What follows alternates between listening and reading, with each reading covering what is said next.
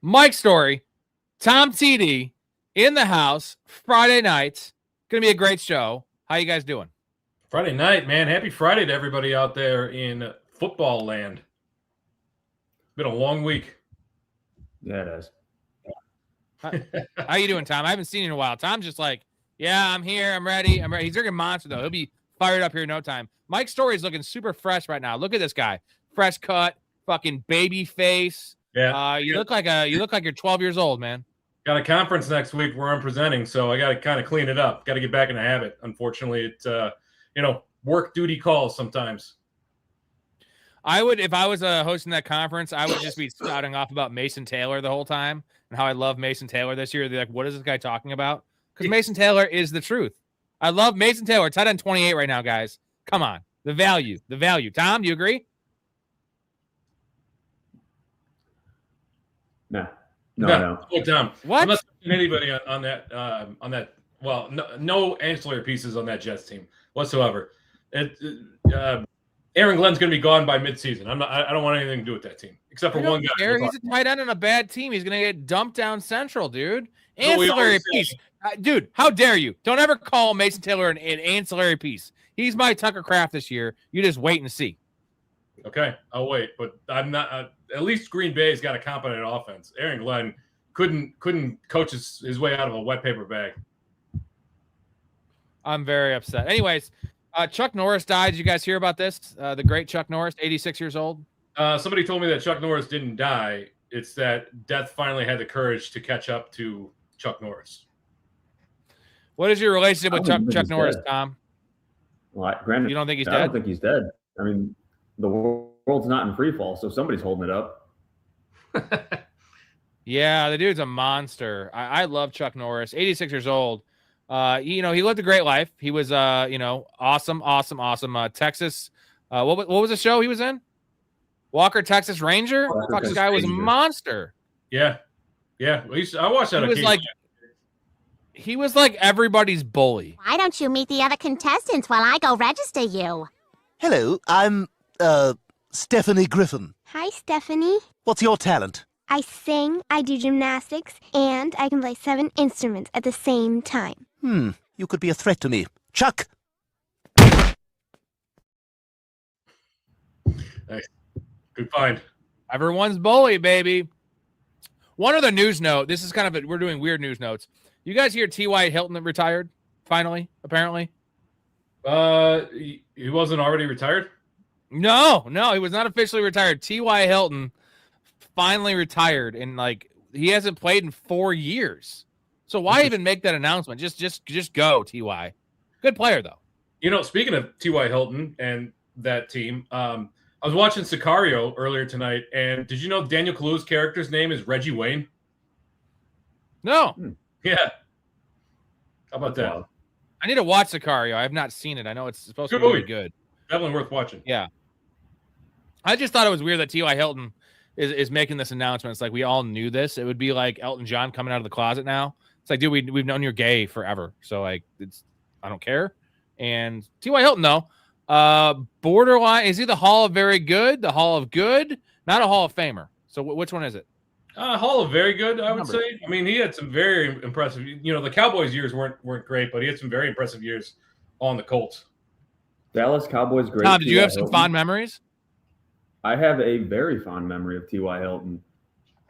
And, I mean, Storey kind of hit it on the head. Like, he wasn't, by any means good in Dallas. But the first Cowboys game that wasn't the Bears preseason game that I went to when I was 8 and decided to be a Cowboys fan, the one that me and my sister took me to as a Christmas present a couple of years back, because she's an Eagles fan, I'm a Cowboys fan. We don't need to go down that route. But it was Cowboys at home in Arlington against the Gardner Minshew-led Eagles. And it was Dallas was down in that game, and it was that 40-yard just down the sideline bomb to T.Y. Hilton to flip the script. So he does hold a fond spot in my heart, but Hall of Very Good for sure. Stud for fantasy for sure, man. Oh, yeah. That couple of years he had, he was a wide receiver 1, bro. Yeah, 100%, because people didn't believe in the size and they thought he'd be injured. He played a lot of games. Hetcher makes a good point about Mason Taylor. Again, my Mason Taylor love is primarily in best ball. You know, like I'm not taking him a lot in redraft.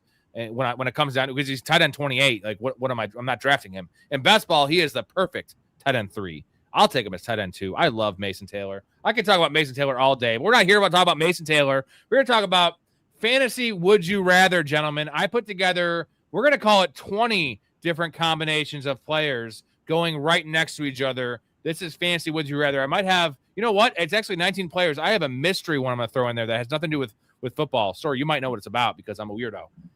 Let's get right into this, boys. You ready to get in this? Let's do it. Yep. Let's get after it. All right. First one. This is PPR. We're going on PPR. JSN or Jamar Chase. Tom TD, I'm going to throw this to you. Who are you taking, JSN or Jamar Chase? Give me Jamar Chase. I mean, talent alone is one thing, and that's not to take away anything of the talent of JSN.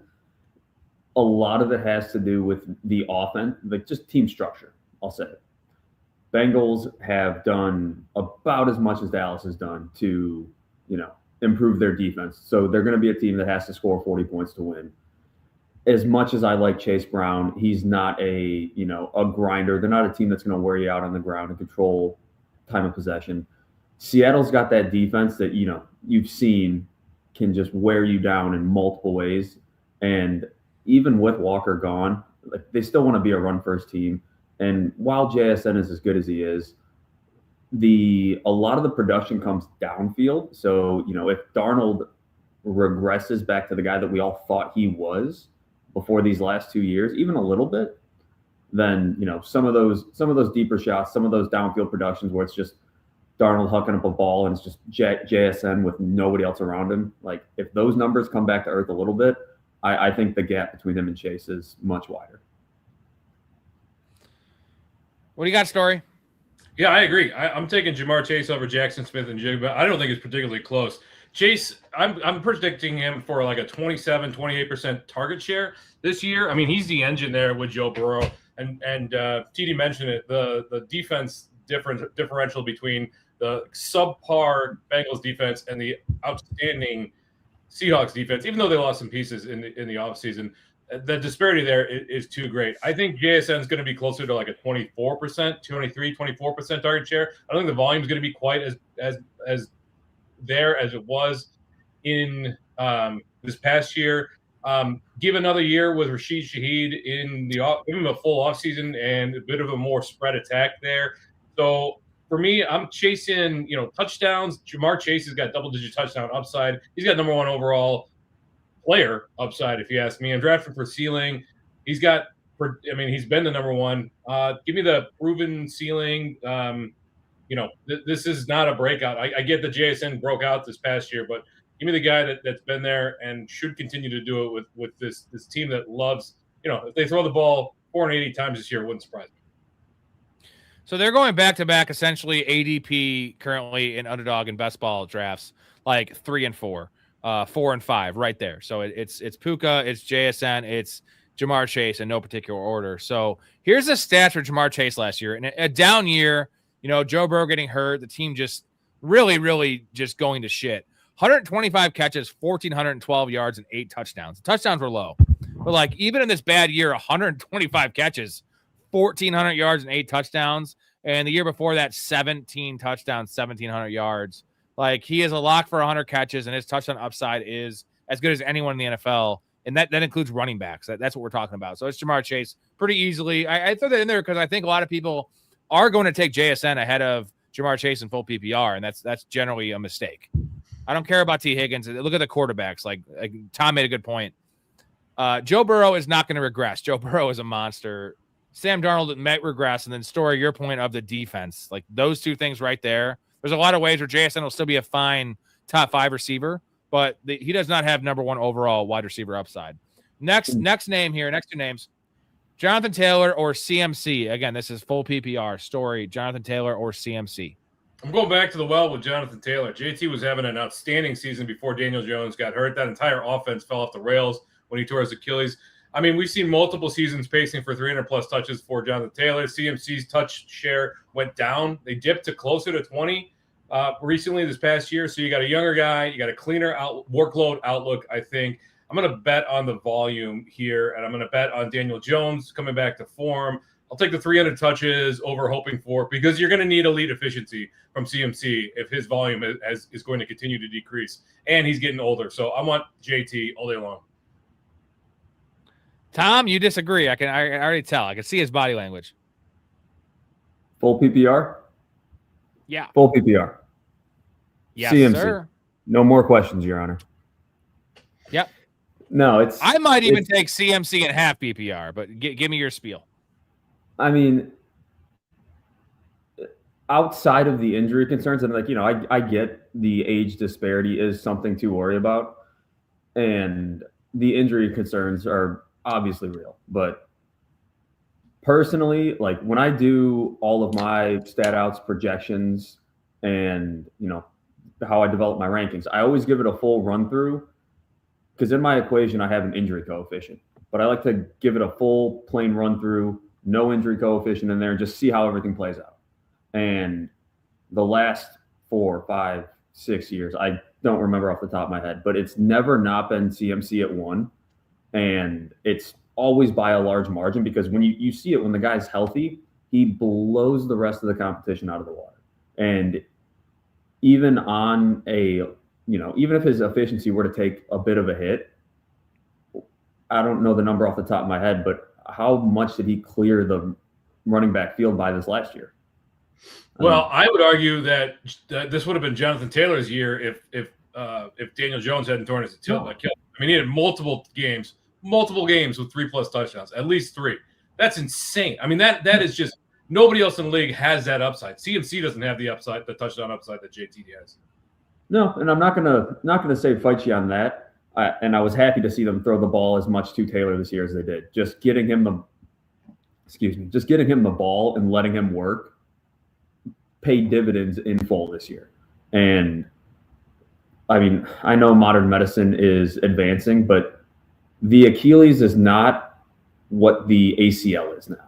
Like the ACL is an 8-month recovery window at that, as long as you're not Jermod McCoy. And I mean, we see these guys coming back from the ACLs left and right. It's the Achilles that's kind of the next thing that modern medicine needs to attack, because that's, I mean, going back to who was the Texans running back? Deonta Foreman ruptured his Achilles, and then Deonta Foreman came back pretty well. Yeah, but it took him 2 years. Down the road. It was years down the road. Right. Yeah, exactly. And that's the thing is with Jones being as, if you want to call him, as mobile. I mean, he's relatively a mobile quarterback. And I think his game is going to be hampered and limited. And I think we're going to see a shell of him for the first few weeks of the season. And again, barring any sort of injuries, if we're projecting health for these guys, I think that slow start to what the Colts have potentially with Jones and his Achilles could be the difference there. To play devil's advocate there, they could just rely heavily on Jonathan Taylor, and the workload could just be insane. 28 touches a game. So just food for thought. No, I mean, no, I hear that, but also game script, right? Like, I'm really worried about this Colts team. Like, they literally ignored everything in free agency and just said we need Daniel Jones and we need Alec Pierce. Like, I understand they were important parts of the team, but like those are not guys you need to like prioritize like they did. Like, you're not winning a Super Bowl, you're not winning a goddamn division with Daniel Jones and Alec Pierce as your best two pieces in the passing game. I'm sorry, it's just not happening, especially Daniel Jones coming off an Achilles. So Storey's point of the volume is important, and if it was half PPR, I'd have much closer a debate with you. But the full PPR, and again, I think CMC's film was very pedestrian last year, but I'm looking at which offense can I trust to be elite, and it's going to be the 49ers by pretty large margin. So I think CMC has one last year in him, and it's at minimum you're getting 80 catches. Like, you can't really catch that if you're JT. I just don't feel like you can catch that unless the Colts revert back to what we saw the first 10 weeks of last year, which I just don't see happening. Storey, do you have a confidence that this offense can get back to what we saw?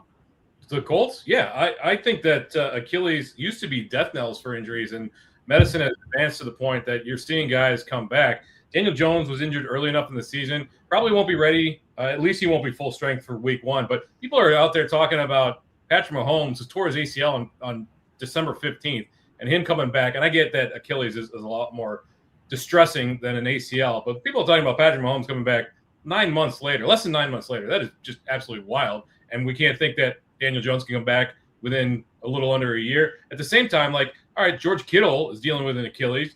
Jawan Johnson has packed up and is probably going to leave. You've got no Brandon Ayuk, who actually is the offense. What makes you think the offense is going to be as prolific when they don't have any real pieces to throw to there to keep the ball moving? Kyle Shanahan. End of story. Story, you love Mike Shanahan. Evans. Get the hell out of here. I'm just saying they're in, unless they rebuild through the draft, they're in trouble this year on offense, I think. I mean, I think Mike Evans is going to be a nice enough piece for him. The Colts are in trouble Yeah, too, Dad. guys. You need some of this.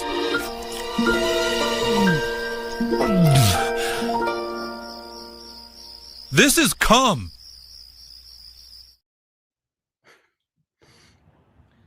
All right, next names here. This is close to TD's heart.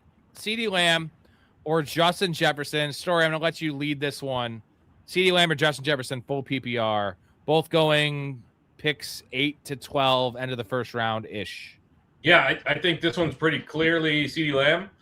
At least for me it is. You got a guy when healthy. He's a top 5 red zone targets among all wide receivers every single year since his rookie year. He's got, we've got multiple seasons with upwards of 28% target share. He's extremely versatile. They move him around the formation quite a bit. That I have a lot of faith that Cowboys offense is going to be very good again this year. You got a weekly floor with him, which we saw does not exist with Justin Jefferson anymore. A better TD environment. So I get it. Justin Jefferson is an elite talent, but the whole environment around him is a little suspect. So give me Lamb's usage. I'm going to take CeeDee Lamb over JJ. All right, TD, are you going to put your homer hat on, or are you going to go with one of the best receivers maybe of all time in Justin Jefferson?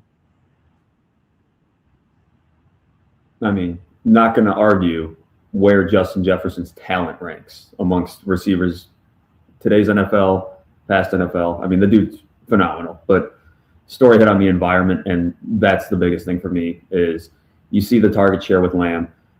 Coverage, defensive coverage against Dallas gears more towards Pickens and stopping Pickens. And they roll safeties that way. They're the one, like, while Lamb can do anything from wherever he's at on the formation, Pickens is the guy that defenses needed to stop because he's that downfield threat. He's the one that'll flip a field in a heartbeat, one play, 80-yard touchdown. So, like, rolling coverage away from CeeDee Lamb, while it doesn't typically sound like a good idea, with Pickens on the other side of him, at least for this next year, you still have to. And I'm not sold on McCarthy. I'm not sold on Kyler. I'm not sold on that Vikings offense as a whole. I think they stagnantly got worse this free agency. I mean, I would have liked them to see them let go of Aaron Jones, let him walk in free agency, do something else at running back. I feel like he's enough of a stopgap to the point where he's going to mitigate their rushing attack, and then asking whoever you're going to have to play quarterback there, whether that's McCarthy missing JJ or Kyler not seeing over the line. I mean, there's a little bit of faith probably around mid-season when they don't decide to pay Addison and try to trade him. Maybe he gets a little bit more of a target share, but I think at that point the gap's already going to be decided between the two. My answer is also CeeDee Lamb, but I feel like the upside is with Justin Jefferson. If Kyler can get back to what he was with Hopkins, the Vikings schedule is cupcake. They're playing a 4th place schedule. I don't know the divisions offhand, but I think they play the NFC South and the AFC East. I think it's pretty easy schedule they have. And Justin Jefferson is hungry, man. He is hungry. He is elite. He is, in my mind, the best receiver in football, him and Jamar Chase.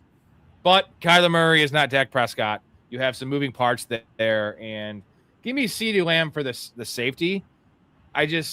I'm not taking Jefferson, but I see the appeal of Jefferson. I can't believe how he's going. We talked about this last year's story. We were thinking he's gonna be like a late to mid second round pick. Motherfucker's already going end of the first round, and that was because of the Kyler rumors. Now Kyler's there, so it's like that's too rich for me. And CeeDee Lamb he doesn't have the upside of the top 4 receivers. Even St. Brown has more upside, but CeeDee Lamb is just set in stone. 100 catches, 1,200 yards, 8 touchdowns if he's healthy. All year. Prescott could throw 40 touchdowns next year. I think they're going to cobble together 24 in the Vikings passing offense. So do the math there. Like there's an extra 16 touchdowns to go around, and there's 2 guys that catch. Well, I guess you got Ferguson there, but there's really 2 guys that catch touchdowns in. It's not like they have a huge spread out attack either in Dallas. And all I will right, say, next like, one here. going back go ahead, that Tom. story. No, yeah, I was just going to touch on what you said really quick. I could see once the more casual fan gets into fantasy, like I think you could see JJ's ADP go down a little bit, and then the chance to return a better value than Lamb is a potential. But as far as, who's going to finish higher, who's going to be the more productive one, I still think it's going to be Lamb, but I could see how JJ becomes a better value once we get closer to the season. Yeah, maybe there's value there, but like safety, I think CeeDee Lamb is way more safe than Jefferson. And Rob, I'll disagree. I think CeeDee Lamb's got immense upside, more so than Justin Jefferson does. I guess we're all off on Justin Jefferson. Next one, maybe we have some disagreement here. We all agreed on CeeDee Lamb, although I was more trepidatious. James Cook or Ashton Genty? Tom, full PPR. James Cook's been a stud. He's killed his ADP the last couple of years. Now he's going in the first round. They're both going at that 1-2 turn. Who you taking? This one was tough for me. And I know one of the first times I was on here, I half-heartedly alluded to Genty being potentially Trent Richardson. But I'm going to go with Genty on this one. I like the moves that the Raiders have made to this point in fortifying some of their offense and, honestly, a lot of their defense. And obviously getting the young rookie quarterback in there, who's going to be his best friend, the running back in Bowers. And while I don't think the Raiders were in a real good position to take the luxury pick of Genty last year, and you saw the struggles that he incurred just with that line not doing anything for him, I think this year you're going to see the volume pay dividends. And that's what's kind of the difference to me in this one is how efficient Cook has been versus just the sheer volume that I think gives you the safer floor with Genty and his ability to, his low contact balance, his ability to break tackles. I mean, I think it's going to be hard to keep this guy out of the end zone this year. While, Cook will rip off his handful of longer end touchdown runs, so on and so forth. I think Genty's going to be getting the ball a lot this year. Shout out, Jonathan. Appreciate you. Can't wait for Dynasty. He says Genty all day this year. What's up, peeps? Story, you agree with Jonathan? Are we all on Genty? Because I'm a spoiler. I'm on Genty as well. Yeah, no, I agree. I get where you're coming from, Tom, but for me, I agree with Jonathan. This is Genty all day long. The fact that he said Genty. Yeah, I know. I'm saying Genty or Tom was saying it was a little closer for him. This one he went a little back and forth. Yeah. I thought for me pretty easily Ashton, at least for me. The Bills, they promoted Joe Brady. The fact that they did promote Joe Brady, who was the orchestrator of a mediocre offense, or at least a very vanilla offense, tells me they're not a serious organization. Whereas I agree with Tom. I like what the Raiders are doing. They understood the assignment this offseason. We're getting Mendoza, so we need to protect them. Having that center is only going to bolster the line. It's going to be great for Genty. It's a volume play there. They're going to give him a ton of work. Nobody's taking Genty off the field inside the 20, inside the 5, inside the 2-yard line. Mendoza's not going to be sneaking. You got on the other side, you've got Josh Allen there. He's taking everything inside the 5. Cook's got under 10 carries per year inside the 5-yard line on average. It's just there's not unless he rips off those long touchdowns, and they're probably going to get it. Yeah, you're going to have spike weeks where he gets two long touchdowns. You got I project a full role for Ashton Genty in year 2. It's a floor, it's a ceiling play. Cook needs to maintain that efficiency. I think Genty is going to make his own touchdowns. I really like Genty over Cook this year. I love Genty. Just to play devil's advocate, because we need someone to do it. It would be James Cook improvement in the passing game. So last year, 33 receptions, 2024, 32, 2023 at 44. I feel like Joe Brady is just a moron. Unfortunately, he's now the head coach as well as the coordinator. But James Cook is a player that's worthy of 60 receptions, 80 targets a year, especially when they have no receivers. That was the most like wild thing last year with the receiver core and the tight ends being banged up. They're running out there, and then James Cook getting 40 targets. Like, what are they doing? James Cook is probably your second best pass catcher, but now bringing in DJ Moore, probably drafting someone in day 2. You know, they're not going to need him to catch as many passes. The upside is that he does catch more passes. He's going to be in definitely a better offense. And maybe, just maybe, Josh Allen doesn't have 14 rushing touchdowns, right? Maybe they cruise to a 7-1 record. Maybe he has 8. And you know, but again, I'm going Ashton Genty as well. I just can see it's closer than I think Storey wants to say. We've been getting a giant discount on James Cook for years. And now the discount's gone. And we drafted Ashton Genty in the first round last year, and he fucked all of our buttholes. I didn't draft him. I'm saying the community's buttholes, right? Not our community, because you all knew not to draft him, but the fantasy players' buttholes. There's a lot of butthole talk here. He fucked them. And this is the time that people are going to be off of him. We're all on him because the workload is safe. It's 300 touches minimum if he stays healthy, and is also a guy doesn't count to be hurt. He's a monster of a man. He's like Maurice Jones-Drew on steroids and taller. Love him. And Linderbaum. We got Linderbaum there. And we don't have Pete Carroll's son coaching the offensive line. A lot of good stuff happening. All right, we're all in agreement. It's Ashton Genty. For me, it is. We are all in agreements. I love it. I do. I appreciate it. And that's a nice muscle throwing arm you got there. Thanks. Got a nice tip for you right here in my pocket for my arthritis. Why don't you reach in there and fish it out for yourself? All right, this one's going to be a little tougher. It is a Marion Hampton or Saquon Barkley full PPR story. What do you got? So this one was a lot closer. This one was extremely difficult. But I'm going to go with Barkley. I think that, Barkley, we've seen seasons with 1,600 plus total yards and 50 plus receptions. We've seen the touchdowns. You got a dual threat role there, right? We're projecting Marion Hampton's role here. And I think it'll grow. There's a lot of people excited about the Chargers, and I understand why.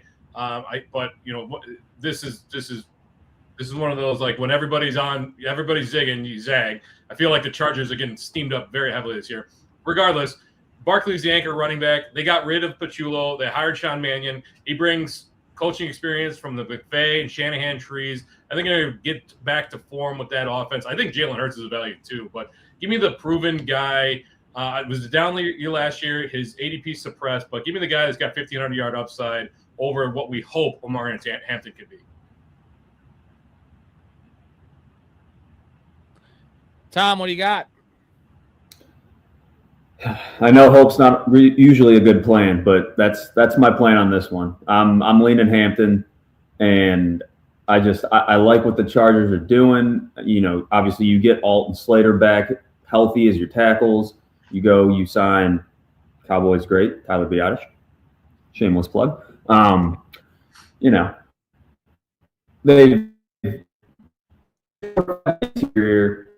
getting back. Went and signed Ellie Kohler.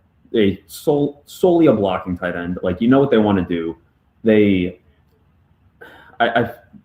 I know how good of a quarterback Herbert is, but I don't think Harbaugh wants him throwing the ball as much as they had to last year with him.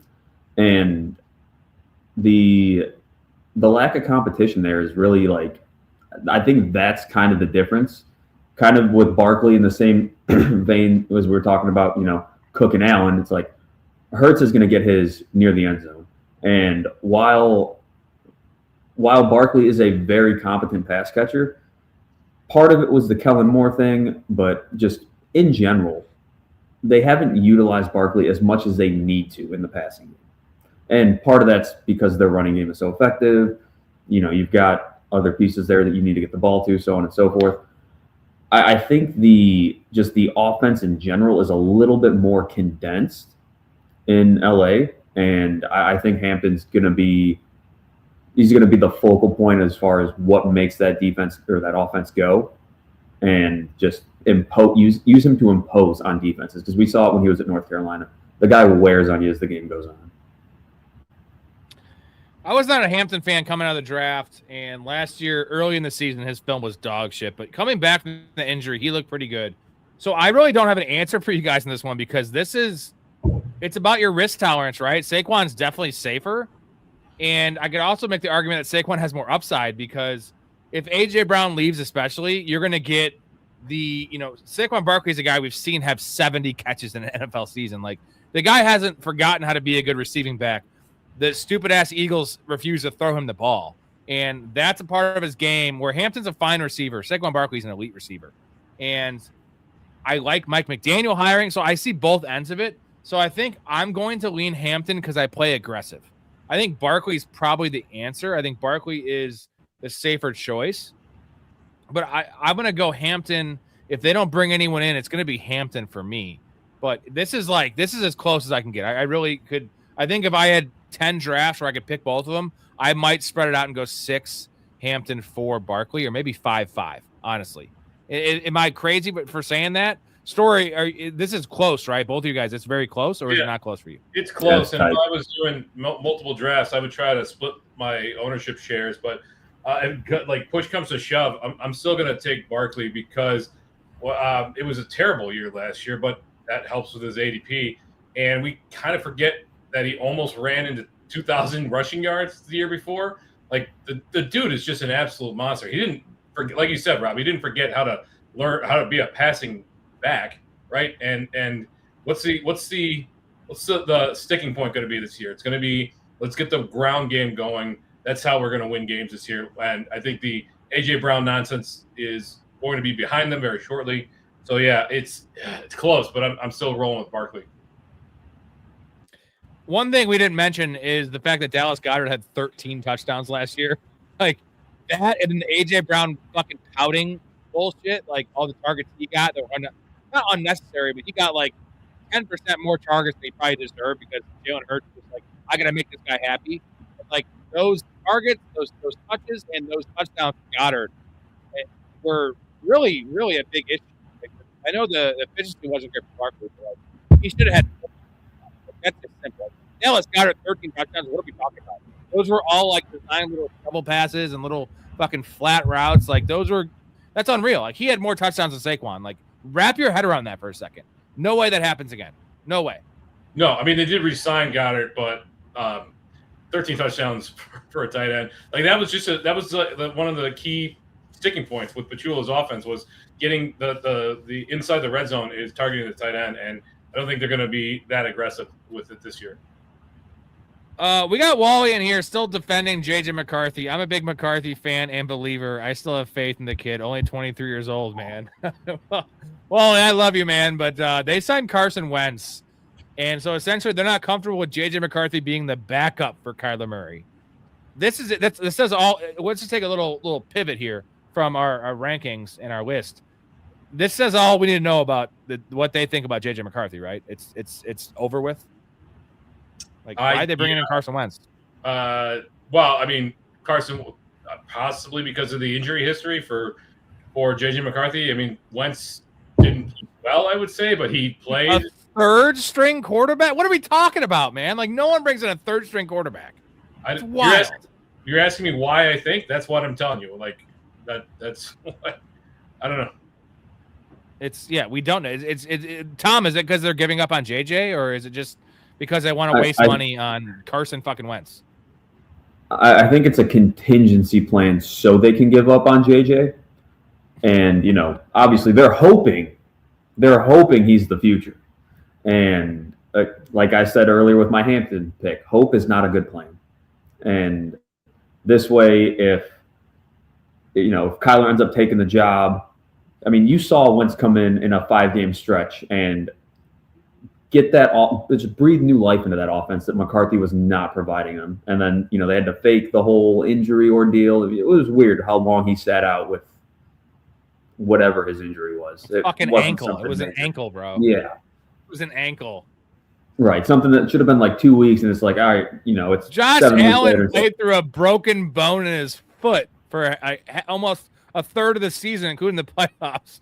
Roll the Matthew Stafford game to the fucking ankle. Roll the Matthew Stafford broken collarbone throw, and that's all you need to see. Yeah. All right, let's move on, just because we could talk about JJ McCarthy all fucking day, but it's just you know what? Be happy you got Kyler Murray for $1.8 million. That's pretty great, but the whole McCarthy situation is very, very bad, right? Yeah, bad. We got to definitely write a song about how we do not diddle kids.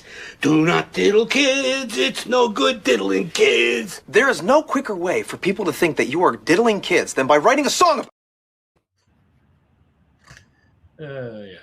All right, on to wide receivers here. We're moving on to the end of the second round, early third round. We're going in order here. George Pickens, close to Tom's heart, or Nico Collins. Storey, George Pickens or Nico Collins. This is a toughie. This is a really toughie. Maybe it's not. If you had asked me 2 weeks ago, I would have said unequivocally George Pickens. But the signing of what's his name? The offensive tackles or not the tackle, the Wyatt Teller, the offensive guard that they signed, bolsters that line for me. So I think we were a little worried about them not making some moves early, but they signed a couple of free agents, and if they draft a center or they draft a left tackle, then I think that this is easily Nico Collins. As it is, it's close right now, but I'm still going to go with Nico Collins because of some of the advanced metrics, the yards per route run, which is a very predictive metric. You've got Nico Collins posting an elite yards per route run. It's a super efficient guy.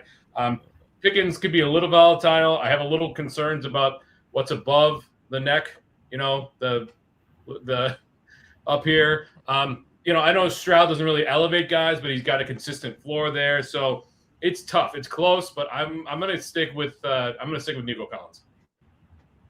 Tom, before you answer, since you're our resident Cowboys fan, sorry to hear that, by the way, give us the breakdown of what you see happening with the contract with him. And for me, I'm just going to lay it out like this.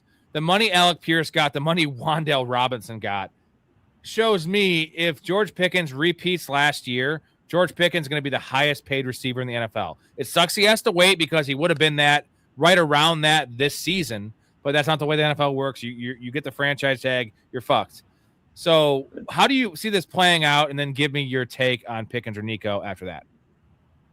It's not the way that the league plays it out. It's the way that Dallas operates, because they do their deals 3 years too late and end up paying damn near double. And as soon as I saw the Pierce contract come out, damn near dropped an F-bomb at work. And I was just like, I know what this means for the Pickens signing. I'm like, and then, like you said, the Wan'Dale, just all of these guys, because, again, free agency, you pay good players like they're great players. So when a great player becomes available in free agency, you have to reset the market. And that's, as a Cowboys fan through and through, I want to see Pickens repeat the 1,429 yards again. Like, want to see the man excel. I know what it means for Dallas and their payment plan in the future, but he's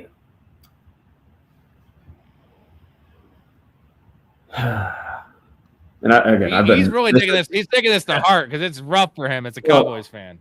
No, it is, but at the same time, leaning back towards the Pickens Nico thing. I've been riding this fence all day ever since you sent me this list. This is the one that I've had the hardest time with.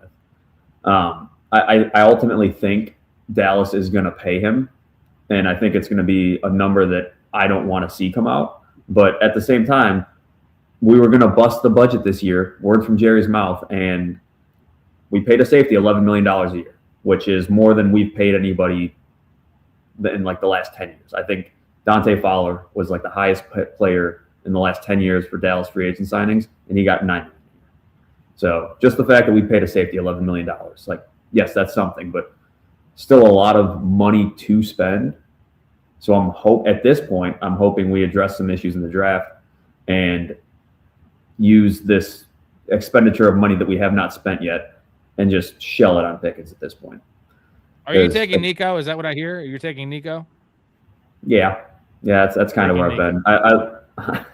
I am. I like the target share consolidation. Nico and Pickens both win in the same areas of the field. They're more downfield-esque targets, and a lot of it is what Storey touched on. Fortifying that offensive line, because Stroud's not a mobile guy, and at this point in their career, neither is really Prescott. I mean, he'll throw on the run, but neither of these guys are hyper mobile. But as long as you can give Stroud a comfortable enough pocket, he'll make the throws 9 times out of 10. He's accurate for the most part, but it's when you're getting pressure within seconds, it's guys got nowhere to go, and Nico wins downfield. So you got to give him time to get open downfield. Deeper separation metrics favor. I want to say last time I looked, they favored Collins over Pickens. I think Mike Evans was at the top, and Nico was top 4 or 5. But I've always been a Nico fan.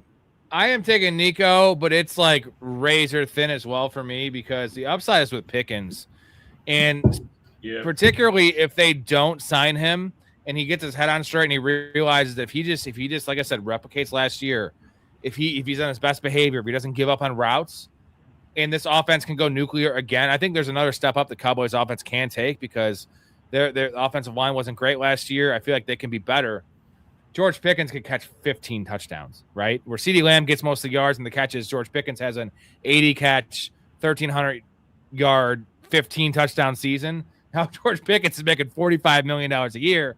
Where Nico with that team, with that defense in Houston, where they got Reed Blankenship now, that defense is better now. The volume is not there for Nico. We see Nico disappear. That's because of game script and because CJ Stroud sucks. George Pickens disappears because he chooses to disappear. So I'm still taking Nico, but it's really, you know what? Fuck it. I'm taking Pickens. I'm actually changing. I'm taking Pickens. I talked myself into it. That's why we do this show. Give me the upside of George Pickens. All right, next name. We'll do it I live. love this one. Next names. We're doing it live. Tet McMillan or Garrett Wilson. Tom, what do you got?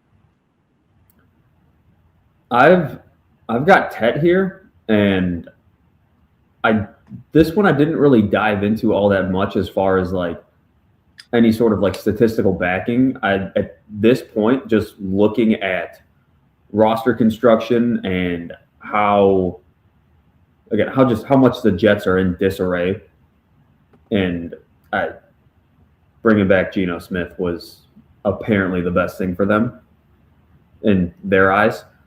I like the trajectory that Bryce Young has been on after the point that he was borderline out of the league. And, definitely saw the flashes last year with Tet. I think he's more quarterback friendly when we're comparing lesser quarterbacks, the bigger target, catch radius. Wilson's probably a little bit better of a separator, short to intermediate areas of the field, but just the Tet being one of those guys that really extends, catches the ball, can body you out enough, uses size.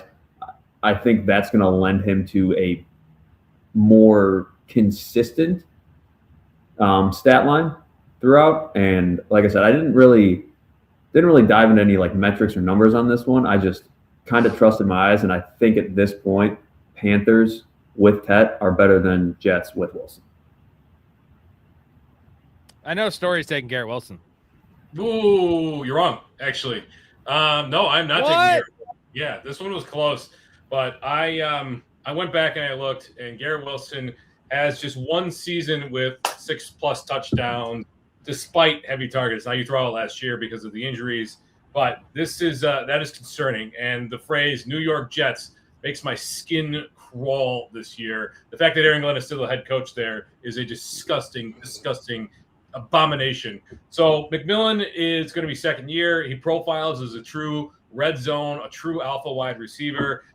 Bryce Young has made improvements in his short time in the NFL. I think you got tremendous ceiling with Tet McMillan, and it's going to be you better hope you get volume with Garrett Wilson. He's gotten volume, but if he doesn't get it this year, if he doesn't get the targets, it's going to be another bad season for Garrett Wilson.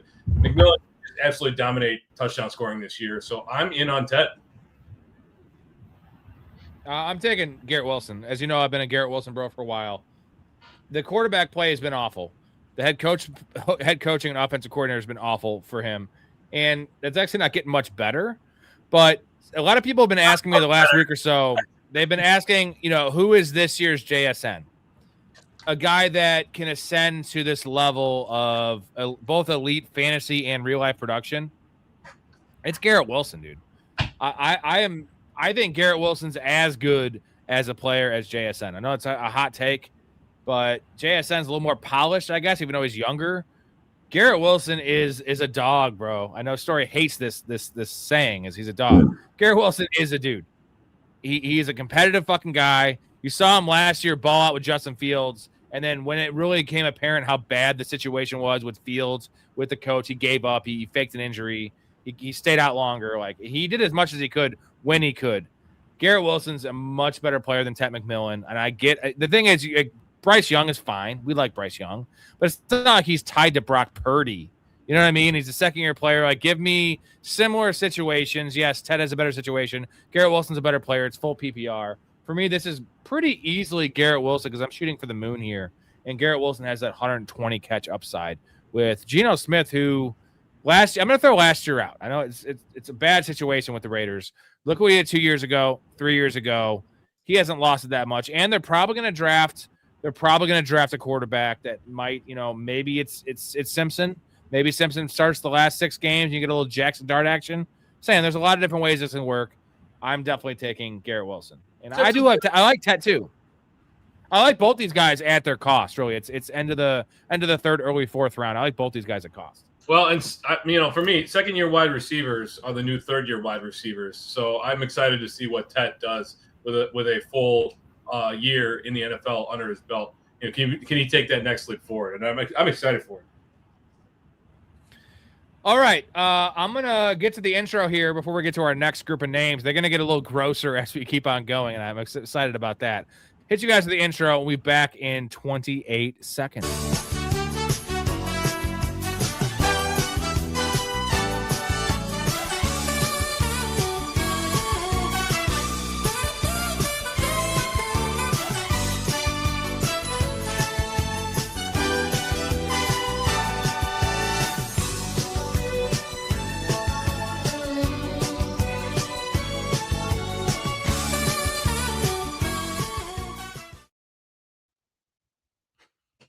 It makes him time to rip on Brandon Ayuk, that fucking piece of shit. What a turd. We hate Brandon Ayuk. You hate him as much as I do, Storey? I can never hate him because he helped me win a college fantasy football championship. So he'll never he might irritate me, but I'll never hate him. I'll always owe him a debt of gratitude. Tom, you hate Brandon Ayuk. He's an idiot. He's a clown. He's a loser. Hate. Double hate. Loathe entirely. It's a lot of hates. Not to be too crazy on this show, but as you know, I don't give a fuck.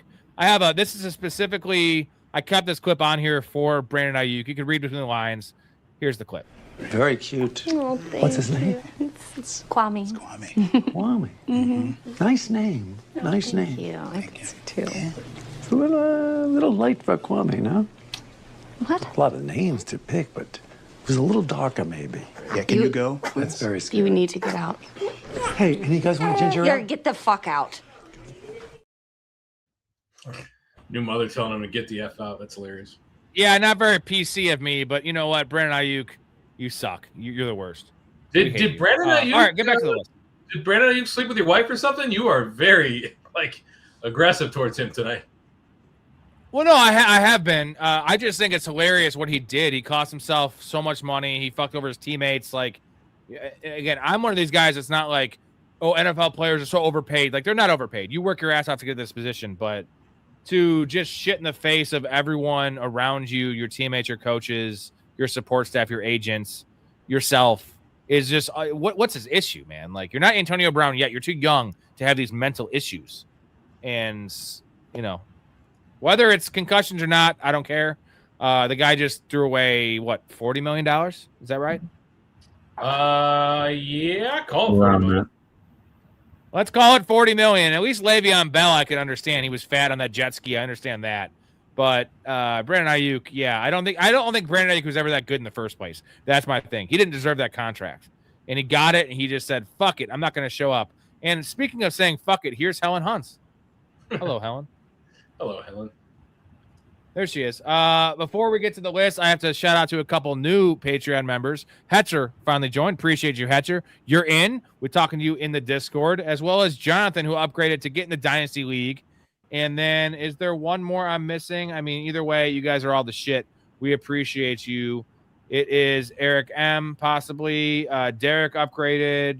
Anyways, appreciate you guys. And besides just supporting your boys here, which is a big perk, you get a lot of other good stuff, too. A lot of other good stuff. We have the Dynasty League starting up. That's probably too late for you guys if you want to join. But 7 or 8, 6 or 5, 8, 9, 10. We don't know. A lot of numbers of redraft leagues coming up in July and August for you guys. Sign up now. Get in there. Guest appearances on the show. Free merchandise giveaways. I have the shirts coming on Monday. I have new hats coming on Friday. I give away shit every single month, as well as access to the early plays in these bets. Storey, we're going to have some college football bets this year from you. Yours truly, Storey is the college football guru, as well as NFL, 96 and 58 last year, gentlemen. So if you want to get in on these early plays and make some money, you'll actually make way more money than you ever donate to the channel if you bet enough. We win money. That's what we do. Very exciting. Very exciting time to join right now. It is, yeah. You get a discount because shit's going to go up, too, if you don't get in the next couple months because, $5 a month for the picks is just unreally cheap. Like, people are charging $100 a month for picks that are bad picks. We're charging $5 a month for, like, proven winners. Get in here. Get in. And what do we call it, Storey? We call it it's the place to be. It's what do you call it, Kramer? It was. Come on, Rudy. Come on. We call it the place. The place to be. Yes. All right. Time for the next name here. We have, I got to scroll up because I put it in the comments. It is Bucky Irving and Breece Hall. This one's pretty gross. Storey, Bucky or Breece? Full PPR. Yeah, I know I did say I don't want anything to do with the New York Jets, but there is one exception, and that is Breece Hall. All the news around Bucky Irving has been very bad for this offseason. The re-signing of Sean Tucker there really puts a death knell to our hope. Oh, did Sean Tucker actually re-sign? I didn't think it was official. Pretty sure he did. Tom, correct me if I'm wrong there. I thought I saw the same thing you did. Pretty sure he signed not that long. Tucker. Yeah, I didn't see him signing. I thought they were on the fence about him. They placed tender on him 8 days ago. Doesn't mean they actually have him. Well, okay, so placing tender essentially means that he's planning on retaining him. Yeah. So okay, yeah. So let's do this at planning on that Sean Tucker's back. So Breece Hall, right? Yeah, I mean Hall flashed 80 plus reception upside. I mean he's got some of the advanced stuff. The explosive, the run rate, explosive run rate is very high. It's a 3-down roll. We want Braylon Allen to be a thing, but the Jets don't really seem interested in doing that, despite our misgivings. You got a huge committee risk with Bucky Irving. His share, his red zone share, completely plummeted. I don't think he had a carry inside the 5-yard line when he came back from injury last year. Breece Hall profiles as a league-winning kind of running back, and they're comfortable feeding him the ball even when they're losing. So I don't think that Breece Hall has RB1 overall upside, but he definitely has top 5 upside. Now that's probably a stretch, but where Bucky Irving's being drafted, it's a huge risk. His profile screams stay away from me. Tom?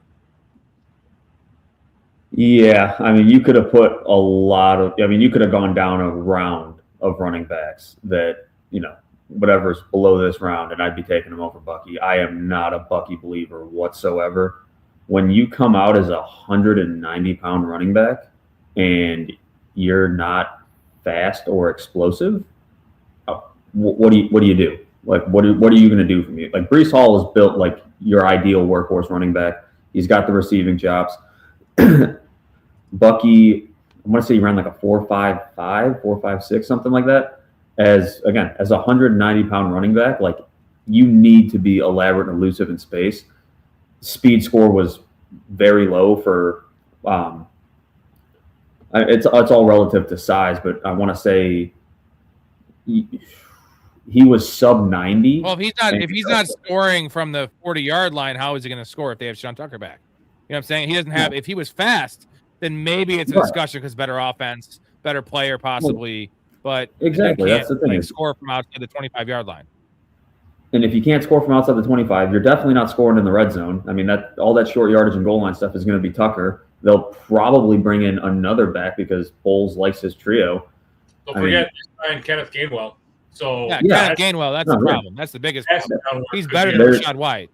That's Rashad White plus right there. So, yeah. I mean, I think all of those things factored together. I don't have a reasonable leg to stand on to be like, there's faith in the Jets, but like Breece Hall is a good piece. And time again, he's shown that. The Jets slap a franchise tag on him. Who's to say they don't just run him into the ground and let him walk? I mean, even if they don't. They should, because they didn't trade him. They didn't trade him for a fourth rounder. I know that seemed low, but like you got to take. They were having a fire sale last year. Just trade him and get what you can. So obviously they just want to keep him. You know, make life easier on the Gino, on the head coach, and so this is all. We're all in agreements here that it's not Bucky Irving. He is. Where would you be? Let's just do this. Where would you be comfortable? Let's just say Sean Tucker's official, which it seems like it might be. Sean Tucker and Gainwell, that's a running back room. And now Bucky could still get the goal line work, but it might be a split goal line. Gainwell's for sure getting the third down work and passing down work.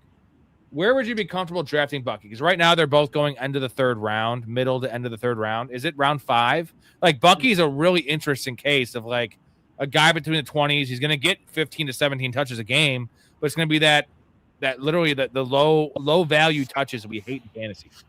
Yeah, his rookie year was electric, but the fact that they signed Kenneth Gainwell, the fact that Bucky Irving is incredibly inefficient on the goal line and within the 10, within the 5, he's only converted like 5 out of 13 goal line attempts, something like that. He didn't have a single carry inside the 5 last year.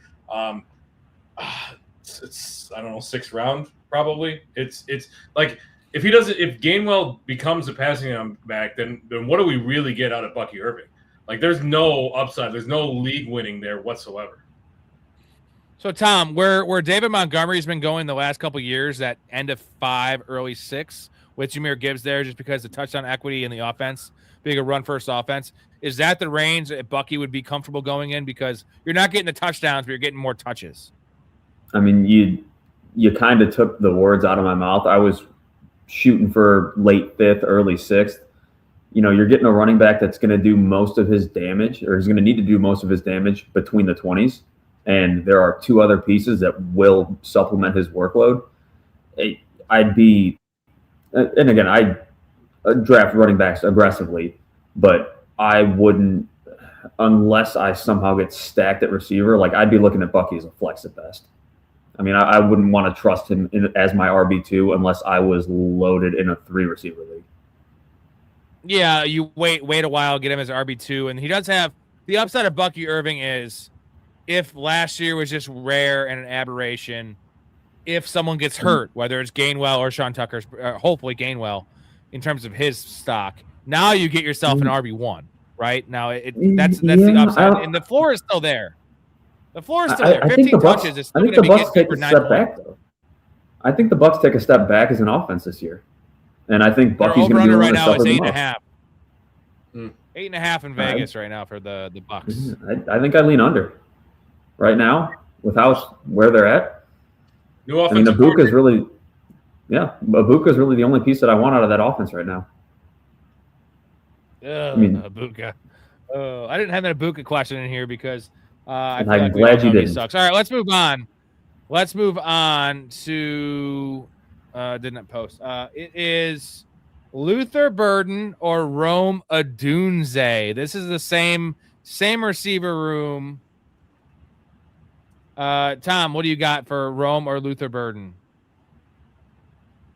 I like the upside swing of Burden here. I think I think Burden's ability to play inside and outside, they typically keep Rome on the outside, and he's more than likely going to draw that, top tier corner for the most part, at least for the beginning part of the year.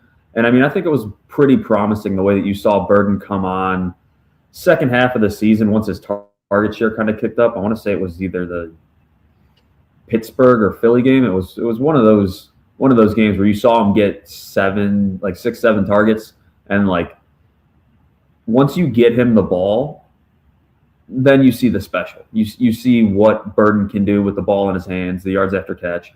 And I think, the Bears kind of realized that late, but you also kind of had DJ Moore in that role where they didn't really know what to do with him. So they were moving him all over the place, getting him downfield targets, lining him up in the backfield, short area targets. Now that he's not there, it's just him and Loveland.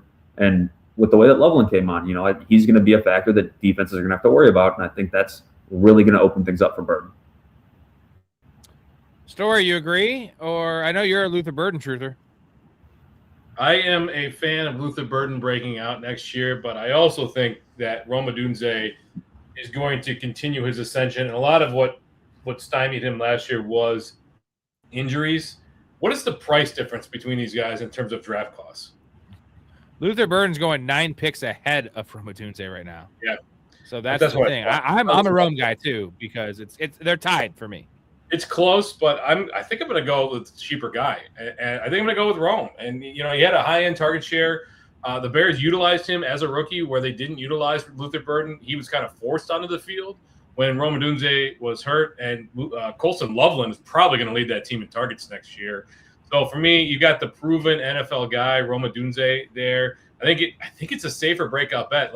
I know that they got rid of Olamide Zaccheaus, but they did sign Khalif Raymond.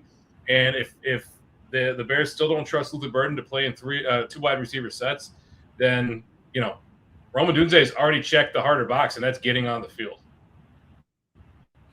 Yeah, he's not. He is the X receiver, and they love playing 12 personnel. They love wacky formations, and the proof of that is it's Rome Odunze on the field. He's been not great. Storey, the film, the drops, the some of the routes. It's not been worthy of the 9th overall pick in the NFL draft. And that entire class of 2024 has been pretty lackluster year 2. But I do believe in Rome Odunze. I like Luther Burden. I see the upside. I think he is very loosey-goosey with his routes.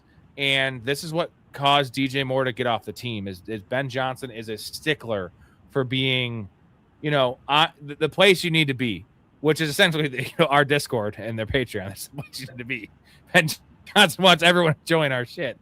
But Luther Burden, electric with the ball in his hands. Yes, he has that over Rome, but Rome is the bigger body guy, better for the red zone. Caleb is willing to take those 50-50 shots. He's not going to throw to Luther Burden. So for me, it is Rome Odunze and a guy you can get currently 9 spots after Luther Burden. We're not even talking about that. We're saying in a vacuum, who you taking? It's Rome Odunze. It's really close, but I want Rome Odunze. I think he can catch 12 touchdowns next year. Do you guys think that's crazy, or you think that's fair? That's a little crazy. You still have probably bottom half inaccurate quarterback in the league there, so that might be a tough stretch. And I think that in terms of who's going to lead the league in touchdowns at tight end, I honestly think that Colson Loveland could challenge Trey McBride for that. Didn't Rome have 6 touchdowns through 7 weeks though, and then he broke his foot? So he was on. I know it's a smaller sample. He was definitely on pace for more than 12. We've seen it though. I'm saying the Burden thing is a projection. Rome, we actually seen it. The thing is, he did this without even playing that great. We all saw it with our eyes. He was above average at best in terms of ability and what he was doing on the field, and he still had those numbers. So it's Rome Odunze for me. Dog. Yeah, there it is. All right. No one has anything else up. Marvin Harrison or Brian Thomas Jr.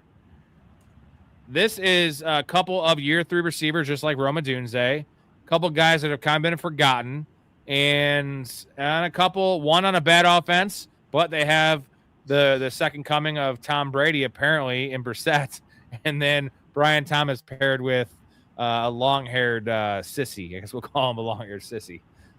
Storey, Marvin Harrison or Brian Thomas? Yikes. Round 5/round 6, even almost into round 7 for these guys. Round 5, round 6. That's too pricey. I think that's fine for. I mean, it might be a little much for Brian Thomas. That's too much for Marvin Harrison for me. So Thomas, he had in his rookie year, he had a top tier TD rate among all wide receivers, not just rookie wide receivers. Clear vertical threat, clear red zone threat. I know that they kind of stacked the wide receiver room, but they cleared the deck a little bit when they moved Travis Hunter over almost exclusively to cornerback. So I think that you got more upside. I think you got a better floor, cheaper price, maybe depends on where things kind of filter out. But I think people are still living off of Marvin Harrison Jr.'s name without actually going and looking and seeing the guy on the field. So I'll take even if it's the same ceiling, I'll take the same ceiling on what's sure to be a better offense. Tom, TD? Yeah, I mean, price would be the only thing that makes me lean Brian Thomas. I mean, I would probably, if you put the price tags the same, I think I would lean Harrison, just because like you've seen him, like if he can graduate from just being Alec Pierce light and just being a go ball receiver, like if they expand his route tree a little bit, when you look at it, they're both probably the third best pass catching option on their team. I mean, with the Cardinals, you've got Michael Wilson and obviously Trey McBride and Jacoby Myers and Parker Washington. Honestly, I mean, he showed himself last year, and that solely exclusively locks Brian Thomas to the outside. And I know the touchdowns were there his rookie year, but I mean, dude was getting a bunch of targets. I mean, force-fed targets at points last year, and I think he walked away with 2 touchdowns on the year. Barely eclipsed 700 yards. I like Liam Cohen, and I'm curious to see Mike LaFleur and Nathaniel Hackett as their offensive coordinator. See what he can do as not an Aaron Rodgers puppet. I'll take the unknown and the marginal upside with Marvin Harrison over what I think is pretty landlocked in BTJ. Isn't it wild that Parker Washington is now going essentially higher than Brian Thomas Jr.? I want to pat myself on the back of a guy that talked out Parker Washington for the entirety of the midseason, and a guy that what's funny is I dropped him, though. After I talked him up, I dropped him because Brian Thomas came back. So I kind of like get a check and a negative there. But Parker Washington's he's awesome, man. That guy is so fucking good. I do trust the Jacksonville offense more, but I know the passing volume will be there in Arizona. So I'm taking Marvin Harrison based on draft capital. They need to make Marvin Harrison a thing. As much as I'm the biggest Michael Wilson fan, Storey, in the history of the world. That being said, Michael Wilson's probably a better player right now, right this second, than Marvin Harrison. But we've seen the games when they played together. Marvin Harrison gets more routes, gets more targets, gets into the end zone targets, like the red zone targets. That matters to me. They have to make Marvin Harrison a thing. They have to to make this seem less of a whiff, because they took him number 4 overall, guys. And he hasn't been awful. He's been awful because he was drafted 4. If he was drafted 40, we'd be saying Marvin Harrison was a great pick. But he wasn't drafted 40. He was drafted 4th. I'm taking Marvin Harrison just in the fact that, he could become what we all hoped he was. I know Storey was not a big fan of his college film. I personally was. And I think he's a good player. And I think his drops, his concentration, and his motivation have been problems. And I tie a lot of that to Kyler Murray, man. Kyler Murray is not a motivator. He's not a guy you want to play for. You mix that with Drew Petzing and the whole situation there with the coaching staff. Like, all those things and this is all hypothetical. I don't know. Maybe Marvin Harrison's just a bum. But if his floor is catching 8 touchdowns a year, then that's pretty decent. Where Brian Thomas showed me a lot of big issues last year with going over the middle, alligator arms, injuries, the fact they signed Jacoby Myers, Parker Washington. We don't know what the hell is going on with Travis Hunter. Like, Travis Hunter could throw a wrench in this whole thing. They decide to play him at wide receiver. Now you have a 4-headed monster. Maybe they bring in another tight end. Brenton Strange is fine too. So for me, it is Marvin Harrison, but it is really close. But I'm taking Marvin Harrison. I kind of want to avoid both these guys, but I will take Marvin Harrison at cost right now. All right, we gotta get to some quarterbacks. What do you got, Storey? Well, I get it, but I wouldn't. I'd rather have the guy that had an outstanding rookie year. When he had 10 touchdowns and 1,300 yards receiving, versus a guy that's been fine. It's just fine. Like I don't need fine at this point in the draft. I need upside, and Brian Thomas has shown it. But I get it. Okay, this is kind of a joke one before I get to the quarterbacks. This is kind of a fun one I wanted. This is my 20th one that you didn't see in there. It says threesome, if you notice in the picture below, would you rather? Threesome. So, would you guys rather have a threesome with 2 5s? We're talking rankings chicks, like 2 5s. A little frumpy, a little chunky, not that pretty butterface. Or just have a one, just with one person, she's an 8. We have a threesome with 2 5s, 2 chicks, which is rare. It's hard I don't know if you guys ever done that. You don't have to reveal that. A threesome with 2 5s, or just one night with 1 8, an 8 solid. This is easy. Would you rather have? I'll take the 8 all day long. Yeah, like threesomes. I'm taking the 2 5s. They take self-awareness. They take rules. They take inner security, emotional intelligence, like stuff that I don't know that I could have. But they're down. They're down to fuck. You don't have to like drug them like Bill Cosby.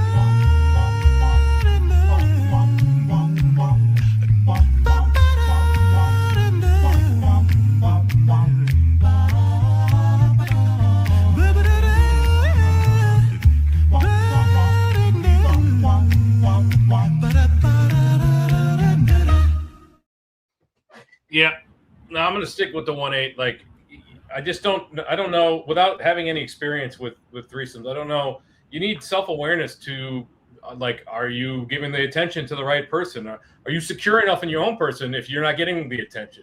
There's a lot of factors that go into threesomes rather than just 2 chicks. It's like Jerry. I can't be a, what did you say? I can't be an one of orgy those guy. Like, a threesome is not an orgy guy. Let's be honest. It's not an orgy guy. Grow a mustache. No, you Tom, give me the 2 nickels.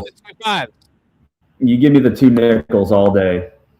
Yeah, you can always put an 8, right? You can't find 2 5s to bang.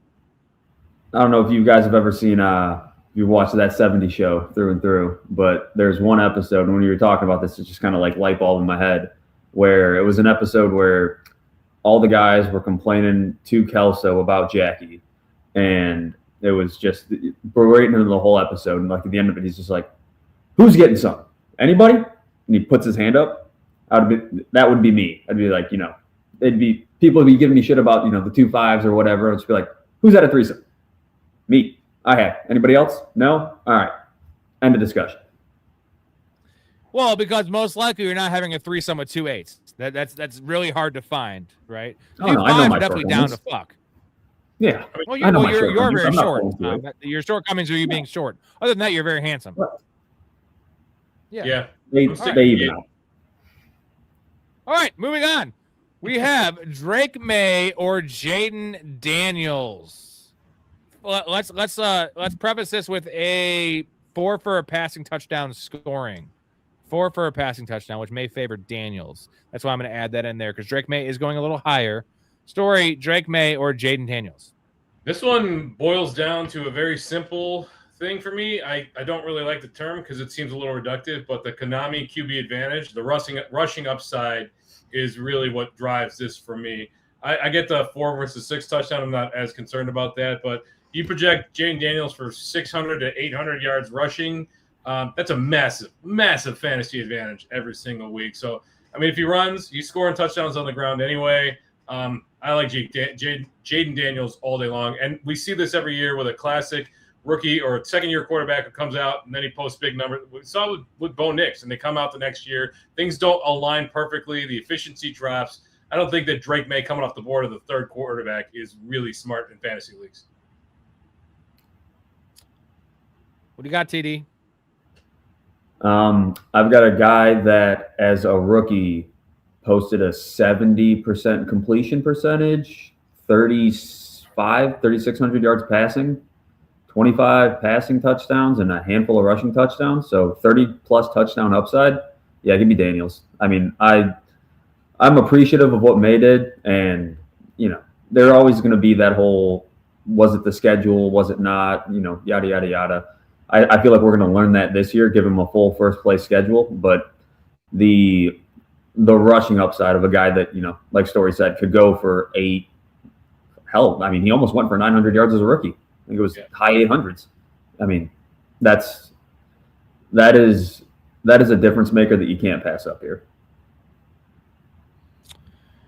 So I'm going to put on the screen here the depth chart right now of the Commanders, and they don't have a second round pick or a fourth round pick. They do have the 7th overall pick, but as currently constructed, the running back room is JCM, McNichols, Rashad White, and Jerome Ford. Awful. But the wide receiver room is just as awful. It's McLaurin, it's Luke McCaffrey, it's Diami Brown.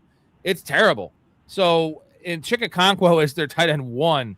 So they could maybe take one early pick and select a wide receiver or running back. It'll probably be a wide receiver. It might be Carnell Tate, which I wouldn't be a fan of.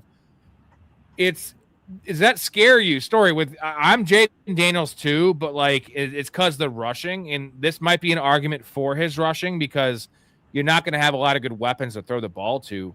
But Drake May has better weapons. As much as we don't think Drake May has great weapons, it's better than what Jaden Daniels has, dude. Oh, certainly. Does that scare you at all? No, he's certainly he's got better weapons. You threw me for a minute there. I saw Jacoby Jones on that, like the former Ravens guy who passed away a couple years ago. No, yeah. no, he was the rookie last year. That really threw me because Jacoby Jones played for the Ravens team that won the Super Bowl.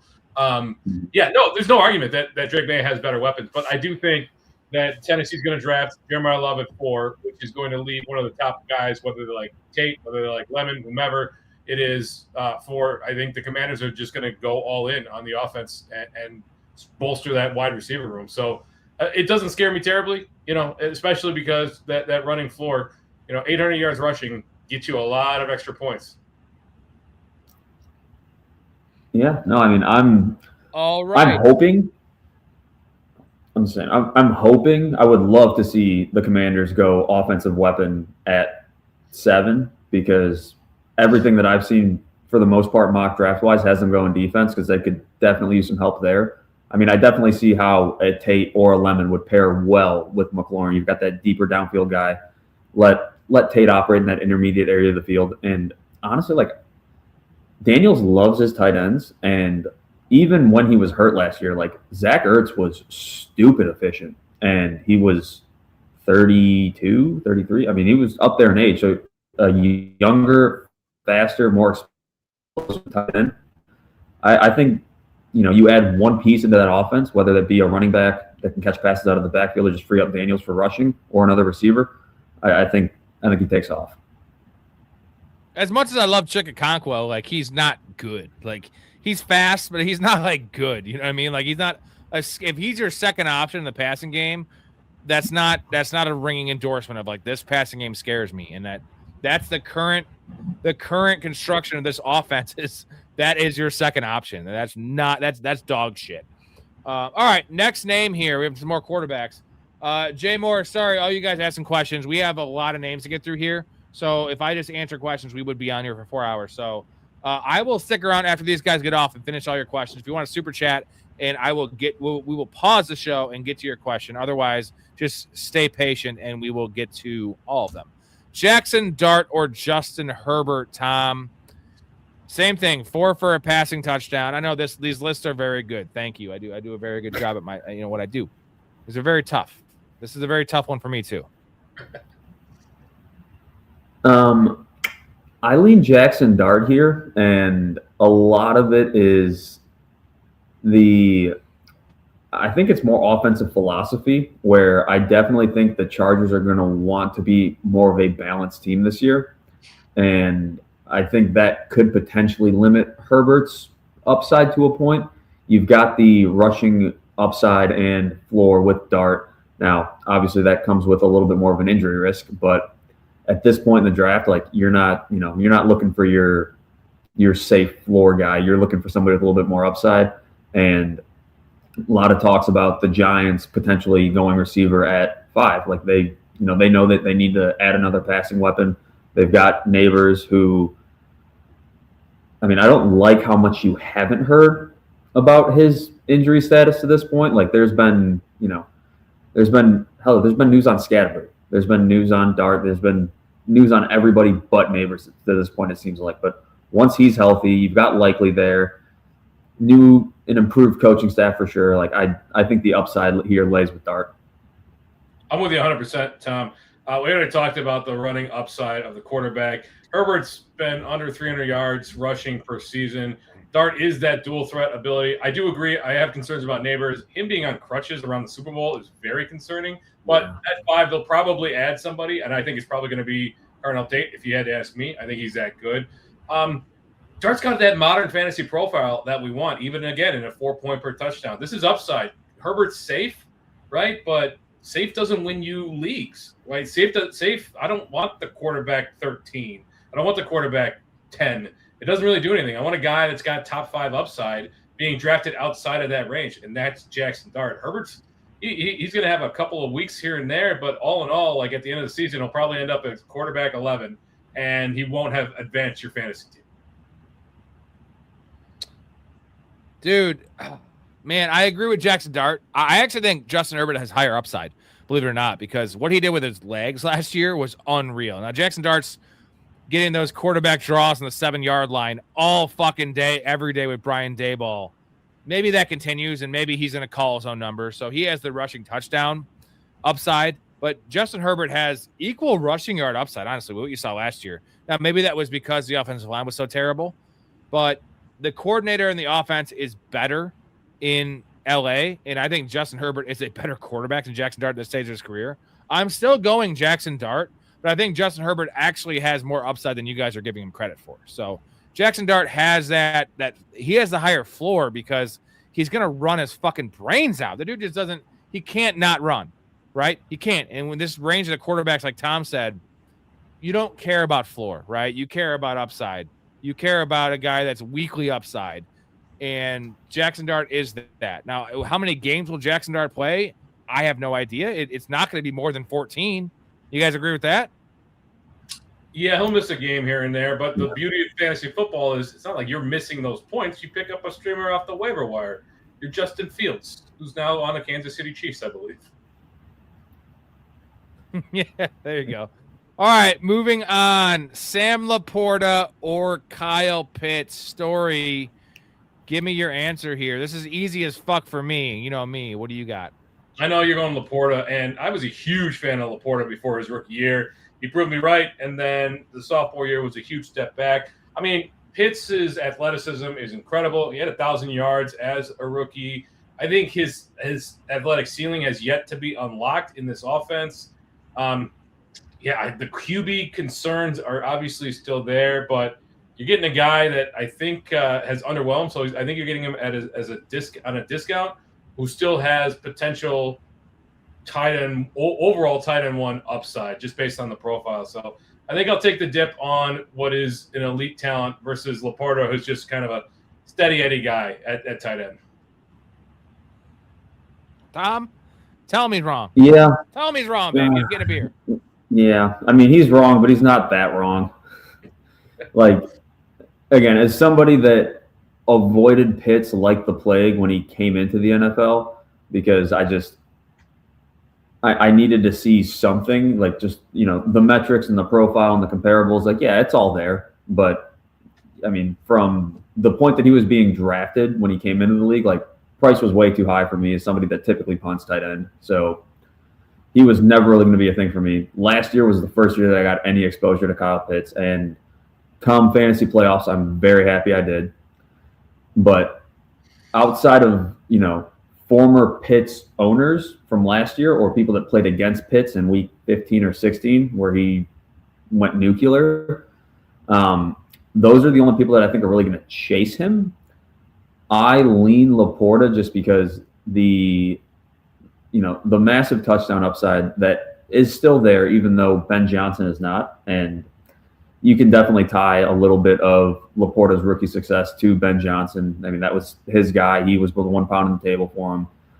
And at this point, like, I would take the steady, consistent production at tight end and hope for a little bit of positive touchdown regression for Laporta versus taking the upside swing with Pitts. And on the weeks that he strikes out, like, dude will go 3 targets, no catches. David Montgomery's also gone, which is a feather in his cap. That's some touchdowns that Isaiah Pacheco is surely not stealing. Storey, you mentioned you're chasing the number 1 overall upside in Pitts, right? Sam Laporta has a number 1 overall tight end finish. Like, so you're assuming that Kyle Pitts has his upside. You're saying that Sam Laporta doesn't, even though we've seen it from Sam Laporta as a rookie. So what is it that changed for you for Sam Laporta? As you know, I hate Sam Laporta. I made a lot of cum slut jokes about Sam Laporta as a rookie, and it's kind of been justified in a little bit because I feel like he's just a guy, but he's just a guy tied to Jared Goff and in that offense. So was this not your BTJ versus Marvin Harrison argument like 10, 20 minutes ago? Like, you've seen him do it. He did it his rookie year. Yeah. And now you're hoping with this? You've seen 2 years of mediocre production. His usage has changed significantly. He was kind of forced into that role his rookie year. And they do I mean, the wide receiver room hasn't changed. Isaac Tesla should take a step forward in here. I mean, again, like, this one, they're both kind of gross, but I'm going to go with the athletic profile. Laporta, like, again, great dude. Helped me win a fantasy championship. Never going to have a great bad word. Dude. But I can't get there. Like, I don't want mediocre tight end production. I want a guy that's either going to win me my week or he's going to bust. And if he keeps busting, then he's going to the waiver wire. I'm going to find somebody else. But I don't want the. You're not worried about the quarterback situation there in Atlanta because it's Tua and Penix versus Jared Goff. Well, I mean, the nice thing is he's a tight end. So what are we really worried about? Downfield throws? He doesn't go downfield. So dump offs, like underneath, crossing routes, mesh plays, like that's where tight ends live. So yeah, I don't want the tight end. I don't want the tight end 8. I want the tight end 2, or I want the tight end 16 when I draft. Wow. Eloquently said from Storey. Let's move on here to some other quarterbacks here going in the mid rounds. We have Kyler Murray or Malik Willis. Now, Malik Willis has been stripped of all of his weapons with Jalen Waddle being out of town. I can tell you this right now. I think the perfect draft pick, what they're going to do is KC Concepcion. With that pick they got from Jalen Waddle. That's a nice little replacement. But he doesn't comp as a guy that's going to be pro-ready right away to, like, break the bank. And you're looking at Jalen Tolbert, your own Tom, Jalen Tolbert. You're looking at Malik Washington. Yes. You're looking at Greg Dulcich. It's gross. And Devin Achane, who might be moved, by the way. Devin Achane is a prime candidate to be traded because they might as well just tear it all down. They're not winning with Devin Achane on this roster. So 4 for a passing touchdown. Storey, Kyler, or Malik Willis. I'm completely off of Kyler Murray, whatsoever. Malik Willis is an unknown. You got 2 years of subpar production in Tennessee versus limited snaps, limited throws. We don't know what Malik Willis is yet, but what we do know is that he runs the ball. He's got elite rushing per snap rates in limited action. So small sample or small passing rates, small snaps, but he rushes when he does. And his rushing yards last year were 40 yards, 50 yards, 60 yards per game. Just a pure upside bet. These are both late round guys, lottery tickets. I like the one that I think has a better odds of returning really great value. So if Malik Willis starts, which he will, he's immediately fantasy relevant. Storey's a fucking conductor with his goddamn pen just fucking hitting us in the face. Yeah.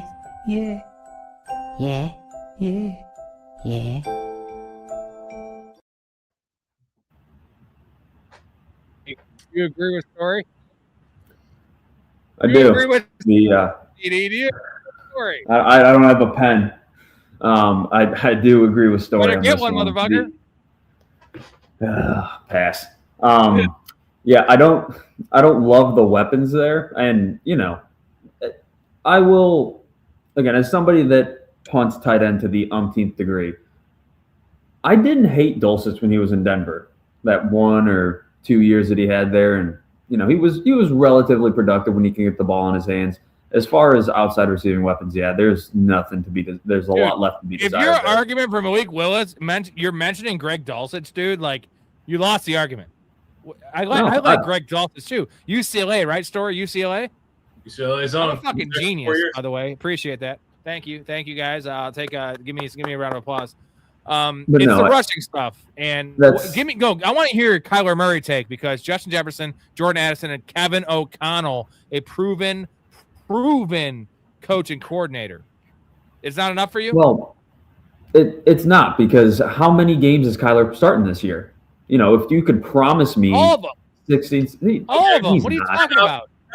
Time out, Rob. You said, and I quote, the Cardinals need to make Marvin Harrison happen.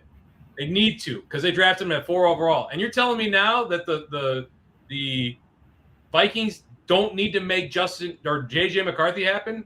There's a disconnect there, because he was number 1 overall pick. No. He was number 10 overall pick. But JJ McCarthy can't play. There's a difference. Marvin Harrison's still a fine NFL receiver. Justin Jefferson's a backup at best, bro. He's 23 years old. He's got to marinate some more. Kyler Murray's only 28, dude. So, all right, you guys are both Malik Willis. Is what I'm hearing. You're saying Malik Willis. Oh, yeah. Pretty clearly. The little bit of success that you've seen Willis have was there in Green Bay, and Hafley is now the coach there in Miami. And he knows that the way that you get production out of Willis is keeping his pass attempts low. I mean, I think it was 2 sets in the teens, and I think he threw 21 passes was his max in Green Bay. Hafley's going to see that. He's going to know how to use them to the best of his ability. He's going to run the ball, and that's where you're going to get the value from him. And he's going to play more games than Kyler. It'd be funny if I said Malik Willis after all that. I'm still taking Kyler Murray, because Kyler Murray has been a top 10 quarterback every single year besides this last 2 years. I know it sucks it's the last 2 years. That was also with Drew Petzing and this clown show in Arizona. So this is not a clown show in Minnesota. We've seen way less quarterbacks. Joshua Dobbs have relevance. Nick Mullins. Kyler Murray's better than those guys. It's Kyler Murray for me, because he might run this year, because this is a prove-it year. I love the prove-it year for these quarterbacks. And Malik Willis this year has a lot of Justin Fields vibes, man. And it you can't say it doesn't, because you can't tell me Malik Willis is more proven than Justin Fields was going into. I don't think so. I don't think Malik Willis is proven at all. I think there's a big mystery box with Malik Willis, but we know what Kyler Murray is. Kyler Murray's the safe prize. He's the $5,000 prize. I want the mystery box. I want the box with the question marks on it in Malik Willis. That could be a boat, right? You got your $5,000, but it could be anything in the box. Could be a boat. I want the boat. The chance at the boat. I love Malik Willis too. Again, I love him coming out of Liberty. I've always loved Malik Willis. So I guess my thing is I love both these guys, and I'm going to be drafting both these guys, but give me the safer option in Kyler. But I think Kyler also has higher upside because Justin Jefferson, Jordan Addison, Kevin O'Connell, and his legs. So that would be my answer. And let's get to the next name here. You're going to love this one, Storey. You're going to love this one. It is Matthew Golden or Jaden Higgins. I spelled it Hagon. My bad. Higgins. Tom, TD, what do you got? Matthew Golden or Higgins? These are wide receiver 5 types. Wide receiver 4, wide receiver 5 types. Yeah, and it's getting ugly at this point. I like Higgins, the prospect and talent, more. And let me preface by saying that, because as much as I don't want to do this at this point in the draft, I probably lean Golden for the upside. And, it's not going to be pretty, because I think he's going to be utilized a little bit more in Green Bay. And again, the whole first round pick, you got to get some uses out of him. His only move is run fast and run down the field. And Love is a relatively decent deep ball thrower. And at this point, I'm taking ceiling over floor on just the hope that, some of these deep downfield shots connect a little bit more. He becomes a relatively consistent piece in the offense. I mean, Green Bay, with shipping out Dobbs, it frees up a little bit of space in that receiver room, and I think kind of just by default, he's going to get on the field.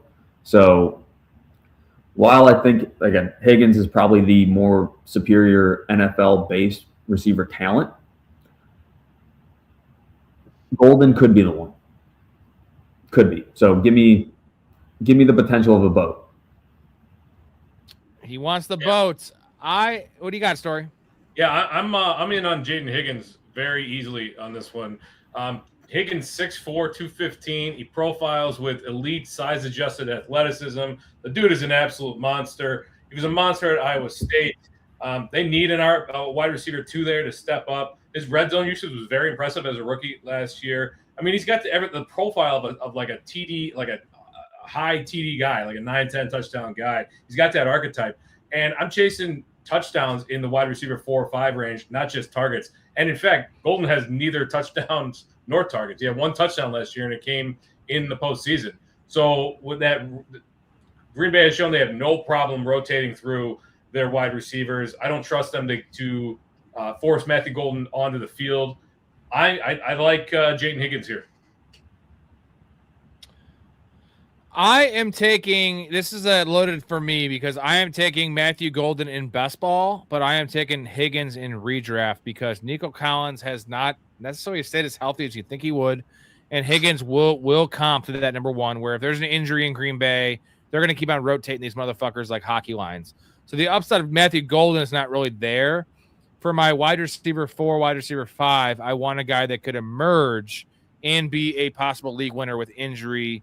And even without that, I feel like they have similar profiles, similar snap share, similar target share. But best ball, it's Matthew Golden. In redraft, it is Higgins. You guys agree with that take?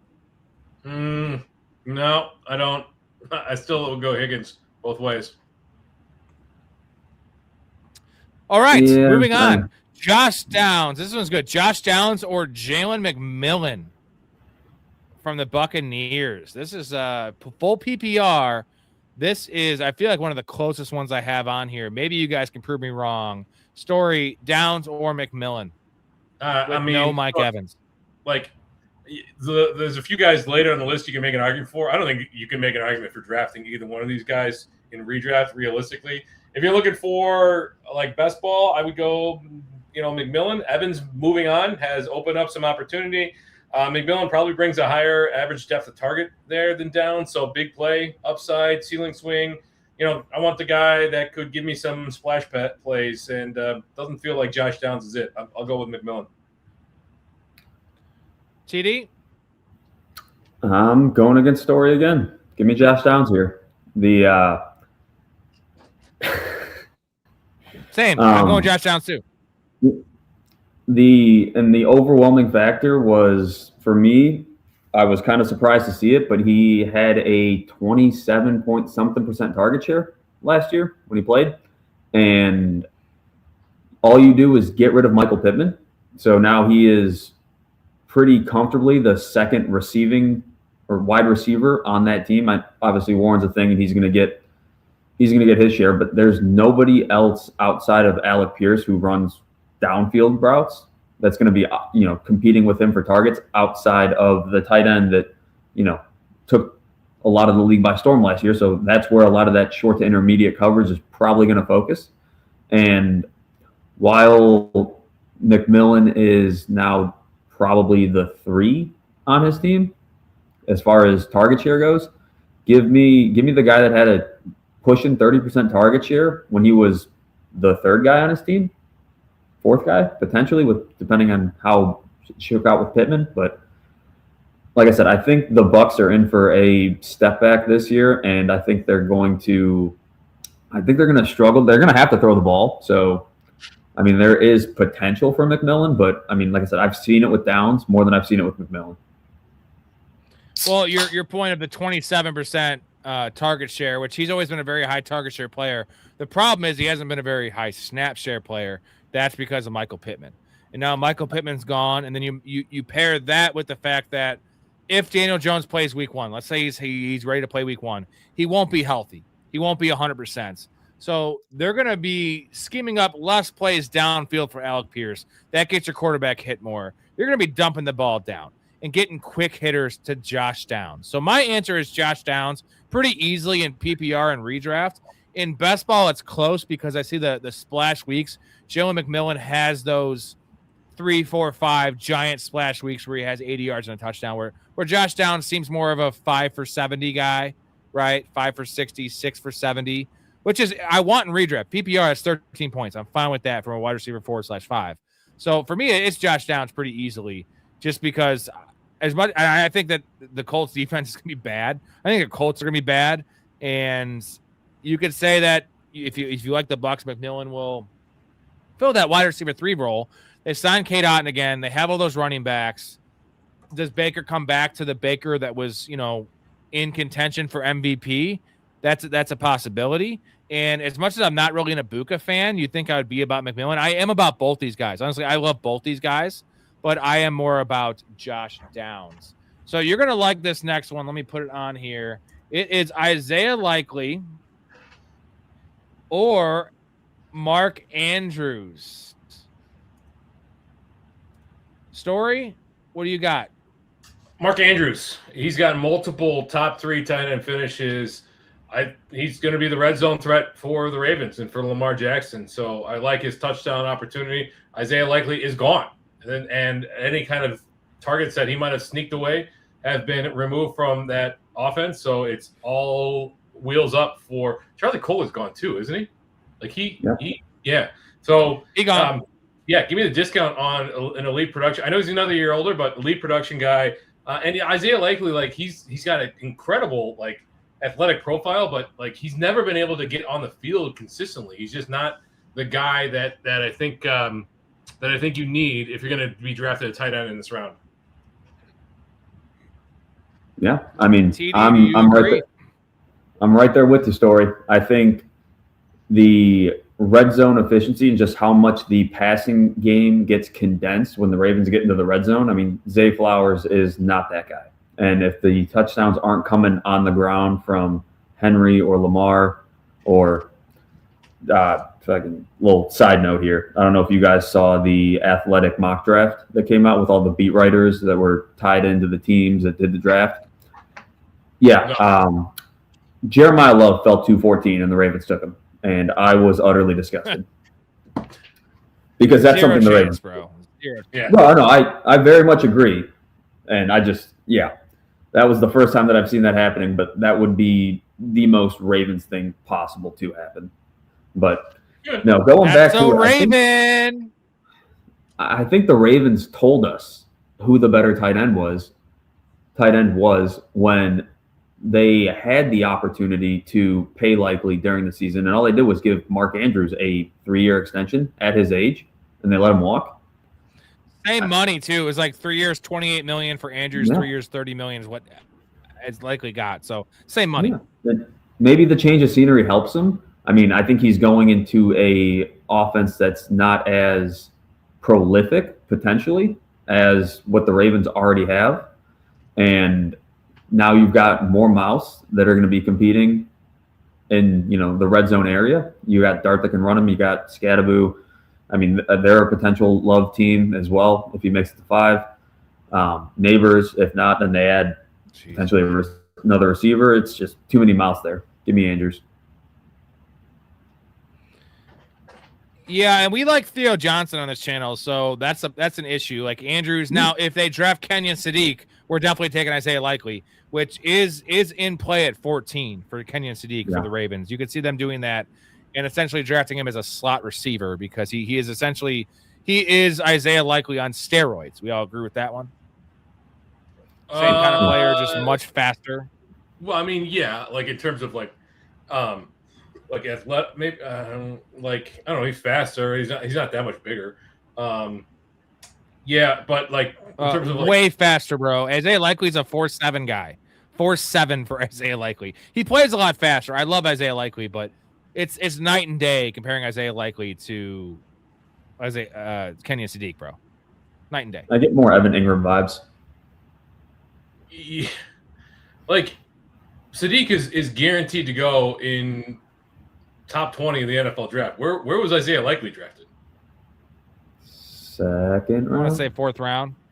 Yeah. Fourth? I mean, third or No? fourth. Yeah. The NFL has consistently told us how they feel about Isaiah Likely.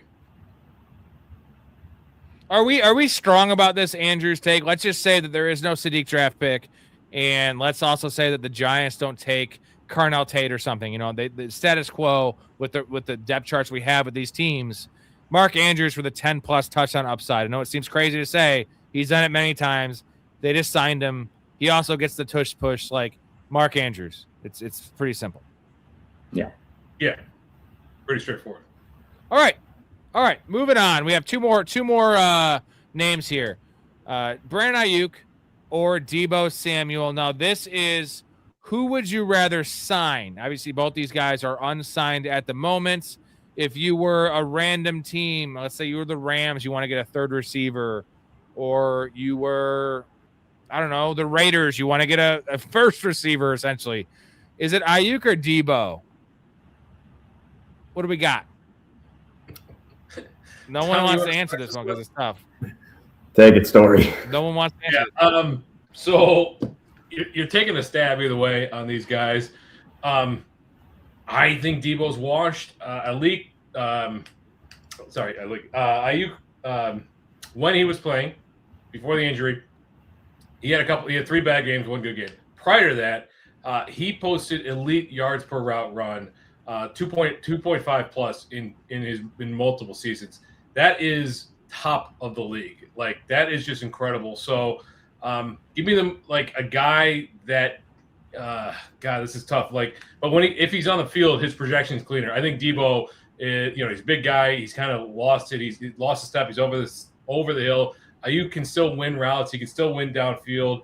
Deebo needs like design touches, and if a team's not willing to do that for him, then there's just not a lot of meat on the bone. So again, you're taking a late round stab on either one of these guys, but I guess Ayuk. Tom, this is the perfect clip for these two players. Why would it be about Ayuk or Deebo? Who are you going to sign? I was between that and Muhammad. Why the fuck would it be between that or Muhammad? Why don't you just pick a common name like a normal person? Muhammad is the most commonly used name on earth. Read a fucking book for one. Very accurate. Yeah, you're not wrong there. As far as random team goes, I feel like it's kind of going to be like, what do you need more? I feel like Ayuk, in a vacuum, I lean Ayuk just with the potential upside that is still possibly there with him being 2-3 years younger. I mean, Deebo was never one of those guys that, per se won with speed. So, like, I'm not really afraid of him losing a step. So I could still see him being a potential, like, short area target, a guy that you can use out of the backfield, give him some handoff still, let him operate in the slot, be a complement, like an underneath option to a team that's got a vertical threat. Like, I mean, I know he was just there and not particularly utilized overly well, but like a team like Washington could use somebody to complement that vertical threat in Terry McLaurin. I still lean Ayuk just because I think the potential unknown and if he still got it or not is there, and he can still win with his speed and his route running ability. Line him up outside, line him up inside. If you can get him as a number 2 or number 3, like I think he has the ability to be a number 2 in an offense, where I feel like Deebo's pretty much going to be a 3 at best.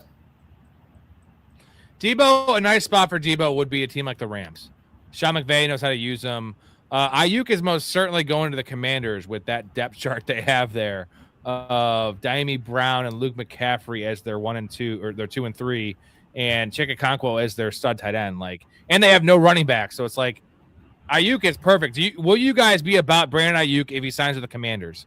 Because it's worth a shot. If this is your wide receiver 5, he could emerge and actually kind of do the same thing that Terry McLaurin does. Or am I just crazy with this? Because I hate Brandon Ayuk, but it's the ability, it's the opportunity for Brandon Ayuk, and this is it for him, right? If he flames out, he is gone. He is not getting another dollar in the NFL. I mean, I think you got to find a team to play ball with him first. I feel like a team would be more apt to play ball with Deebo. The latest on Ayuk is that the 49ers are not willing to release him. which means that he would stay there and just kind of languish. So you're saying if he gets signed by the Commanders, sure, he's worth a shot. But they're just waiting. They're waiting to kind of fuck him over because he fucked them over is what they're doing. They're going to wait till June 1st when most people do their their post June 1st cuts. They actually do it now and they just designate it. They're saying we're going to hold on to you till June 1st because you're a piece of shit. And then now have fun getting work. And the thing is, it's probably going to be the Commanders. But the reason they do that is because most of these teams will fill their holes via the draft and pay you less is the reason why they're doing this. He probably will be a camp signing, like an injury replacement during training camp. So what an idiot. He's such a fucking idiot. Now he's a camp signee. He could have been one of the highest paid receivers on a fucking Kyle Shanahan offense. Jesus. Yeah. I mean, it's also a pretty shitty thing of John Lynch to do. Like, come on, man, just let the guy go. Like, don't let him go. Fuck him. Fuck him. You're a multi-billion-dollar organization. Like, just get off your high horse and let the guy go play football somewhere else. Obviously, you don't want him on the team. All right, we have one name left, 2 names left, I guess, for one little conversation. I'm going to stay on after these guys get off. I'll answer everyone's questions that we missed. Sorry, I wanted to keep this flowing. I will get to everyone's questions. Stick around. Last pair here, Isaac Tesla or Adonai Mitchell. I love this one personally. This is a really late deep dive. We're looking for upside at this point, boys. This is like round 14. This is one of your last picks in your redraft league. Storey, Tesla, AD Mitchell. What do you got? AD Mitchell, I think. Really great speed, right? Like that guy's a 4.3 guy, downfield guy. He tested very, very well. He's showing like hints that he could be a really solid NFL wide receiver, whereas Tesla, a lot of touchdown catches, extremely, extremely limited role, and I don't see that really expanding that much in his second year. So projection risk is extremely high in both of these guys, but Mitchell has been around the league for a while. He's kind of proven that he belongs in that late round deep threat kind of guy. So I would go with Mitchell. TD. Yeah. I mean, again, you're swinging for the fences here, and they're both in a similar role, like stylistically. I definitely see the offensive limitation concerns with Tesla, but at this point, I think I'll go with Tesla. You know, I like the deeper ADOT with him. I think 16, 17 yard ADOT roughly. So the target share is not there, but he's definitely a guy that they've shown that they want to use in the red zone. 6-7 touchdowns off of sub 20 catches, I want to say. So kind of lean him towards your best ball argument versus redraft. Like I would definitely lean Tesla in any sort of like redraft or not redraft, like a dynasty or keeper league here. And while I think AD Mitchell still got a little bit to prove, and I'm not wrong, he's still with the Jets, right? Correct. He's the number 2 in the Jets. Yeah. Where Tesla's the number 3 or number 4 if you want to count Sam Laporte. He's number 3 receiver on the Lions. Yeah. Give me the number 3 receiver on a prolific offense versus the number 2 on the middling Jets. And I'm going to take Tesla. No I love AD Mitchell, bro. Go ahead, TD. I was just saying, I don't really know what the long-term future looks like for Jameson Williams there. I mean, they haven't really made much of an effort. He's got a lot of money. He's got a lot of money. A lot of years. He got paid Did he get paid last year? He's got 3 years left and like fucking $60 million, bro. He got paid a buttload of money.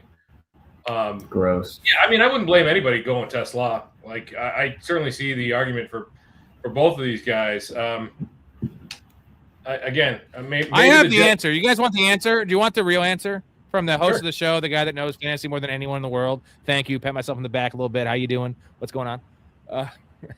It's a shallow league. The answer is Tesla, because if you're taking your last round pick, Tesla has an ability to crack your lineup with an injury. In a deeper league, the answer is AD Mitchell, because AD Mitchell's going to be in the field for 90% of the snaps, and I like his ability. So, like, AD Mitchell will never be a top 15 receiver, even if Garrett Wilson got hurt. Isaac Tesla isn't going to be a top 36 receiver without an injury. But if there's an injury, Isaac Tesla could be that dude later in the season because he is a big play merchant. He catches touchdowns. I love his. They love him too. Let's not forget they traded up for Isaac Tesla. Like it was a weird trade up in the 3rd round out of Arkansas. Really weird with his production story. Was not much in Arkansas. He doesn't have any. They love him. He has got 0 college production. Like his production profile is negative. It is wildly bizarre. He was out of nowhere this draft, but he crushed it in the NFL. The weird thing is when he had the opportunity with more snaps, he actually did less. That's the concerning thing about Isaac Tesla. But the touchdowns and the big plays were nice. They were really nice. Nobody but the tight ends gets hurt in Detroit anyway. Like those wide receivers don't get hurt. So what are we talking about? We're going to hold on to a guy that like when he comes in, he might catch a touchdown, but he plays like 10% of the snaps. That's why this was a great too, because there's a lot of moving parts here, and it's like, do you want, an ancillary piece on the Jets, or do you want a possible explosive player for a Lions offense that has been top 5 for 3 straight years? You know what I mean? Like, I know, Storey, you're just not very high in the Lions offense in general. You made this clear the last show, so yeah, that's where you're at. That's the problem with you. Plus, we did see a couple of good games from A.D. Mitchell last year after he was traded to the Jets. I love A.D. Mitchell. Sorry, I talked about A.D. Mitchell for like 8 straight shows, and I was starting him in my high money leagues because of injuries, and he did fine. And I love A.D. Mitchell. I also love a receiver being tied to a Jared Goff. Literally throws for 4,000+ yards and 30+ touchdowns every season. It's going to happen. I can guarantee you it happens, especially that Montgomery's gone now. There's just no way it doesn't happen. The defense is not very good. That secondary sucks, bro. Sucks. And the Jets defense has a lot of veterans now. They have a lot of 35-year-olds. Aaron Glenn wants to suit himself up and play defense. He'd actually be more valuable to the franchise if he just played defense. Yeah, if he just played defense, he'd be better than coaching, sleeping, napping. 100%. No argument here. Does Garrett Wilson coming back help or hurt A.D. Mitchell? Because all of A.D. Mitchell's production last year came without him. Yeah, it doesn't help him, but right, I think they love A.D. Mitchell. I think they do love A.D. Mitchell, and the reports were now how long Aaron Glenn stays there is a big question. But Aaron Glenn's always been a giant fan of A.D. Mitchell, going back to like Pee Wee days. I read that report, and again, the Colts are morons. Like how nice would it be for A.D. Mitchell to be back in the Colts right now? Because they gave him up for essentially nothing. Like, wouldn't they rather have given up a first, and like a 6th and kept A.D. Mitchell? Instead, they're like, well, let's give away A.D. Mitchell, a former top 40 draft pick who just had a couple bad decisions and, whatever. Regardless, like, it was their team would be like, I would be really about Daniel Jones if they kept A.D. Mitchell. Now they're going to – who are they going to roll out there? They still have who the hell is that old guy from the Vikings, the receiver? You know what I'm talking about? Jalen Naylor? No. The really old guy that was drafted really high. He ran a really good 40. Like, that's their third receiver. Like, they don't have a third receiver. Who's the third receiver on the Colts right now? Can you guys name it?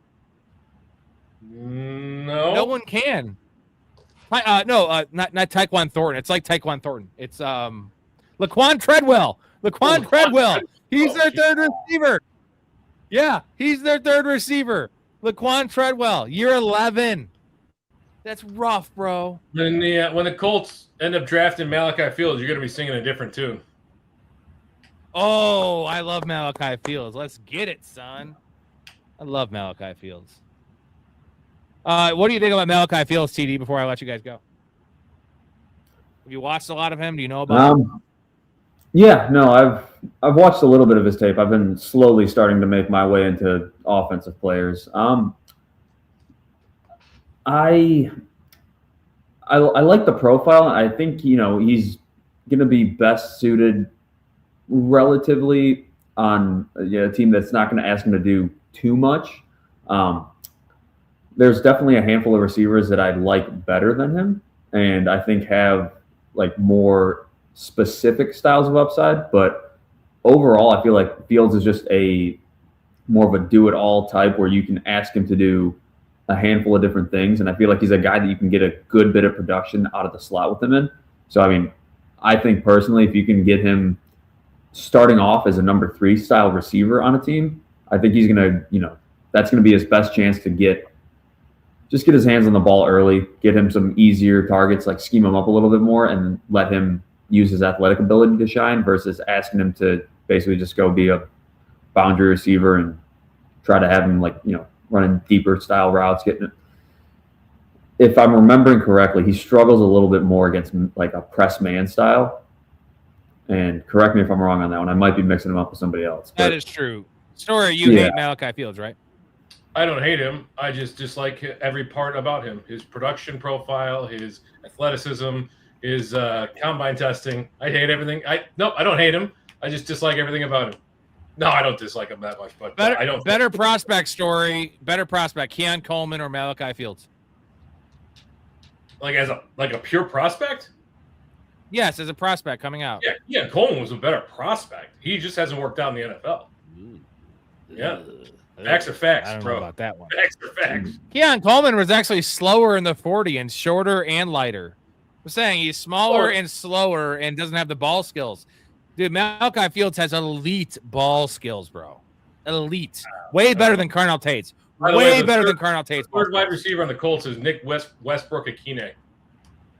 They just signed Westbrook-Akine, yeah, but it was Laquan Treadwell before that. He's still on the team. Westbrook-Akine, what was it?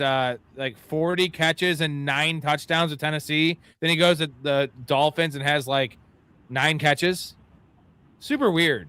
They signed him. They didn't use him. I always kind of like Nick Westbrook-Akine. I also like saying it like Cartman does in South Park. Keeney with Westbrook-Akine. I love that guy. Yeah. All right. Yeah. Just saying, Malachi Fields and Keon Coleman ran the same exact 40 at the combine.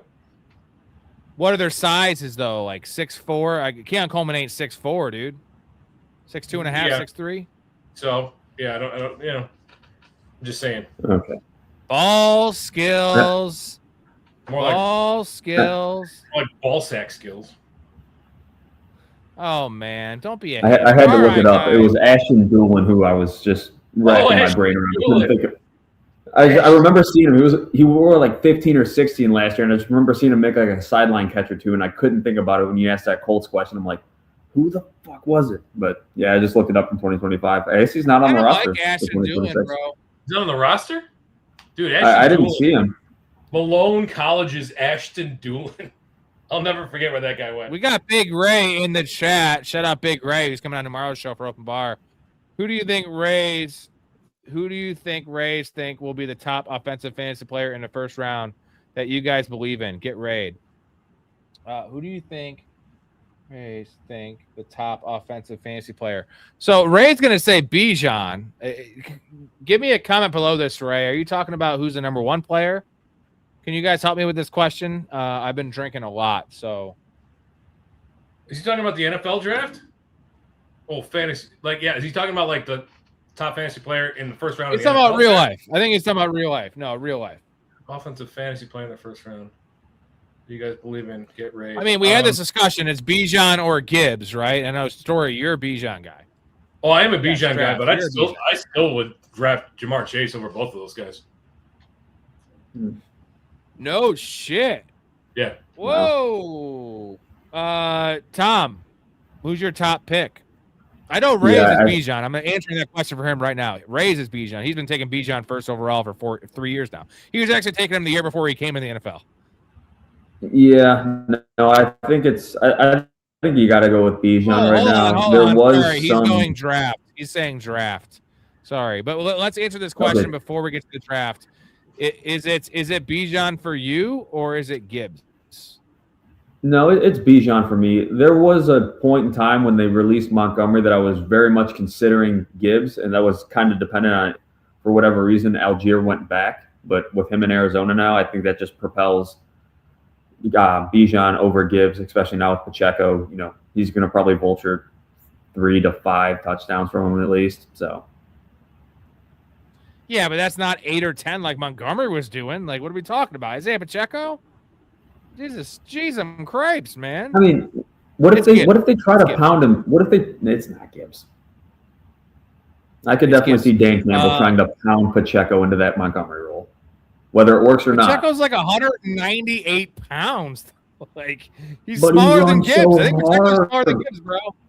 He tries to run hard. It's like saying a guy has, a guy really wants to fuck. He's gonna fuck your brains out, but he can't get a boner.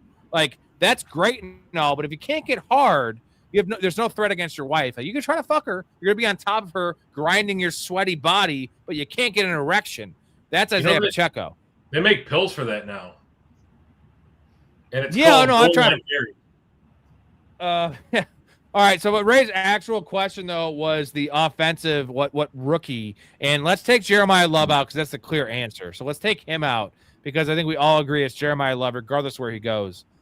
There's not going to be a running back in the conversation. Now it could be Sadiq based on him being a tight end. It's not going to be Mendoza, so it could be Sadiq, or it could be one of these three receivers. It could be Carnell Tate, it could be Jordan Tyson, or it could be Mekhi Lemon. So which one for you guys, regardless of landing spot, profiles is the most NFL ready guy that's going to come in and make an impact? Do that Jamar Chase rookie year, right? Do that Puka Nacua rookie year. Who is it? You want me to go, Tom? Yeah, go ahead, sir. Yeah, take it. I think I might get a little spicy. Yeah, it's Carnell Tate. It's very easily Carnell Tate. Yeah, there's no question about it. There might not be a second running back drafted in the first round this year. And Sadiq, I still have questions about his production profile. Don't forget that he was behind what's his name on the Rams 2 years ago. So there's some I have some slight issues there. Yeah, Carnell Tate is just an incredible. Yeah, Dad, you need some of this.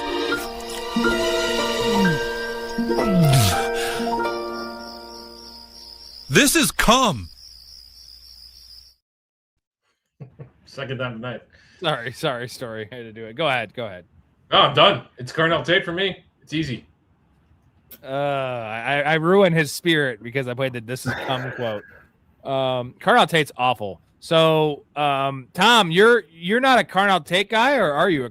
I asked you to do your film review. You actually liked him, but is he number 3, number 2, number 1 for you before you get to your player in terms of wide receivers? He's number 6 for me. So, as of right now, I think he's kind of the de facto one because I feel like Lemon. I mean, again, it comes with a caveat because I feel like Lemon is a very particular skill set, and he's going to be more of a slot guy than anything else.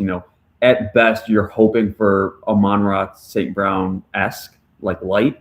And I think Jordan Tyson's probably the most athletically gifted of the top 3, but right now it's the health thing. That's his sole caveat to this point. On to my player. I don't think it's any of the top 3.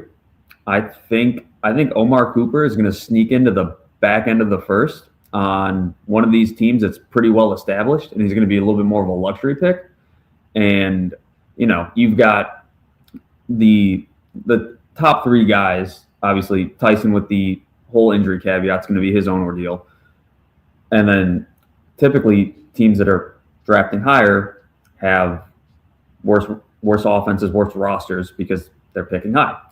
And with a team that needs receivers towards the end of the draft, Kansas City just picked up another first. They're picking 29th or whatever. I can see them being a team that just, wants to make the splashy pick, the sexy pick, like they did with Clyde Edwards-Helaire a few years back. Just take the offensive weapon and try to be that type of team again. I can see Omar Cooper sneaking into the first and just balling lights out on a good team. Sorry, I'm here. Yeah, man. I don't like any of the top 3, honestly. I'm a Tyson guy, but I'm a little worried about the injury concerns. Yeah. Lemon, after really diving into it, there's some red flags, and the interviews were also super goofy. The combine wasn't great. You mix all that with USC production. St. Brown had good production. He went in the 5th round. So I'm a Tyson or bust guy, and the wide receivers, it's really deep. It is really deep, but there's not an elite guy. Carnell Tate, I'm sorry, not an elite guy. The running backs, Jeremiah Love, elite talent. after that, like Price was supposed to be this guy, kind of flamed out. Like Mike Washington is going to be overdrafted. Like the skill position players are so bad in this draft, and there's going to be some nice studs in the 3rd and 4th round. Don't get me wrong; those are guys that we're not going to predict, and it's all about landing spot. But like the answer for me is Tyson, because I think Tyson's going to go a little later than the top 2 based on the injury concerns, where it might be a better spot. Where like Carnell Tate's going to go. Let's say he goes to the Saints. You got Chris Olave there. He's the one. Do we really believe in Tyler Shuck? I like Tyler Shuck. Do I believe in it? Like he's a real dude.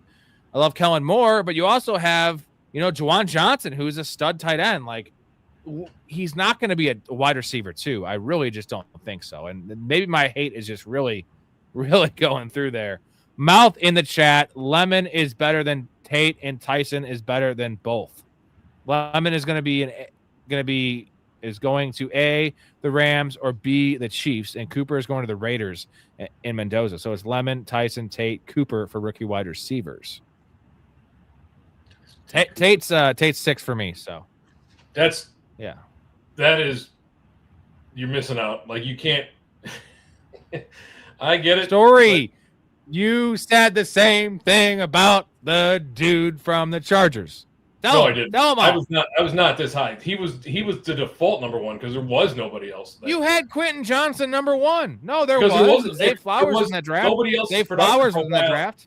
Nobody else's production profile came close to what Quentin Johnson did at TCU. He went there by default. This is like you can choose one of these 3 guys, and I understand the Tyson argument. I really do, but I think Carnell Tate's a better. He's been playing with Jeremiah Smith. Jeremiah Smith is the next.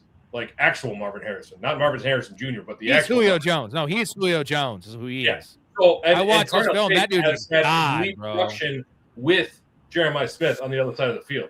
Like, and you take into account like everything related to his ability to win at multiple levels of the field, his intelligence, the ability to get off press and breaks. Like, there's nothing that Carnell Tate cannot do. He's going to be a stud at the next level.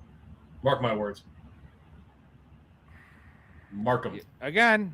Mark your words that you had Quentin Johnson number 1. Saying I know everyone did. I'm saying I'm not ripping on you. I'm patting myself in the back here and saying I had an 8, and you thought that was crazy. Everyone thought that was crazy. Carnell Tate at 6 crazier than Quentin Johnson at 8? Is that what you're saying? Yes, it is because, and I told like Quentin Johnson. Who else was in that draft? You got to remember who else was in the draft class. Like this Dave Flowers. Okay, like this wide receiver class is just as bad, bro. It is just as bad. Top end guys. These 3 top end guys are being talked about in the top 10 of the NFL. Any one of them could be drafted top 10 in the NFL draft. There was no prospect, no talent in that draft class. 0. Bubkiss. This you got. Do you agree this is a mistake though for these 3 guys to be talked about in the top 10? Because I think it really is. Besides Tyson, but you can't take him in the top 10 because of injuries. You know what I mean? Yeah, I mean they're going to get pushed up by default just based on the needy teams, especially the ones that are from the Dolphins up. I mean you've got 3 to 4 potential landing spots. Like all 3 of these guys could potentially land within the top 11 picks. I mean I don't think it should be that way. Again, I feel like talent wise, like they should start coming off the board mid-teens at the earliest, but the needy teams are gonna, they're gonna take them.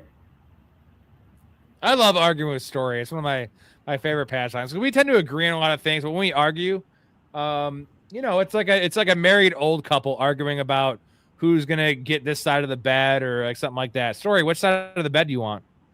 Am I looking at the bed? Are you the little spoon? Bed, or am I looking face up? Because face up.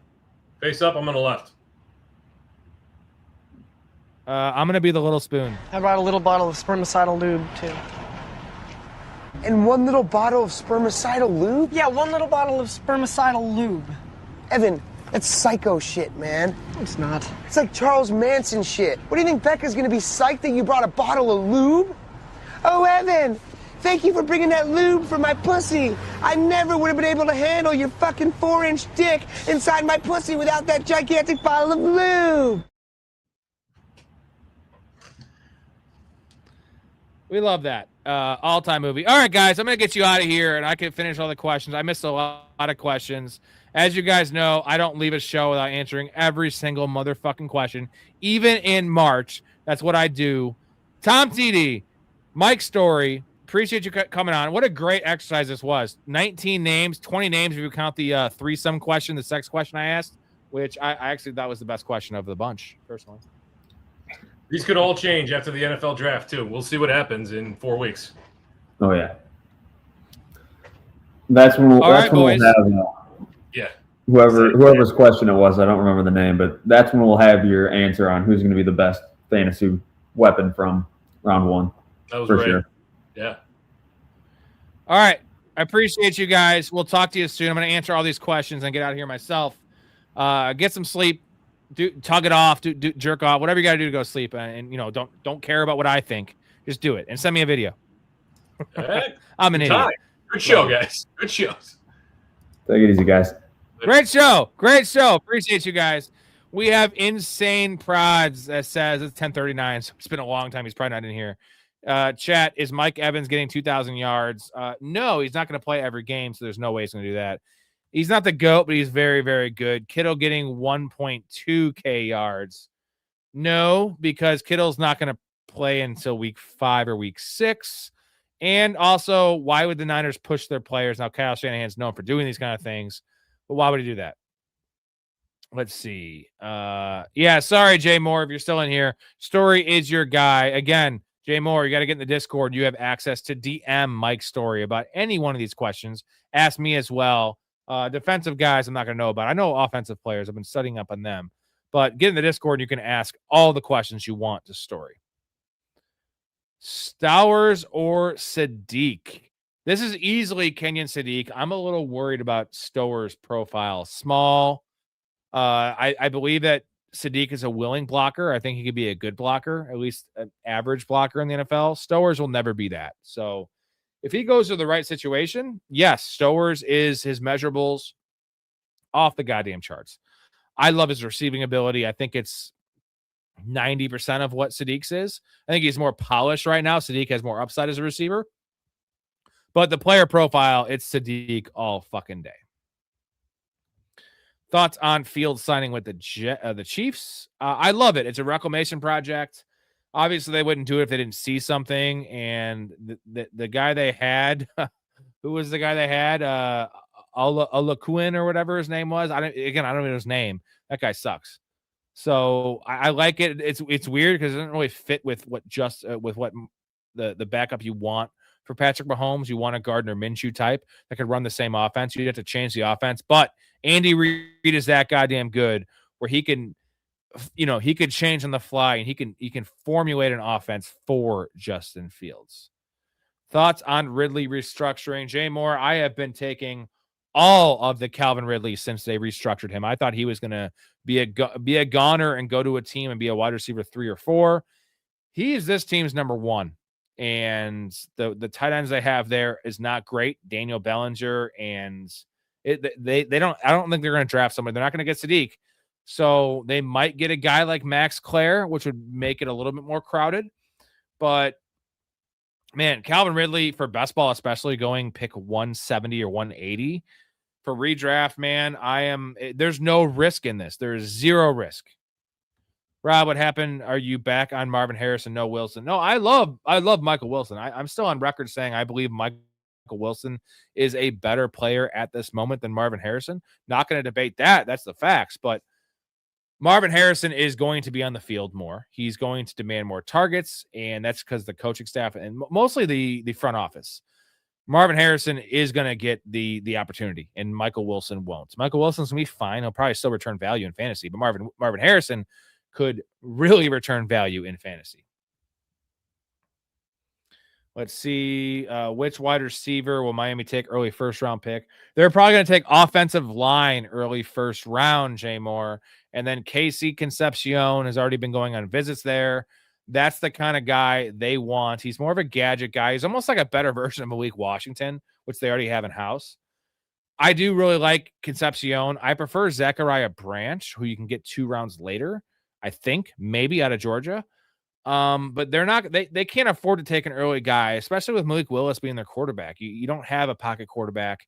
You need to fortify the offensive line. You have to fortify the defense. And I think they should trade A-Chain as well. But Concepcion is that answer with the pick they got from the Broncos. Let's see, where are we at? I'm gonna play a clip. I have a lot of comments to sift through, so I'm gonna play a clip. I'll be back in a second. With all these ball clubs flying around all season, wouldn't you think there'd be a plane crash? But think about it. 26 teams, 162 games a season. You would think eventually an entire team would just get wiped out.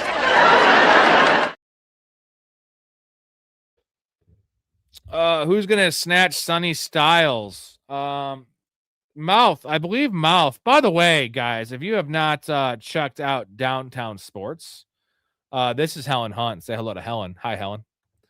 Downtown Sports, check them out. Link in the description, as well as in the Discord. I post every single episode, or one of the co-hosts, Perienti, which is Beast, or John, who is Mouth. You see him as Mouth in this chat. They post those. Downtown Sports, where sports comes home, every single Tuesday. Check that out. 23 platforms. They had Iron Eagle on their show, gentlemen. So a little bit more, legit than this show. And only once a week, so not a very big commitment to listen to their show. And they have a lot of great stuff. So Downtown Sports, link in the description. Please check them out. And you do me a favor, too, because he supports me. I want to support him as I can. Sonny Styles, I believe, Mao said to the Giants. That makes a lot of sense. And he is a monster. I feel like he's a guy that's going to have better production and be better in the NFL than in college. I can say that for all of the Ohio State players. I feel like that defense was, whether it was the coordinator, it's just kind of a letdown. So give me Sonny Styles in the top half of the first round. Will Worthy ever be fantasy relevant? Xavier Worthy is one of the worst players in the NFL. Xavier Worthy got way overdrafted based on the fact he ran a 4.21. Now, the nice thing about Xavier Worthy, opposed to a guy like John Ross, who John Ross was pretty short. I believe John Ross was 5'10 or 5'11. Xavier Worthy's legit 6'1, so he's a pretty long, lanky athlete. He's essentially Jamison Williams. He's a little smaller than James. I think Jamo was 6'2. But his awareness, like, he makes Jamison Williams seem like Bill Gates. That's not a good comparison, but like Xavier Worthy is a moron. Like his awareness on the sideline, his hands. Jamison Williams' hands are bad too, but Xavier Worthy is a next level bad. And I think he will be, and he's going to be fantasy relevant when his price drops even more. And it's already starting to be there, Jay Moore. It's already close to being value territory because we don't know who they're going to bring in. But yeah, that's when it's going to be relevant because he's never going to be a real number one or number two. Jay Moore, loved the Haskins jersey in the back. It's a signed Haskins jersey, by the way. They don't make those anymore because Dwayne Haskins chose to do ketamine and drink and walk down a highway. Rip Dwayne Haskins. Also, rip to our boy Chuck Norris. Rip, man. Can you guys remember the next best running back during the LT MVP season? That was 2008. Was that right? 2010, 2006, 2011, something around there. Who was the next best? It probably would have been Adrian Peterson, was my guess. Nick O, I'm a Panthers fan. You can't trust Tet to be consistent because how many duds Bryce has. And Jalen Coker, man. Jalen Coker just dominated the end of the year. I love Jalen Coker. I'm a cokehead from way back. Been talking to him up since the draft, and I guess we'll see how that works. All right. We'll see. What's your take on Travis Hunter in Dynasty? Should I trade him ASAP? If it's not an IDP league, David, you have to trade him and get what you can. Now, there's a chance you're going to trade him low based on the reports that he's going to be playing defense, but it's worth the risk because they have the team has showed you what they think of their receiving core by not trading Brian Thomas, by signing Jacoby Myers. They love Parker Washington. They might bring in another tight end, and Brenton Strange is serviceable. Like, where does he fit in the, I know you lost ETN, so you lost some targets there, but where does he fit in the pecking order of this team? And can he stay healthy? If he's going to be playing even 12 to 15 snaps on defense, that's just more chance he gets hurt. If you're not getting IDP points, yeah, get the fuck rid of Travis Hunter, man. He is just bad. He is just fucking bad. And I don't know. He's super athletic. I watched all of his routes couple days ago. I watched all of his routes back, and he's almost too athletic. Like his awareness, his savviness is just not there. And he is super athletic. I mean, that's awesome. And he's not a good corner. So maybe the upside of Travis Hunter is he's not a good corner, and they're going to see that he is like a cornerback 3 at best. So why would they, use their top 5 NFL draft pick, which they traded a first rounder to move up to get, and use him as a defensive player where he's not even very good? Might as well just give more weapons for your, franchise quarterback there and Trevor Lawrence. So I don't know. I would trade him. I would fucking trade him. Yes, Nico, they said they're going to focus him on defense. That is the report. But, coaches lie all the time, so we could be getting had by that. But Parker Washington ain't going anywhere. Jacoby Myers just signed a deal. And Brian Thomas, if Brian Thomas gets traded, it's a whole different situation. But he has not been traded. So, yeah, I'm off on that. Kenyon Sadiq would be great for the Panthers. What pick do the Panthers have, though? Because that's the question. Let's see. The Panthers have pick 19 or 20. They're not even on this list. This is top 18 because they won their division. So I don't think Kenyon Sadiq's falling to the 20s. I mean, it was possible before the combine, but his combine was unreal. It was unreal. So I don't think so. Yeah, we can't trust what coaches say. All right, I'm going to finish these questions up here. Appreciate you, Ray. Big Ray with that awesome super chat to get the conversation flowing. Mouth says he's a Raven. Mouth is, I love Mouth. A big supporter of the show. Appreciate. This is a slow time of the season. Guys, got to understand, I am doing this. I literally made less money last month than I made in 3 days at my previous job. I am going all in on this motherfucking venture. So super chats are a tip, a way to say thank you. Obviously, join the Discord, join the Patreon, support your boy, because we're gonna be going at this hard. Mouth, don't you give me a super. Mouth's giving me too many. This is a way to say thank you, and you're gonna make a lot of money. You're gonna dominate in fantasy. Listen to us, all the guests. Also the gambling picks, guys. If you gamble, if you're in the Patreon, if you're not in the Patreon, you should probably get on there because this is a 4-year sample size of just giving away money, gentlemen. Essentially, my picks. You got to get in there to get the actual picks when I place them, because otherwise you got to wait till Saturday night when I place them on Wednesday typically or Thursday. So you're not going to get the actual odds. I get they always do change, but 96 and 58 last year. That's with a pretty rough Super. I went 1-2 in the Super Bowl. And the playoffs weren't great either, but the regular season was really where it's at. So, again, a way to say thank you, a way to support the show and keep the show on air, keep me going. So, if I get another job, I'll still do the show, but it won't be every single night. It won't be 3 or 4 hours, and it'll be 1 hour, 4 different nights a week, which will be fine. I won't be watching as much film. My information won't be as good. Support your boy. McCarthy better than Murray from David. Jeez, crepes, you're insane. Maybe higher upside down the road, but as currently constructed, JJ McCarthy was probably the worst quarterback that took over, let's say 100 snaps last year. It was not even close. He's awful. Nick says, McCarthy, the next Jimmy Clausen, overhyped for no reason. He won a national championship by handing the ball off to Blake Corum. That's a fact. That is really a fact. Here you go from David. If you had to drop one of these wide receivers from Dynasty, who would it be? Thornton, Tillman, Tank Dell, Iowa Manor, Trey Harris, or Coker? Not Coker, not Trey Harris. Wow. This is probably Cedric Tillman. As much as I love Cedric Tillman, they have the draft capital to bring in 2 dudes. And Jerry Jeudy is still there. And essentially, Harold Fannon's the number 1. And they're going to run the ball with Quinshon Judkins. So it's probably Tillman. He's the oldest of all these guys besides Tank Dell. Him and Tank Dell are probably the same age.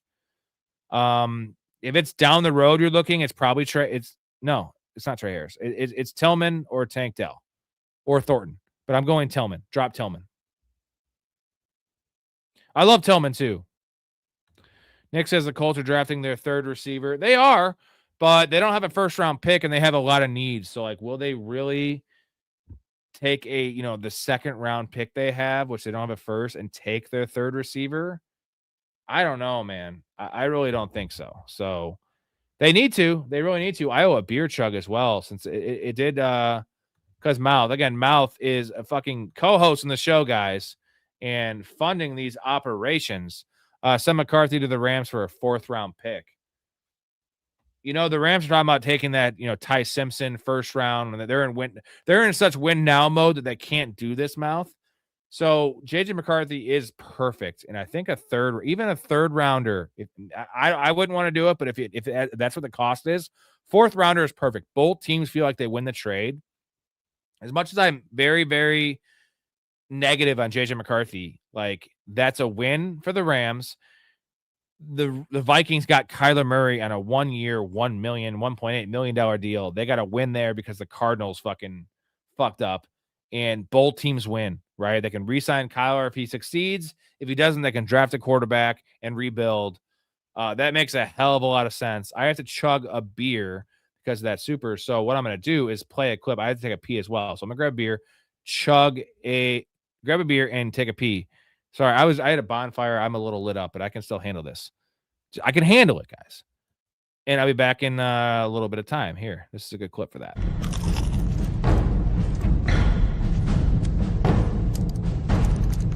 Shield potions should be... Oh, God. I'm gonna have diarrhea again. You can't go to the bathroom. You're stacking Sunder armor. It's okay. Mom! Bathroom! What, hon? Bathroom! Bathroom!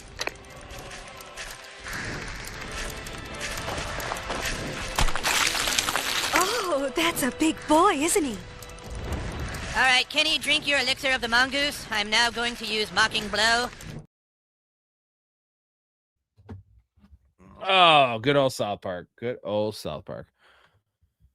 All right, I got to hit my chug up in a second. Let's see where we're at in the comment section.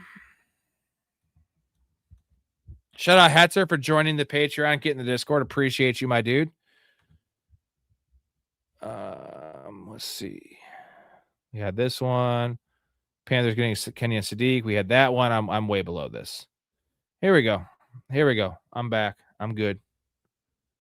40 times are overhyped. Devontae Adams running a 4.56. I believe it's a 4.58. And Puka 4.6. There's been a lot of elite receivers that ran very, very slow. I think the number one for me is Devontae Adams is huge, so I don't count him. It's who the hell is it? Let me check this, and I'll give you the answer.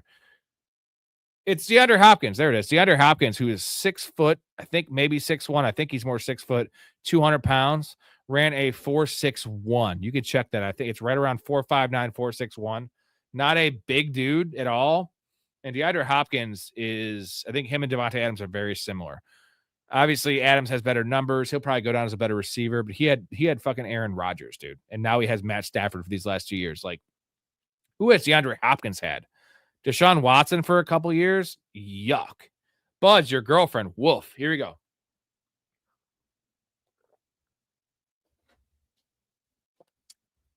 Yummy. Faded said Bijan all day over Gibbs.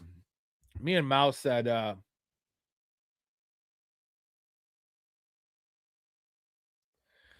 me and Mouth both said Gibbs. What did Ray have for dinner? That's a mystery. Probably a lot of meat. That's my guess. A lot of meat. Yeah, Randy moaning when he swallows that what he thought was a sports drink that was this is cum. Let's see. We have Nick O saying Ray knows ball. I love how we call Nick Offerman. It's Nick Offerman. We call him Nick O, which is actually the name of a co-host on the show, Nick O, which is some pretty rare air. So we love that. Slamming Sammy, Joe, what's going on? Bernard looks like a round one wide receiver to me, but everyone's placing him like the 8th wide receiver this class. It's because Jeremy Bernard has some real issues and some real route running issues. He's not good against zone. He's a better against man. I like Jeremy Bernard a lot, and he looks a lot like Deebo Samuel to me. I have him higher than 8th wide receiver. For me, I have Jeremy Bernard higher than Carnell Tate. But again, I hate Carnell Tate, so that doesn't mean a lot. But I have him as, I believe, number 5. I have to to go back and relook at my list, but I do like Jeremy Bernard a lot. He is I feel like a mid-second round pick makes a lot of sense there. Styles to my Giants. I believe that's what we have mocked.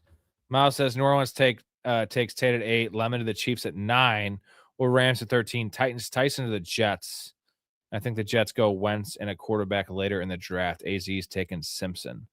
You're saying AZ? Are you saying AZ is taking Simpson at fucking 3, Mouth?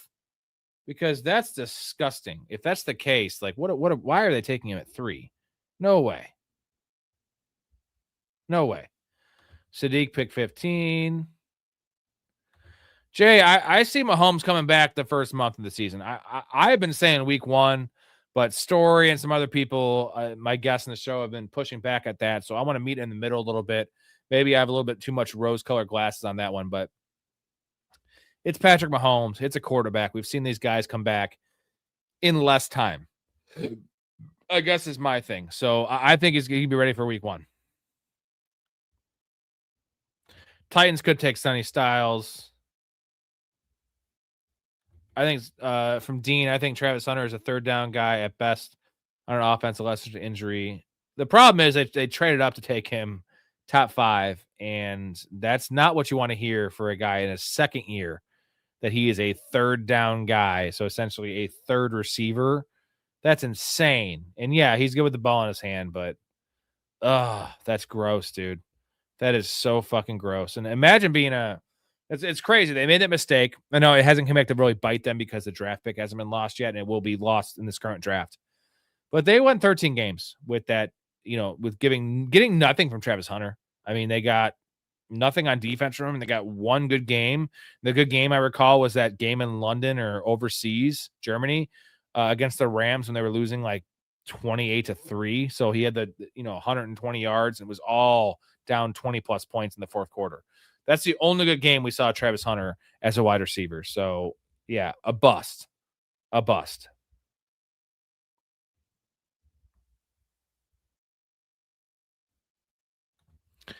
World of Warcraft. I never played it. I still play Blackout, bro. The new Call of Duty Black Ops Royale is a joke. It's essentially just Warzone.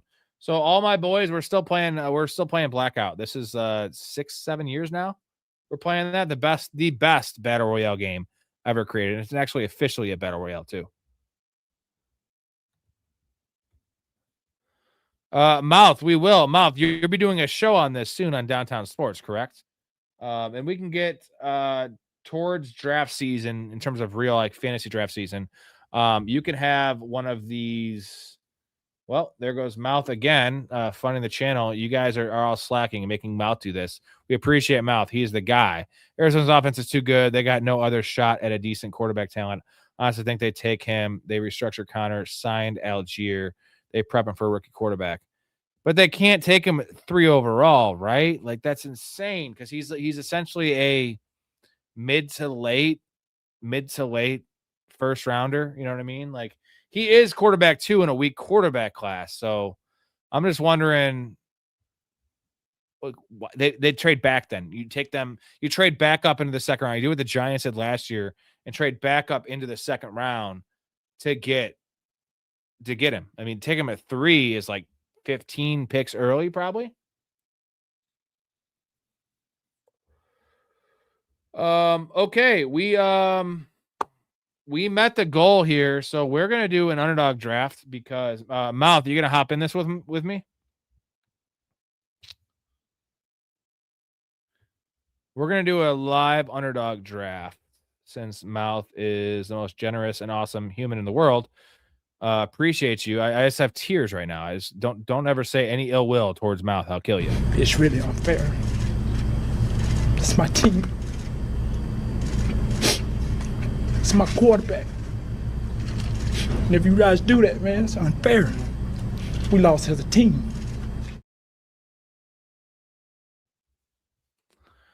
Lost as a team. All right, Mal's gonna hop in a draft. Let me get a couple more questions in, and I'll switch over my screen sharing here, and we will pop in an underdog draft and make some goddamn money. Is what we're gonna fucking do. Adams is a Hall of Famer. I just feel like Hopkins is a better player. And it sounds crazy to say, but look at Hopkins' situations opposed to Adams' situations. And that's all I'm saying. Where is Jennings going to end up? Dakota says the Dolphins. That makes a lot of sense. They need an adult in that room. And it's not going to be Jalen Tolbert or Malik Washington. So that's probably a good spot for him. And that could be a really good spot for Jennings in fantasy. I mean, if he's the number one, I know Malik Willis is a scrambling quarterback, but man, I think I'm down with that one. Let's see, there we go. Let me just change this. And all right. No, Terry McLaurin is firmly they signed him last year at the 12th hour, essentially. That's why he had a bad year. He is in the Commanders for years to come. Rob is also good with balls in his hands. 100%, dude. You know that. Okay. So let's see. Let's get this going here. Do I have, let's see, I have 35% on my phone. That's more than enough for one draft. Let me pair this phone up, and I'm going to play a clip while I pair this for you guys. We're doing an underdog draft here in a couple minutes. Here we go. Jay Quellen. No Jay Quellen here? Do you mean Jacqueline? Okay, so that's how it's gonna be. Balake. Where is Balake at? Yes, sir. My name's Blake. Are you out of your goddamn mind? Do you want to go to war, Balake? No. D Nice. Is there a D Nice? Do you mean Denise? Son of a bitch. A Ron. Where are you? Where is A Ron right now? Here. You know, I said it like 4 times, so why didn't you say it the first time I said A Ron? Because it's pronounced Aaron? Son of a bitch! All right. Let's see if this is going to work since it's midstream. I think it should. Or I could make another stream.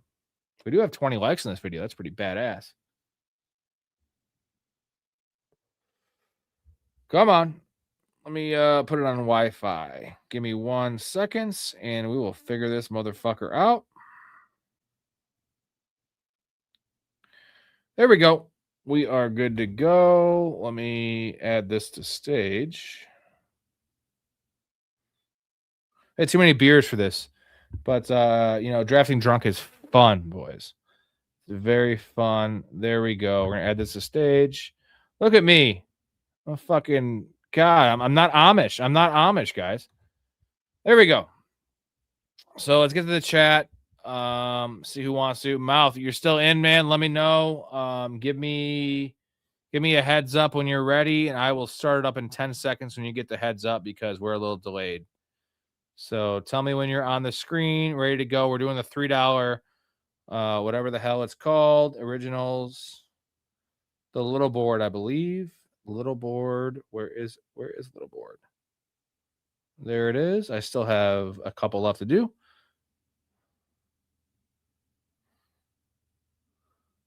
All right, 4 more to start. Am I right? Am I in the right room here? I think I'm in the right room.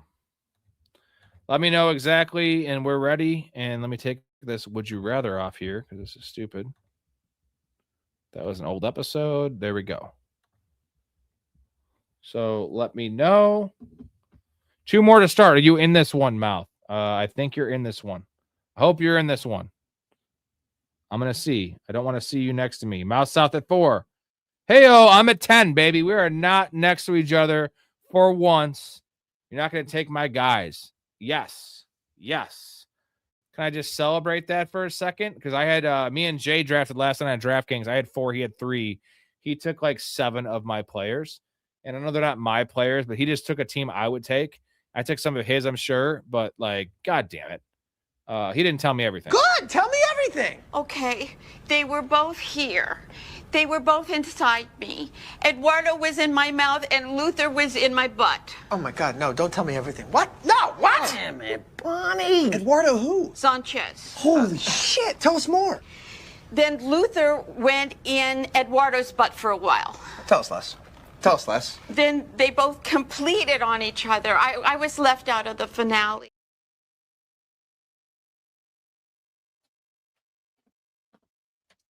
All right, boys. Draft time. Draft time. Here we go. Keep your comments pouring in. Talk shit about my picks. Whatever you got to do. I got one more beer here. We have a goal. 5 more supers. They could all be $1 supers. I don't give a shit. We will do one more draft. They just can't come from Mouth. Mouth has done too much for this show. I'm not saying I'm not to ever do it again. Team effort, guys. Team effort. Support your boy. And we'll do one more. And we'll see what's going on. Let's see what we have on the board. Sorry, I've been slacking. Mouth, Jamar Chase at 4. Pretty standard. JSN at 5. I have the 10th pick. I've not picked from 10 yet. Let's see. He's Mouth South. I am Nambla President, which is a joke between me and my buddy. Are you in this draft, Dakota? Up in 3 picks. Take JT. Take Genty. Take CD and St. Brown. This is a nice spot to be. I like this spot. This is actually a great pick. I really do love this pick. There goes CD Lamb. All right. Hold on a second. I have an issue with my... Hold on. I have 2 picks. Let's see. That's better. My bad. There. You can actually see.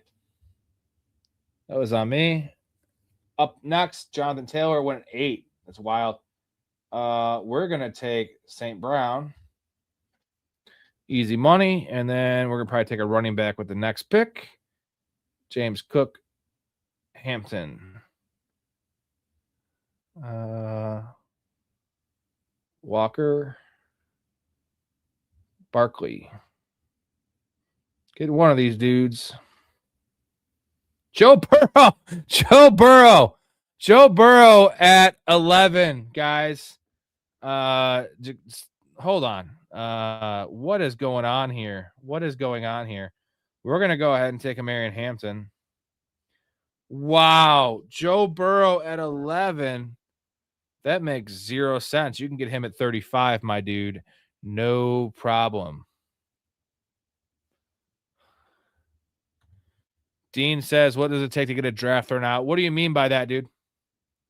I don't know exactly what you mean by that. So where is, let's see. Oh, you're in here. Yeah, Florida. I didn't realize you're in here. You're at 7. Fuck. Now I have 2 guys to compete with. You're probably running out of teams to draft there, Dakota. He's driving home from Philly. Dakota's a fucking G. He's watching the show. He's drafting while watching the show, while driving home from Philly. Please be safe. He's also a professional fanatic in the goddamn Patreon. We love Dakota up in here. He's also going to be competing against us in the Dynasty League coming up here shortly. Dakota's a G. We love Dakota. And he's coming on the show next Saturday. You're going to see him talking some NBA with us. Jay says, I got Bro at 62 earlier today. Yeah, he goes like mid-50s, bro. So first round, like, that's stupid for Josh Allen and Lamar and stupid for anyone. But taking the guy that you can get literally in the 4th round every time.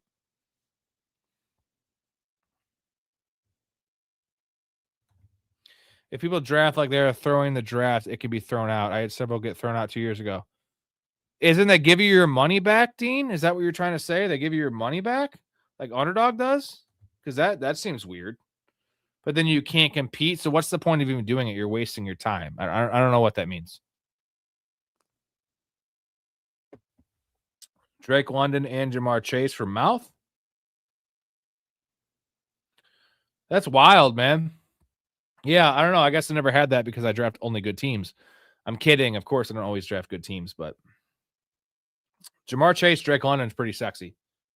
Pretty sexy stuff, Mouth. Dakota has Saquon and CD Lamb. I have St. Brown and Hampton. There goes Josh Allen at 23. So the quarterbacks are going off well earlier than they should. That Joe Burrow thing's going to throw a wrench into some things here. Mouth is up in a couple picks. I'm going to play a little clip here for you guys. This is what I fucking do. Don't think just because I got a lot of money, I'll give you taco flavored kisses, honey. Fulfill all your wishes with my taco flavored kisses. Taco, taco, burrito, burrito, taco, taco. Burrito, burrito, taco, taco. There goes GT. Big Ray is currently calling me. Sorry, Big Ray. I can't answer your call because I'm on the stream. I'll call you after the stream. GT, I love GT's little sprinkles. He's just a 99-cent guy all the fucking time. So consistent. Shout out to GT. Circulating the economy just to circulate it. And he also likes fundraising these beer chugs over here. Ray, can you not watch the stream and see that I'm drafting it on the stream still? He can easily do that. Let's see what we got here. Travis Etienne, smash. He'll be gone. McMillan, smash. There goes Etienne. Fuck you. Nope. And there goes all the guys. We're going to go ahead and take Garrett Wilson. You know what? I'm going to take Garrett Wilson. I'm going to go a little aggressive on this draft. And that I can get... This guy's probably going to take T. Higgins, the fucking guy that has Joe Burrow, right? He has to take T. Higgins. Why else are you taking a fucking quarterback? You're not going to stack him in the first round. What a clown. What a fucking clown. This is cum, dude. This is fucking cum. Let's play the, shout out to our boy, the long lost dead Rip guy. You'll see who it is. Why don't you meet the other contestants while I go register you? Hello, I'm, Stephanie Griffin. Hi, Stephanie. What's your talent? I sing, I do gymnastics, and I can play 7 instruments at the same time. You could be a threat to me. Chuck!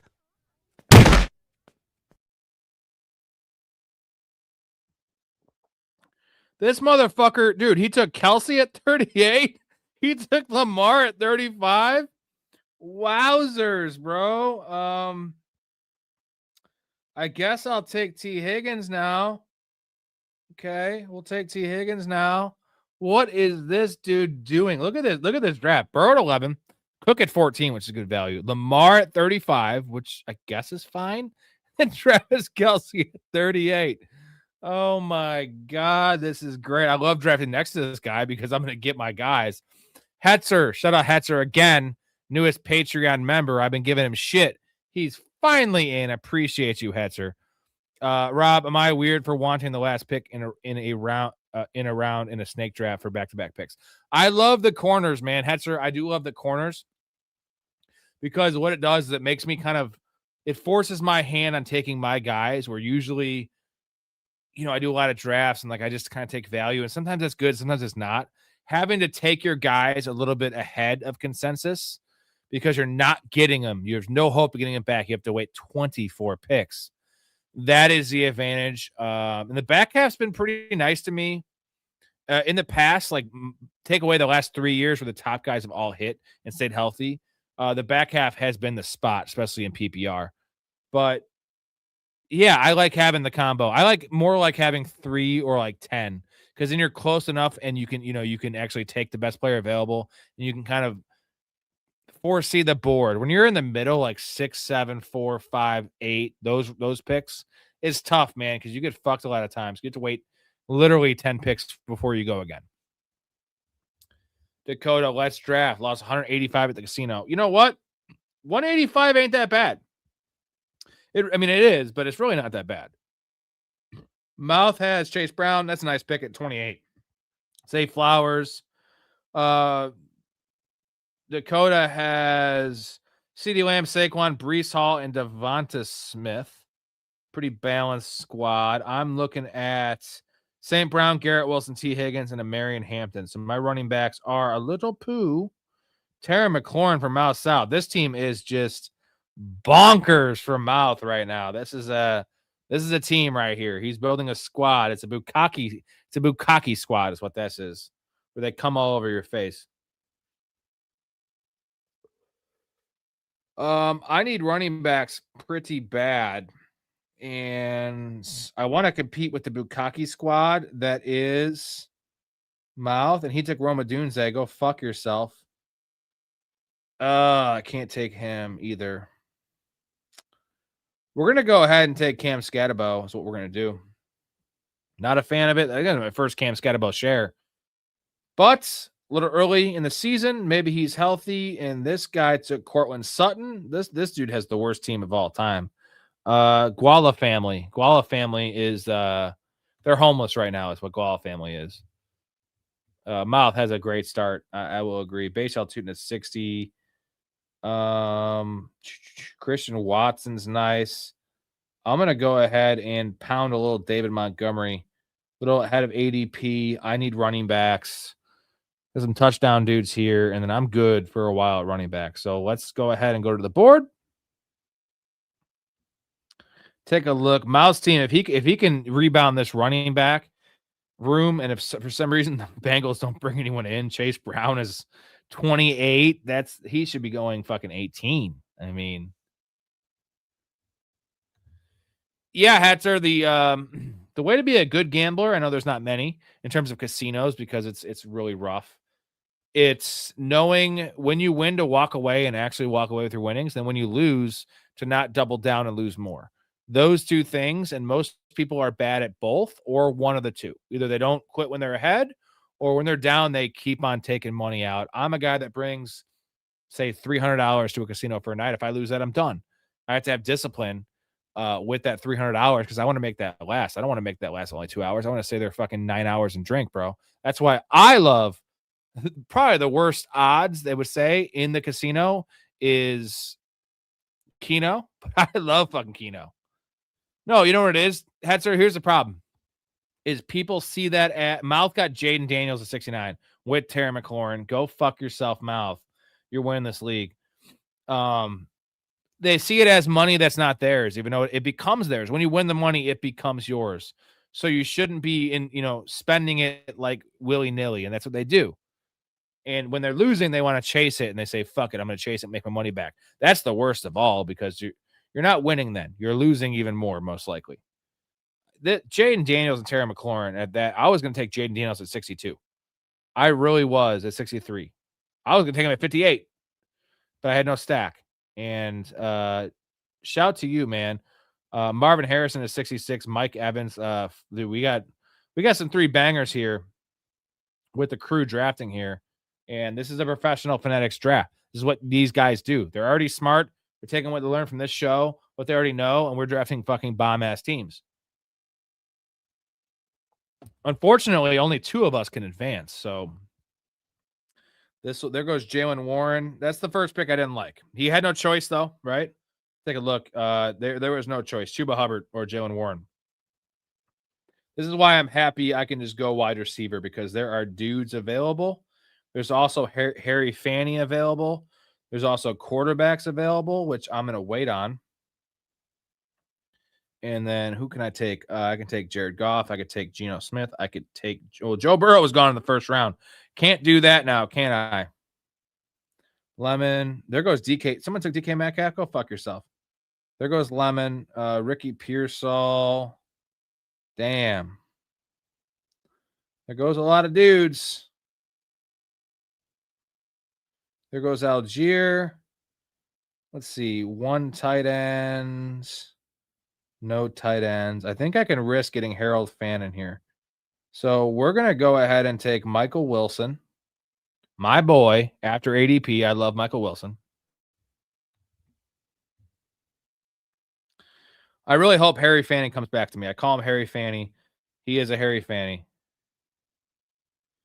You try to get a DK. Did you not get DK? Someone took DK. Your shit's always freezing, dude. What's going on? Because you're driving? Oh, no. He got taken before you anyway, so it didn't matter. Yeah, you got Lemon. Yeah, I like some DK shares. There goes Harold Fannin. Go fuck yourself. This guy took Rico Dowdle.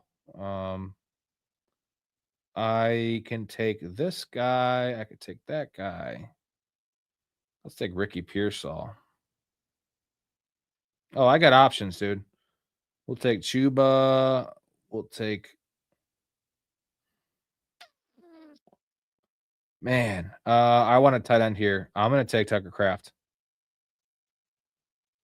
The upside that he comes back for week 1, and I can take Jordan Love. There's the team so far. Hampton, Scatterbo, Montgomery, St. Brown, Garrett Wilson, T. Higgins, Michael Wilson, and Tucker Kraft. See who the boys are taking here. Patrick Mahomes at 90. Barkley, Breece Hall, and he has 5 receivers. Mouth is got a really good team. Jalen Warren's the only one I don't like on that team, honestly. The only one I can like poke holes in that pick. So super nice, dude. Let's see who he takes. Trevor Lawrence at 92. Quarterbacks are going pretty fast, and I don't have any. That's an issue. You guys both have one, so hopefully you don't double up. Don't fuck me, please. And there goes Sam Laporta. Now he's taking, this is the greatest team I've ever seen assembled by mouth. The greatest team of all time. This is the greatest team of all time. If he takes Jared Goff, I'll fuck him in the ass. Maybe. I don't know. I guess we'll see. Look at this. This is Laurence Olivier and Othello. And this is James Earl Jones. Now look at how close they look. Look at that! James Earl Jones doing a great blackface. James Earl Jones has a black face. He's a black man. He's not black. James Of course Earl he's Jones- black. He was Darth Vader. Darth Vader was black? No, See? Okay, there we go. Darth Vader was not black. They took the mask off. He was white.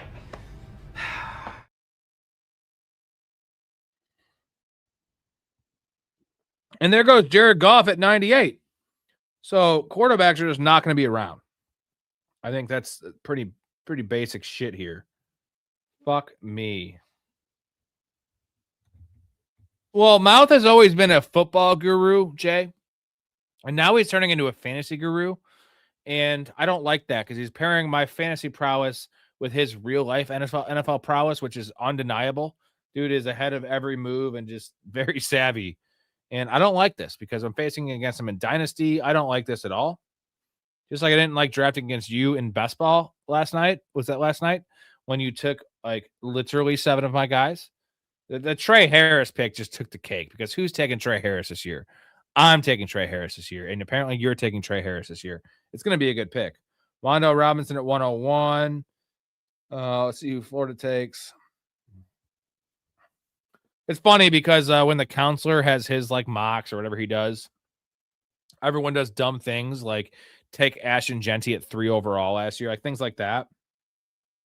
You guys are all doing smart things. Oh, Bo Nix. Hold on. I have no stack, but I have to take Bo Nix. It's just I have to. The only guy there, and I could take Jordan Love and double up if he's there, and I can take a late Denver receiver, and that's probably going to be it can't be Troy Franklin, I'll tell you that much. No, this fucker took Jordan Love. Get the hell out of here, bro. He's got no stack. He's got no stack. And he took Jordan Love. He could have taken Baker. Baker's on the board. He has a Ibuka. Like dumb people doing dumb things. Go fuck yourself, man. Now I gotta deal with this shit. Fuck.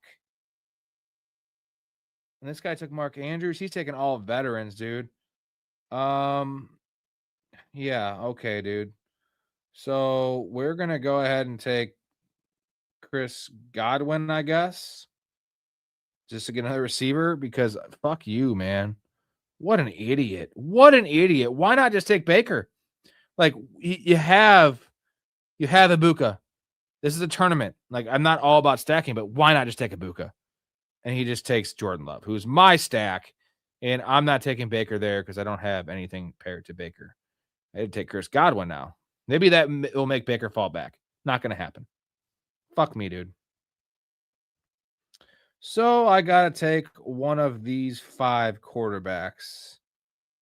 Gross, dude. All right. We got options.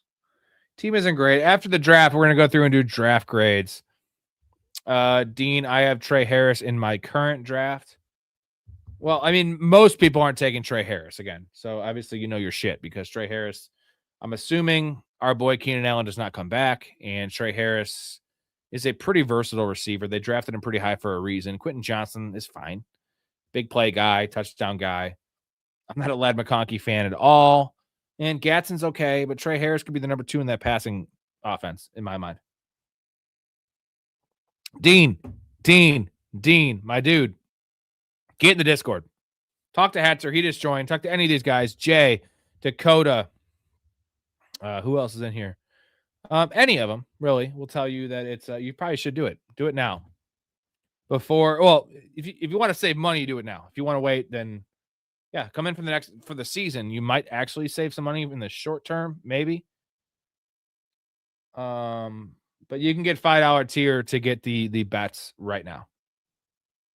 Could be $10 by the time June hits. See, Hetter knows it's the fucking place to be, man. It's the place to be. And it's also a way to keep this channel fucking going. So I don't have to get a job. If I have to get a job, I can't do this 30 hours a week. Live, literally, I was live about 22 hours a week last year. In the actual parts that mattered, like season, before the season and during the season, 32 hours a week.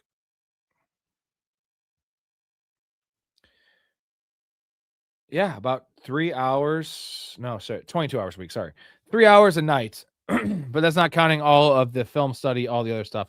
Let's see who we have here. Mouth has Jordan Mason. That's a good pick at 124. Matt Stafford, you son of a bitch. There goes Baker. Now my quarterback room is just going to be dog shit. It's going to be dog shit because of that clown. Tyler Shuck, Malik Willis. That's not bad. Sadiq, not bad. There's some dudes. There's some dudes here. JCM. Rashad White going back to back. I want JCM over Rashad White. So 2 quarterbacks, 1 quarterback. This fucking guy only has Jordan Love. He could double up. This guy shouldn't take anymore. He has Lamar and Joe Burrow. You can't be taking another quarterback. So I have 2 of them on here. So I think one of them will last. So I'm going to go ahead and take JCM. And then I'm going to take... This guy took Joe Flacco! He took Joe Flacco at 131. This is amazing, bro. Thank you. What is this guy doing? Dallas Goedert, Mark Andrews. This is the worst team I've ever seen. He has 3 tight ends. Now he has 3 quarter. Joe Flacco. He's backing up. What he's doing is he's backing up his Joe Burrow first-round pick because he's going to be the backup. That's pretty smart. If he takes a quarterback here, I will murder him. If he takes Tyler Shuck here, I will murder him. He did not. I get Tyler Shuck. That's pretty cool. We're fine with that. We are fine with that.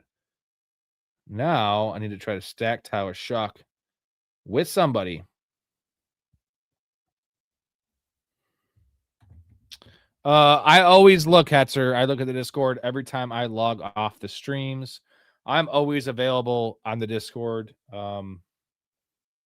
If you get to a high enough tier, I will literally draft your teams for you. If you're not in the high enough tier, I'll still fucking help you with your draft. So that's what I'm gonna rock for you guys. Dynasty, redraft, whatever it is. I'm gonna help you guys. I have played more fantasy leagues than most people have in their entire lifetime. I'm only 38. No, I'm gonna be 38 actually Thursdays. My birthday. I'll be 38 on Thursday. So Josh Downs, nice pick. Where are you at, Florida? Where are you at? You got stuff on days, clear, secure.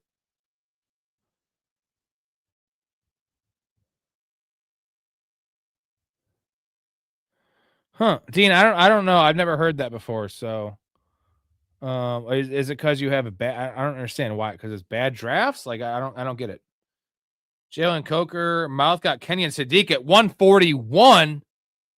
What in the world, bro? This is the greatest team I've ever seen drafted. Dude, 15 picks after ADP.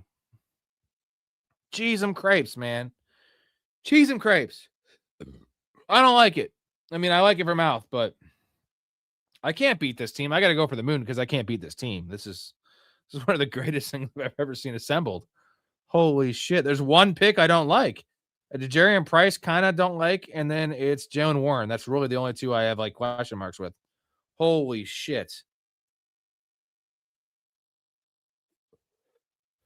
Fuck. We'll see what he goes with here now that it's getting down. He's waiting the clock. He's letting the clock go all the way down. Mendoza, he's got his 3 quarterbacks. He took Mendoza over Bryce Young, which is a little wacky and wild.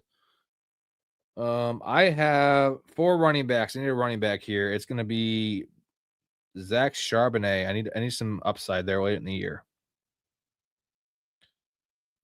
Brandon Ayuk's available. I need to go for it. It's got to be Brandon Ayuk. And did someone take Juwan Jennings? Oh, there he is. Juwan Johnson's gone. Fuck you, dude. I have like no stacks, dude, at all. That is a major problem for me. So I can hope to advance from not winning this league.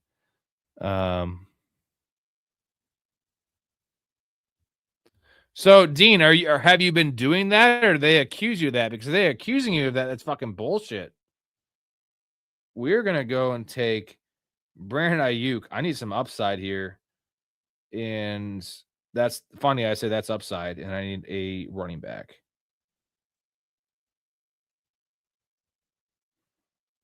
This motherfucker's got 4 quarterbacks. He took Tua. Like, let's look at this guy's team. James Cook and Rico Dowdle. Like, this is the kind of shit. I don't think they're going to throw this out. He took Shador Sanders.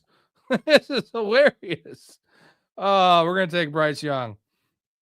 That's fine. That's fine. My quarterbacks are fine. Unstacked to the max here, guys, but I got pretty good quarterbacks. This is a pretty balanced team.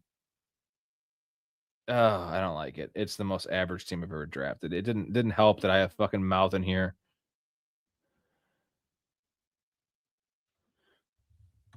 How, Dean, I don't understand that, because I'll be honest with you, man. Me and my wife have 2 accounts. Like, she has an account, I have an account. And we accidentally once joined the same room, and they didn't throw that out, which that's one they should throw out, because, you know, like, the same credit card was applied to both. So I'm just saying, like, if that wasn't thrown out, I don't know what is grounds of throwing it out. I've never heard that. And I have done shit, man. 3,000 of these fucking drafts. Never once had a draft thrown out based on whatever you're saying. So if it's a thing, I've never seen it. And I've been a part of a lot of these fucking drafts.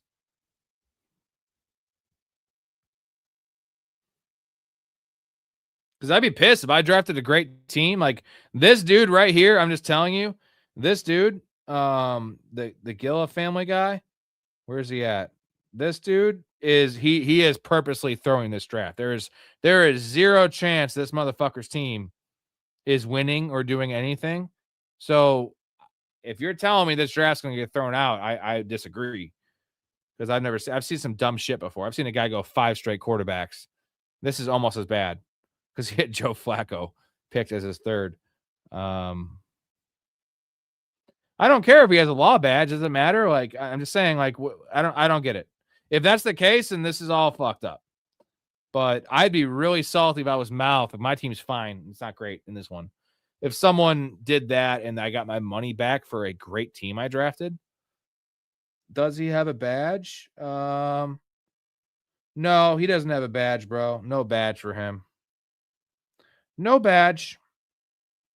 That shouldn't change anything if you have a badge or not. Like, you know, like, okay, you have a badge, you played a lot of leagues, doesn't mean you're good.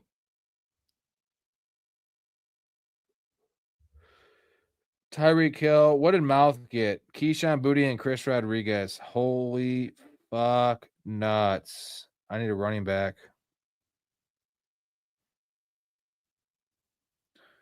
We'll take him. Oh, shit. I had a couple of boys here. A lot of boys here. And, okay, I can wait. We can wait at running back as well. We're taking Calvin Ridley. I'm going to take one more wide receiver, I think, if one of my guys falls. Either Trey or Pat Bryant, actually, because Pat Bryant is on Denver. I need one stack, right? And then Chikakonkwo would be nice. This is rough. Oh, good call. Yeah, no badge. So, I mean, if that's the case, I guess we'll see. I've seen so many things that it's just wild. That's why I keep on doing these underdog drafts, because people are just like 2 of the 12 are just burning money. I've never once seen the draft. I've never had an email. The drafts have all been, active throughout. So I've never seen it. Not saying it hasn't happened to you. I mean, maybe it has. I've never seen it. This motherfucker's got 5 quarterbacks. Let's see. He takes another quarterback. No, there goes Tank Bigsby. Cool. So we're gonna have to take Pat Bryant, I think. I want to take Trey Harris. I need someone to stack for the later weeks. So no, the first kicker gone would be Brandon Aubrey, Hetzer. That's typically the first kicker gone. Now, there's no kickers in these, so I can't speak of that this early. And I really hope I get. Oh no, there is just absolutely no way. Let's see, where does you got 2 tight ends? Please don't take Mason Taylor. He's mine. I own him. He's my boy. Fuck. Pacheco. There's some dudes here. Braylon Allen. Ray Davis. Ollie Gordon. All right. I'm excited to give Mouth a goddamn A+.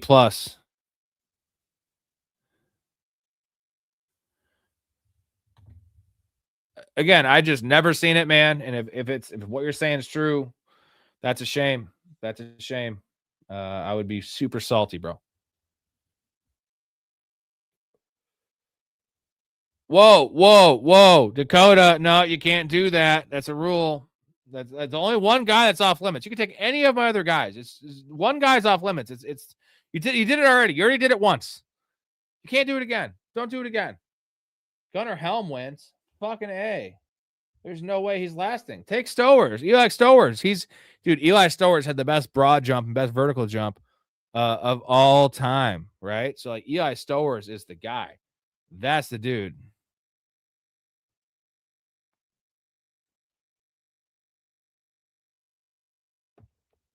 Oh no. Someone else. Mouth did it. Oh my, I'm gonna kill him. I am gonna kill him. Mouth has the greatest team of all time. I can't hate on him because his team is so good for doing that, but like, fuck your butt, bro. I have 1 tight end. Fuck. Oh no.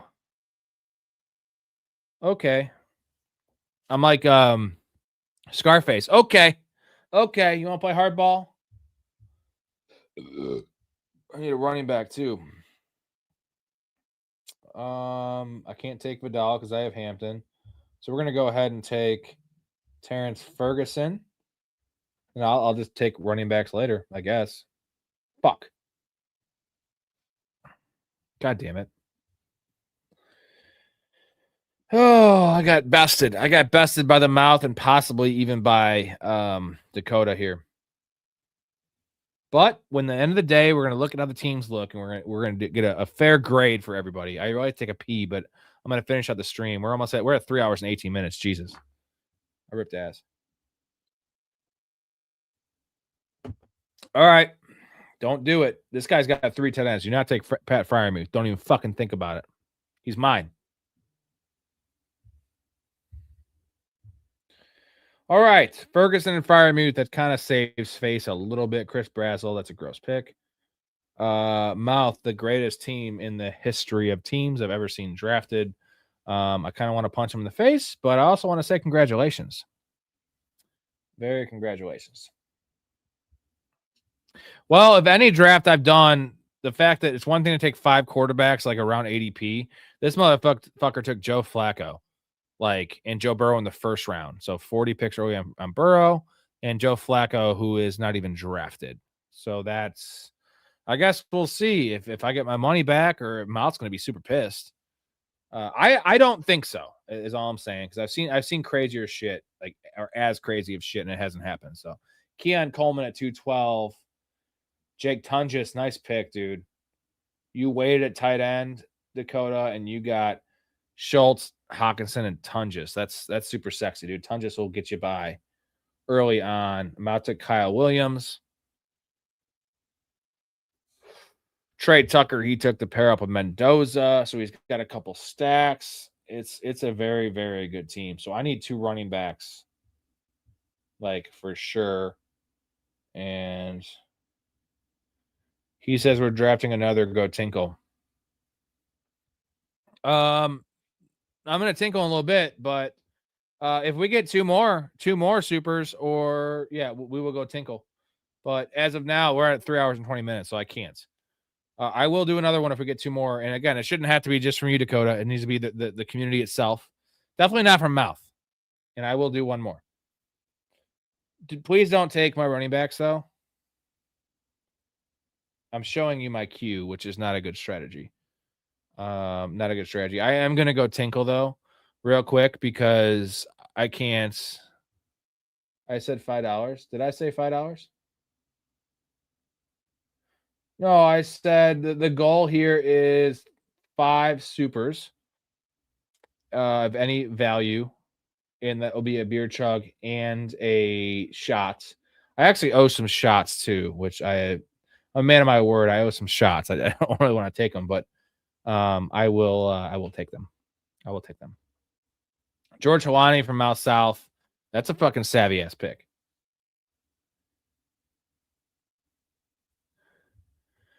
Early in last year, I was very, very, very buzzed, but yeah, I started drinking earlier, like a lot earlier. And here's the thing is I haven't been drinking as much. I took some time off from the pod, so my tolerance is lower. So like 12 or 14 drinks hits me harder. Where before I was 20 drinks ain't nothing. I'm hammering through it. I'm not blaming this on the draft because Mouth had a great, these guys picked amazing and some things didn't fall my way. So, and now I'm stuck with some fucking garb running backs. And we're going to go some upside. We're going to go Claiborne and Caleb Johnson. That's what we're going to do. Claiborne and give me a PPR, dude. And then we're going to take, I actually might take Najee Harris too. But I'm going to take Caleb Johnson. I need some upside. Fuck this team. Not a fan. Not a fan. There goes Aaron Rodgers. So Aaron Rodgers has picked fucking 110 picks before or after Joe Flacco. Really silly stuff. Really silly stuff, guys. Tomorrow we are going to be on with the Big Ray. Meat Sweats at 10 p.m. Central, most likely. I will post in the Discord the time. I'm going to leave this on here. I'm going to play a clip. I got to take a pee, and then we're going to go through some draft grades and watch everyone have better teams than me, which I'm not going to be very happy about. Here we go. Here's what I think about my team. I've had a couple of these recently. I'm not very happy about. Simple Jack, the story of a mentally impaired farmhand who can talk to animals, was a box office disaster that many critics called one of the worst movies of all time. Got a good brain. I think you've got a fine brain, Jack. You make me happy. But now the question is, can speed...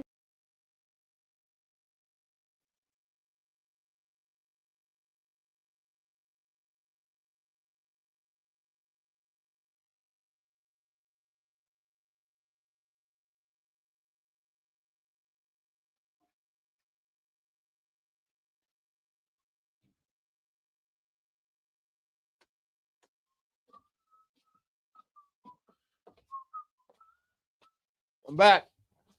What did I miss? Oh, we finished. Okay. The draft is finished. Let's take a little gander on the draft grades. The projection, what's funny is Mouth projected 2,500 points with the best team ever. Florida, Dakota, 2,400. I'm 2,900. Hey, too bad projections don't mean shit. So let's go through here and choose the best team. Letter grades A through F, F through A. Pluses and minuses are acceptable. Let's start with Mouth's team. Jaden Daniels, Matt Stafford, Mendoza, all after ADP. That's a lovely quarterback room. Running backs, Chase Brown, Jalen Warren, Darian Price, Jordan Mason, Chris Rodriguez, George Helani, and Jerome Ford. Not a good room. It's got depth. He's got 7, so I don't hate that. Not great, but, you're going to see with the rest of his team why that's the case, but that's not great. Wide receivers, Jamar Chase, Drake London, Zay Flowers, Terry McLaurin, Keyshawn Boutte, Trey Tucker, and Kyle Williams. That's very good. A little weak in the back end there with Tucker and Williams, but I love the first 5. And then Laporta, Sadiq, and Mason Taylor. So the flex is going to be possibly a tight end. This tight end room kind of, you know, it's the Big Lebowski quote of like the rug really tied the room together. This tight end group ties the fucking room together. Wide receivers are a little thin at the end. Running backs are nothing to write home for, but you have 7 of them, and Jalen Warren's a fine 2. Price should be a fine 3. Jordan Mason is going to score some touchdowns. Rodriguez, like Halani, this is a, and then the quarterback room, this is an A. I'd put it at A+, but there's a couple questions, not as much stacking as I'd like, and a couple questions with the running back room, even though I do love it. Solid A. This is an A. It's close to an A+. It's between an A and an A+.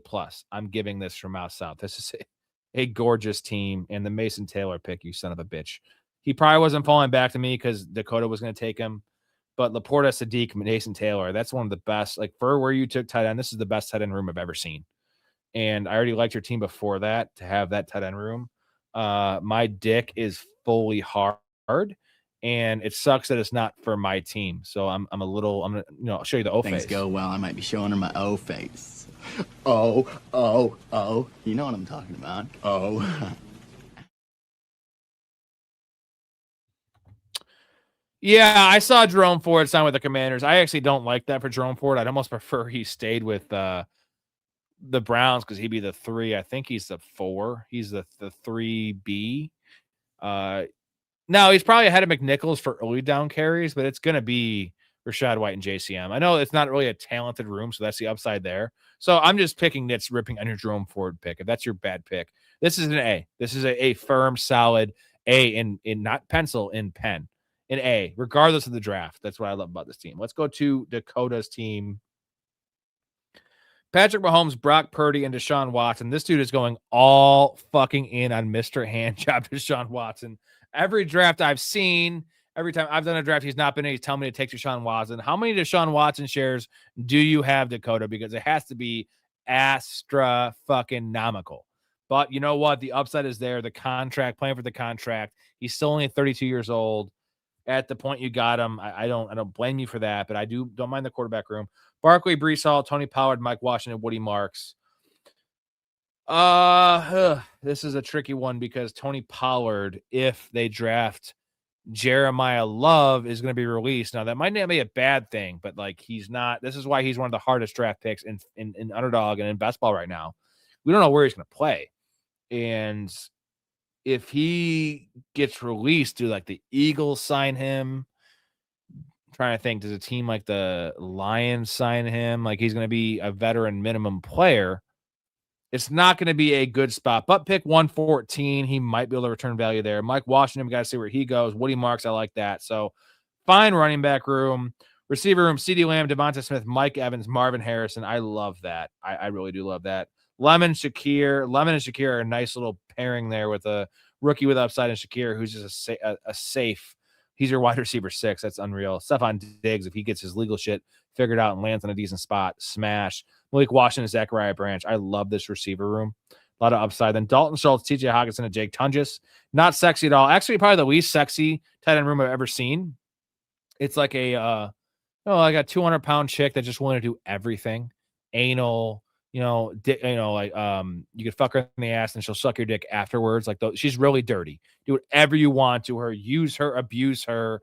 That is your tight end room. And it's going to get the job done. And that's what that 200-pound chick does. She gets the job done. She makes up for her physical, issues, and she doesn't have a good personality, but she will fucking do everything. She'll lick your ass. That's what this tight end room does. And Jake Tunges, like I said, ties the room together at tight end because Hockenson will be fine. Schultz will be fine, but you're going to get some elite production the first 5 weeks, I project. And then after that, Tunges might still even be relevant. So I do like this. I'm giving this a B. I think I'm giving this a B because the running back room, questionable. I do like the wide receiver room, but it lacks a little bit of upside. Although Mike Evans is your 3, and if A.J. Brown gets traded, this team is balls to the walls, my dude. Balls to the wall. Is that the saying? So B bordering on B+. A very good team. Mouse team is still better, and my team is most certainly going to be worse, but maybe I'll surprise myself. Got a better fucking projection than you motherfuckers. Here we go. Unstacked, the most unstacked team in the world. I have Pat Bryant stacked with Bo Nix. I think that's my only stack because of what happened. Bo Nix, Tyler Shuck, Bryce Young. I actually do like that quarterback room in a vacuum if it wasn't for the stacking correlations. Good quarterback room where I got everybody. Hampton, Scatterbo, Montgomery, JCM, Claiborne, and Caleb Johnson. I kind of like this running back room. I'm pretty high on the Commanders running backs. I know you had Jerome Ford. I looked at their draft capital. They don't have a second or a fourth round pick. So like if they don't take Jeremiah Love, they're not improving this running back room. And Ja'Cory Cross-Merritt has that upside if this team does go nuclear. So acceptable in the running back room. Wide receiver room, St. Brown, Garrett Wilson, T. Higgins, Michael Wilson, Godwin, Ayuk, Calvin Ridley, Pat Bryant. Another solid grade on the receiver room. It doesn't blow anyone's hair back. I do see some upside in Garrett Wilson. T. Higgins could always catch 12 touchdowns. Michael Wilson after ADP, you know, I love Michael Wilson, and Godwin is, and Ayuk and Ridley, those guys are just like veterans I'm taking flyers on. Pat Bryant, I had to take because of the stack. And then Tucker Kraft, Terrence Ferguson, and Pat Freiermuth. I would probably put this in the Dakota tier. His team may be a little better. It's a B. It's fine. I think we have 3 of the top 5 teams in this draft. Why do you think JCM is done, Mouth? Because they did kind of phase him out towards the end of last season, but then you saw the game week 16 or week 17 when Chris Rodriguez was ruled out and he had 130 yards and 2 touchdowns against the Cowboys. So again, JCM had 9 receptions last year. Let's not sugarcoat that. He's a better receiver. He has better receiving chops than 9 receptions. And Rachaad White is that dude. I get that. I prefer in this half PPR format JCM than Rachaad White. I see that's probably why you took Jerome Ford. But Jerome Ford's also coming off injury. Literally the definition of just a guy. And I'm not saying JCM's great. I'm not a JCM fan. At least I wasn't last year with all the hype. I would say solid B. It's right there with Dakota's team. It's very close. But let's look at Dakota's team one more time. Let's look at my team. Bo Nix, Shuck, Bryce Young, Hampton, Scatterbo, David Montgomery, JCM, Claiborne, Caleb Johnson, St. Brown, Wilson, T. Higgins, Michael Wilson. I have the Wilson brothers. Chris Godwin, Brandon Ayuk, Calvin Ridley, Pat Bryant, and then Tucker Kraft, Terrence Ferguson, and Pat Freiermuth. Let's look at Dakota's team real quick and compare it. Mahomes, Purdy, Deshaun Watson. So I feel like I have a little bit better quarterback room, but not by much. Barkley, Breece Hall, Tony Pollard, Mike Washington, Woody Marks. Comparable. I give the edge to me at running back, but he has the better receivers with CeeDee Lamb, Devonta Smith, Mike Evans, Marvin Harrison, Lemon, Shakir, Diggs, Washington, Branch. And then his tight ends, again, they're the 200-pound fat chick that lets you do everything. Solid. I think I'm kind of about TJ Hawkinson this year, where he's getting drafted guys. I thought they were going to release him, but TJ Hawkinson, as much as I think he's awful, Kyler Murray is going to give him 60 catches, you know, and he's going to catch some touchdowns. So low draft capital and yeah, 100% low draft capital. But let's not forget that JCM was suspended for essentially his entire last year of college for some bullshit. It wasn't like he was a fucking thug or anything. And he was probably going to be a third or fourth round pick. And they thought highly enough of him to release Brian Robinson. So again, I'm not a JCM guy, but I can't, I think he's the most talented running back in that room. And I know that because Rachaad White showed us nothing. Absolutely nothing last year when Bucky Irving got hurt. Thank you, Dakota, my dude, who just lost money. Dakota's losing money in the casinos and still helping his boy out. And now he did it again, and now we have to do another draft because I'm a man of my word. Now I have to do some shots too. So we're gonna all sign up for one more. It'll be a 4-hour stream. Not the first time I've done that. I'm changing this one to $2, though. $2 super chats to do another one if that's the case. But I will do it because I'm a man of my word. We appreciate you, Dakota. Again, a professional fanatic. Oh, show the shit team. Show the shit team. This is the shit team. They have 4 tight ends and 5 quarterbacks. So this team is insane. Take Joe Burrow and Lamar Jackson and be done with it. Nope, they didn't do that. James Cook, Rico Dowdle, Emmanuel Wilson, Tank Bigsby, and Vidal. He's got Naylor, Jawan Jennings, Keenan Allen, Khalif Raymond. He's drafting guys that just shouldn't even be drafted. Kelsey at pick 38. Look at Kelsey, 107 picks ahead of ADP, gentlemen. What the fuck is that? Dallas Goedert, Mark Andrews, Darren Waller. Darren Waller might not even be on a team this year. This is a wild. This may be one of the worst I've ever seen. Like, I think I've seen some bad ones in terms of like roster building and roster construction. This might be the worst one I've ever seen because of the Joe Flacco and Kelsey, like those guys, 100 picks ahead of ADP. What's insane is he got James Cook 3 picks after ADP. Like he could have made this a decent team. Like if he had just picked, we could go through real quick. I'm going to start on the draft. But if we just go through, he could have had Ashton Genty, James Cook. He could have had Lamar, take that. Then he would have taken T. Higgins. Instead of Sutton, you take he took Hollywood Brown. I didn't see that. I don't want to go through it, but every single pick was just a mess. Holy shit. No. He's not betting on spike weeks or busts. This is an idiot. This is a dude that is confused about what gender he is, what color he is. He doesn't know anything. So why is this guy even doing fantasy football? That's my question. That's all I'm saying. I don't care. The community, I support all you guys making your transitions and all that shit.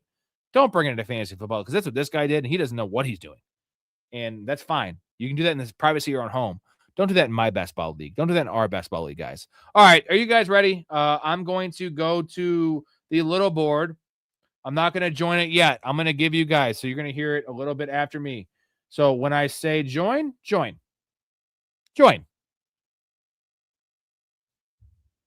I'm waiting. So once I said join, you guys got to join then.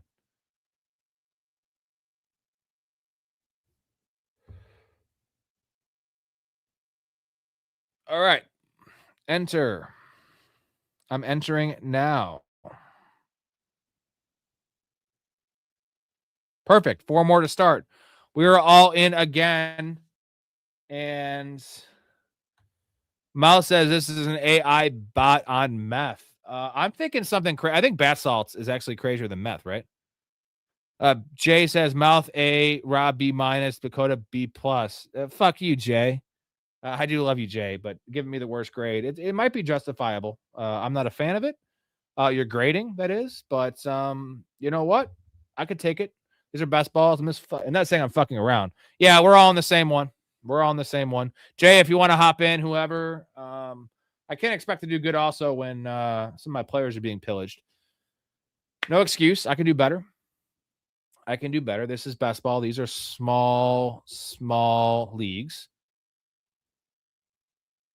So we have 3 hours, 37 seconds, or 3 hours, 37 minutes. We're approaching 4 hours here. We're not going to break the record of the longest stream because the longest stream me and Ray did was 5 hours and 8 minutes. Good luck breaking that motherfucker. And that's more for a Saturday night kind of situation. I have to grab another beer and I have to grab my shot glass because I owe a couple shots. I have not been doing that. It clearly states beer and a shot plus draft, and I am missing 2 shots. And I have all the chugs down. I owe 2 shots. So we're going to do that. And I'm going to play a clip while we wait. So Mouth, you can stay in the chat, man. It doesn't matter. You know who I like. I know who you like. Just stay in the chat. Don't leave. Don't leave me. Stay in the chat. I implore you.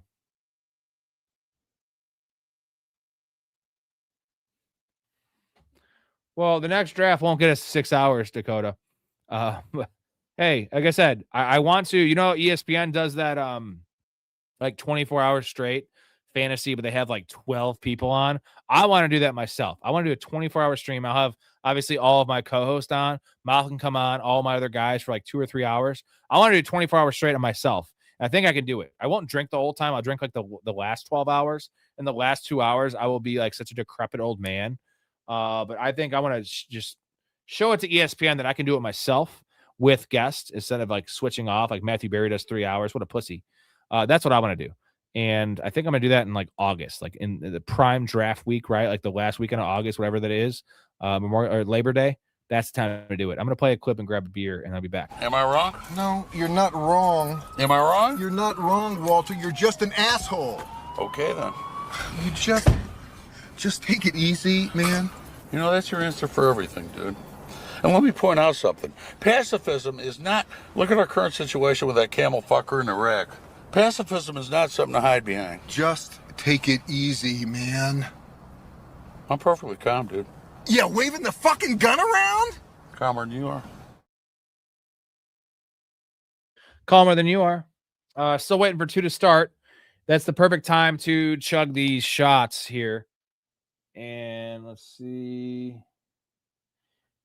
Yeah, Barry was ESPN. But Matthew Barry used to be elite, guys. He used to be awesome.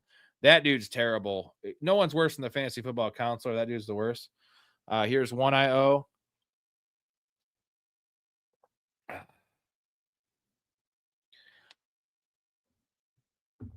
I get to sleep tomorrow because my wife's working and then she's going out to a friend's house. So she can't yell at me for napping during the day. I tell her it's because of work. I'm tired from work. And she's like, what? You're only on for 3.5 hours. I was like, but I drank fucking 25 drinks. Part of the job. You know what I mean? It's a fun job. I'll tell you. That's why I love it. I just want everyone to know, I'm committed. I'm going to do this for the rest of my life if I can. And if I can't, I'm going to have to get a job. And guess what? I'll still going to do the show. The show is not going anywhere. It's just not going to be what it is now. I'm going to have to do 3 or 4 days a week, a couple hours a night. It's not going to be what it is now. It'll still be a great show. But I prefer to do this and make everyone money like I have been and make myself money. Last year we crushed. I made like $7,000 gambling, about $9,000 in fantasy. So I made about $15,000 in football last year. But that's still not enough to support me because I do have a house and a wife and she works, but her job is mostly for benefits. She gets really good benefits and retirement and shit. Doesn't bring in a lot of money. So it's my job to bring in the money. Let's see. One more to start still. Where are we at? Chat, 2 more. Get an underdog little board. Appreciate you. Dean is max on little boards. Bro, you'll be the worst employee if you ever go back to a real job. Me too, by the way. No, GT, come on. I worked at my job previous to this, just so you know, for 19 years in the golf industry, and that's including when I was 18 when I started doing a bunch of drugs and partying and waking up at 5 a.m. for work.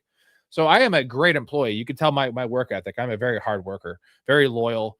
It'll be tough to go back, right? I understand what you're saying there. It'll be tough to go back, but no, I'm not worried about that if I have to. It's just, I have a dream and I have a passion, and I've been playing my own 25 redraft leagues a year since 2014. So I put in all this time, 30 hours a week in fantasy already. And it was easy because I was in the golf industry. So it was, I was kind of off for those 3 months, at least like the main 3 months, but still draft season, the first month of the season, I was still working. So I can do it. So I have 11, Mouth has 9, Dakota has 3. A little broken up here. I'm back at the back half again. Just you can't hire me, GT. You don't hire me. I could understand why you would say that, but I can party, I can hang, and again, I don't really party as much as I used to. I just drink beers at home. And maybe that is partying for some, but not for the great Rob. I used to do some wild shit. So there goes Bijan at 1.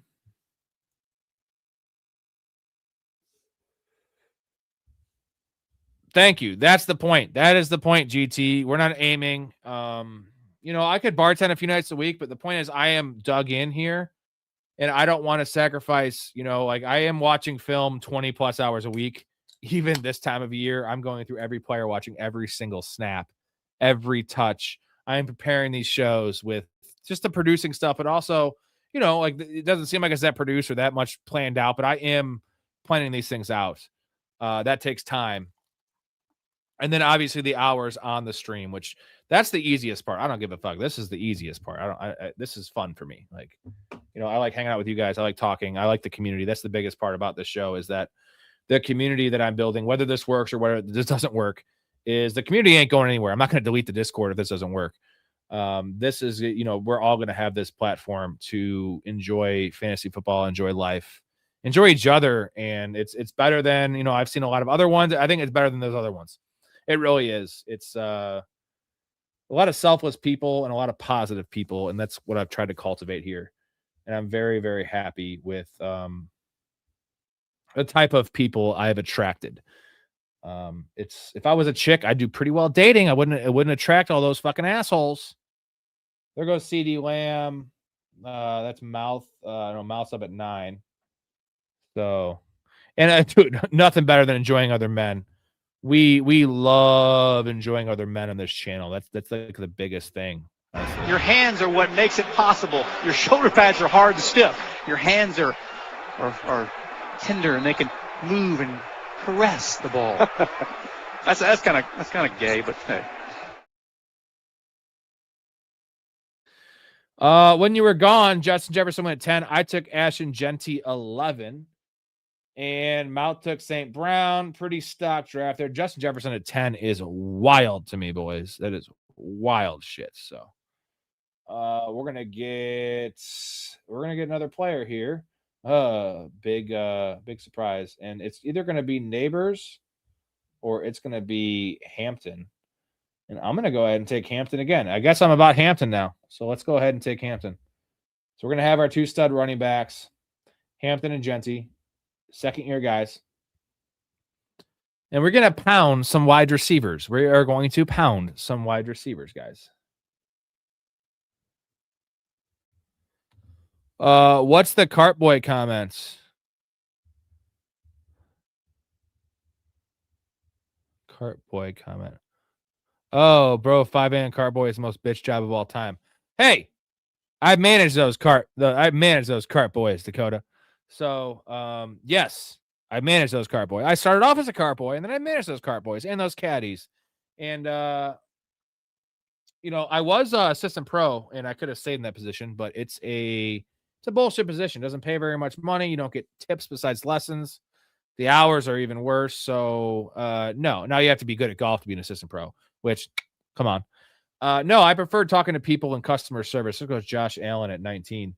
So yes, I that's part of the reason I didn't want to do that job, because I was a bitch, and it is a bitch job to rich people. And fuck those fucking assholes, like looking down on me like they're better than me. You know what? Fuck you. I grew up middle class. I'm white. Like, don't look down on me. Okay, I'm fine. I'm okay. Assholes.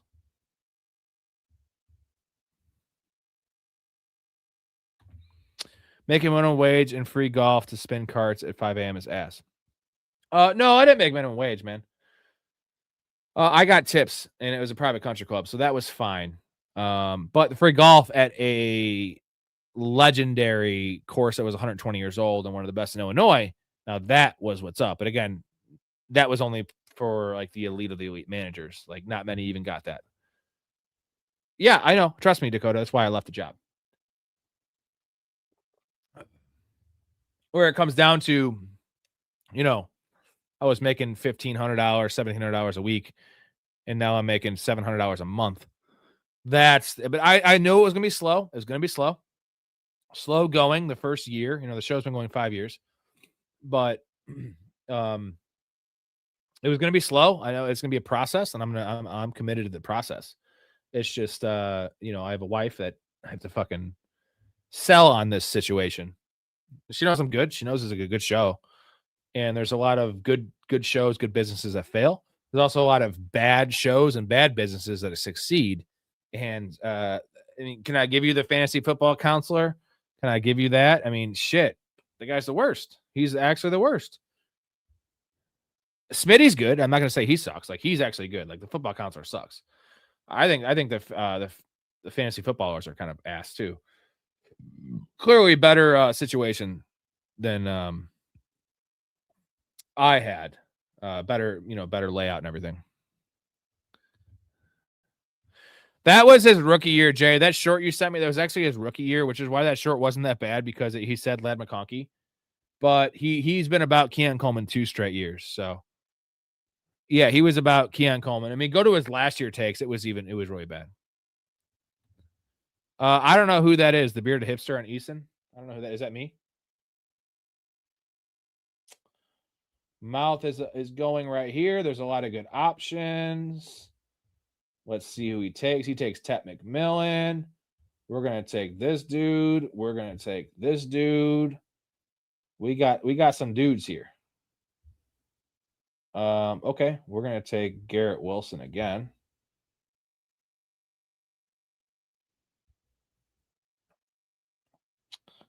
And nope, not gonna take him. Not gonna take him. Bucky Irving, disgusting. There goes T. Higgins. Daniel Dopp. I've heard of him. No, I don't know who that is. I don't watch ESPN anymore, man. So Lad McConkey. Ugh. I gotta take Ibuka. I have to take a guy I don't even like, but I have to. We're gonna go ahead and take Ibuka. Not a fan. Not a fan. I'll go back to the draft. Dude, I haven't seen Peaky Blinders at all. Is that Hatcher said what's wrong with Lad? I don't like Lad McConkey. I also have a Marion Hampton, so no, I don't like Lad McConkey. I didn't like him last year. He was one of my biggest fades. It was Lad McConkey, Brian Thomas Jr., and Brock Bowers are my 3 biggest fades. I'm gonna fade him again. I know that the value is better now, but man, I'm a little worried about his snap share, honestly, because they brought in Kohler. They have Gatson. Why are they playing him in 12 personnel? He can't block. That's a problem. So, like, I feel like the snap share will be lower. He's not a red zone guy. He's not. He ran a good 40, but he's not explosive. So he's not going to score a lot of long touchdowns. That he had a really badass one against Houston in the playoffs. I'll give him that. But so I just don't see. And this isn't full PPR, right? So there's a chance he catches 95 balls, and full PPR, I'm fine with it. This is half PPR. So I have him below. Brian Thomas went pick 43. Let's take a look at the boys' teams here. Mouth has St. Brown, Tat, Jeremiah Love, and Bucky Irving. And then we have our boy, Dakota, Jamar Chase, Brock Bowers, Chris Olave, Colson Loveland. He's going dual tight ends. I hate this, Dakota. What? Speak for yourself. What do you got going on here? You better not take another tight end. The league's pretty good. I've only seen the league once. I tried watching it a second time. It's solid. I'm not going to put it up with Sonny or Seinfeld or Curb or some of my all-time, Family Guy, some of my all-time comedy shows. But here's my problem with the league, guys, is they play like an 8-team fantasy league, and it's such like I wish it was more in-depth in fantasy, at least more realistic in fantasy. And they care so much about this garbage. They're going to Tucker Craft to 54. So this dude's just reaching and reaching and reaching. So we can get value here, boys. We can all make some pretty good squads here if we just reach in deep. Tyler Warren's still available. I have the board available to me, and let's see here. I got Wilson, Ibuka. I don't really need a running back, but I will take one. Nope, I'm not going to take one this pick.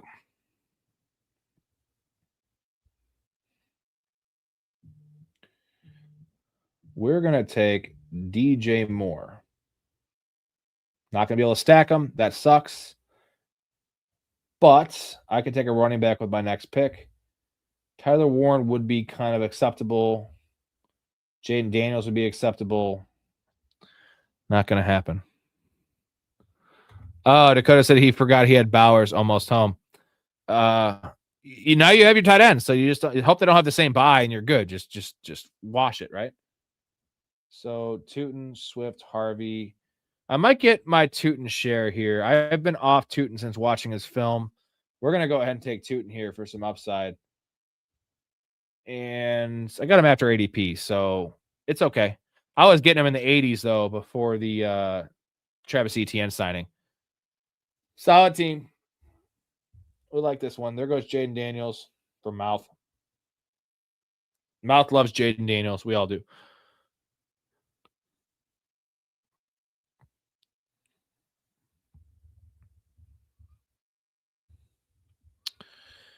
All right. Let's see what's going on with the board here. GT, my boy. I'm going to owe another chug. That's 2. I'll just do it just for you. You know what? I love GT. GT, here's to you, my dude. Here's to you. I'm going to take a chug, but Where's it at? Oh, here you go. This is for you. I used to fuck guys like you in prison. That was the wrong one. I swear. I'm gonna play that. Shit, but I told my wife I wouldn't drink tonight. Besides, I got a big day tomorrow. It's a big day. You doing what? Well, actually, pretty nice little Saturday. We're gonna go to Home Depot. Yeah, buy some wallpaper, maybe get some flooring, maybe Bed Bath & Beyond. I don't know. I don't know if we'll have enough time. This is for GT. The 99-cent super chat gets him a chug because I love GT. I mean a shot, not a chug. I can't even talk right. I've been drinking, man. My tolerance is low, so give me a little break. I'm gonna add Taylor late. No, Dakota. No. I didn't reset the counter, Dakota. I said if you look at the counter, it says $2 or more super chats. It says $2 or more super chats. If I do 99-cent ones, I'll actually be losing money on the deal and spending more money on the underdog. Because you don't understand, I get 50 to 60% of these. So $5 in super chats, actually I get like $3, Matt, like $2.70. I didn't. Oh shit, I'm up. Hold on. Ricky P, Kyle Pitts, Sam Laporta. We're gonna take Sam Laporta, my boy. Taking Sam Laporta. And then oh shit. We got Dak available. Dak Prescott's available. I'm taking him or Ricky P. So yes, I didn't reset the counter. What I will do though, I'm gonna do Ricky P here. Or do I take Dak?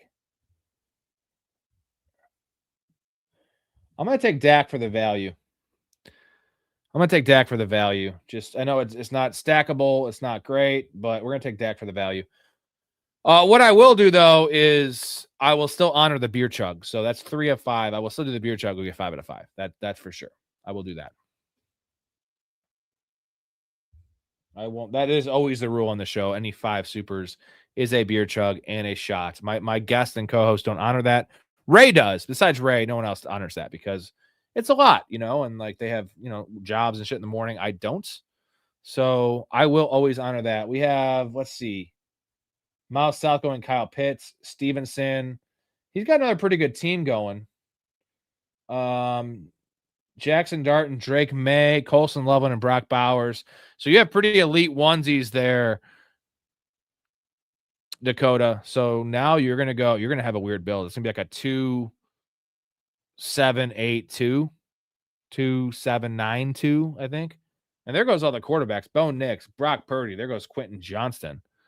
We're up in 6 picks. I'm going to play a little clip here. That's what I'm going to do. I'm going to show you me chugging a real beer. Here you go.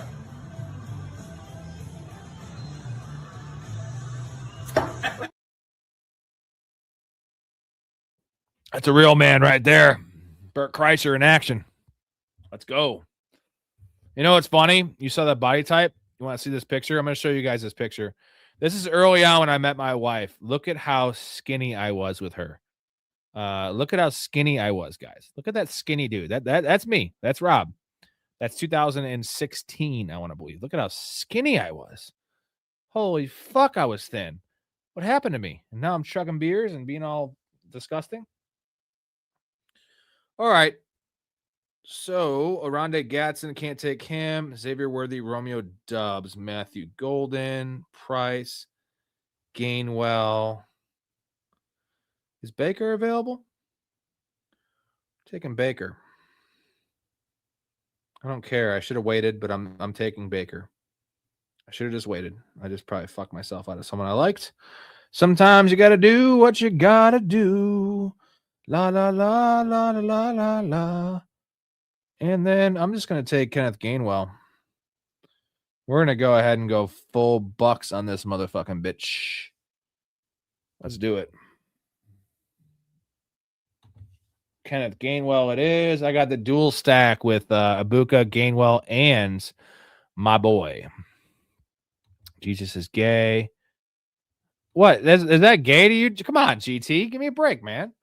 I was 150 pounds when I graduated high school. I'm 250 now. So in that pick, I was probably more like 185. I wasn't that skinny, but hey, Drake May's fine. Actually, you got a good value on him. It's just that you had already a second quarterback. There goes Ferguson. I would have liked him the next go around. So I got my quarterbacks, Dak and Baker. I got my stack going pretty hard with Baker. I need to stack with Dak if I can.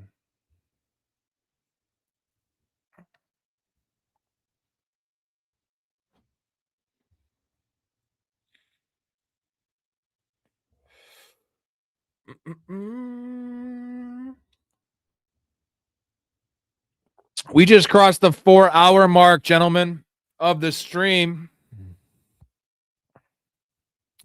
Nothing wrong with skinny, but yeah, gay is the right answer. 4-hour mark. Let's get us something with 4 hours here. What makes sense for 4 hours? 4 hours, 4 hours, 4 hours. There we go. I love this one. When we get back to the world, you're gonna put together that 3-piece combo band we talked about. Me on stand-up bass, Johnny on drums, and me tickling the ivories.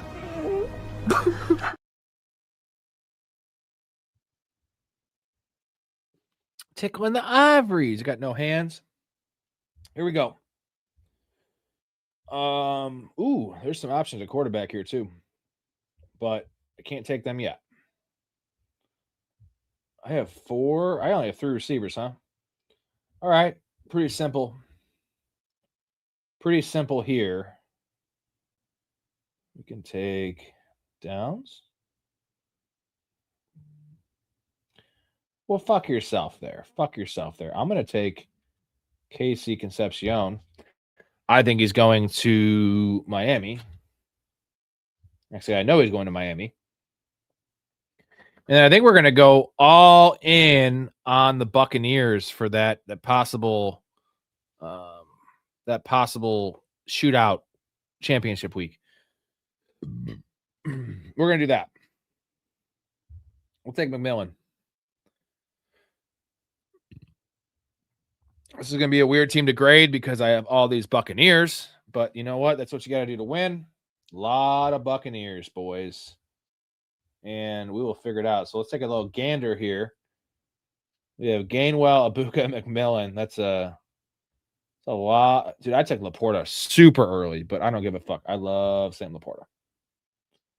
Another receiver or another tight end. And we have options here. Receiver, one more running back. I think I can wait. We'll go to the board. Say fuck it.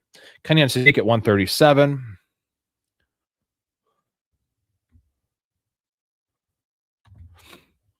Hatzer, they're trying to lose, man. And what I've been saying is that Malik Willis is a quarterback that can thrive in a less than ideal passing ecosystem, right? Like without the main weapons. Like Jared Goff can never succeed with lesser than weapons.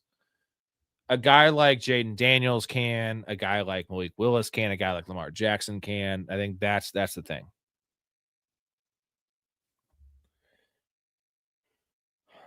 All righty.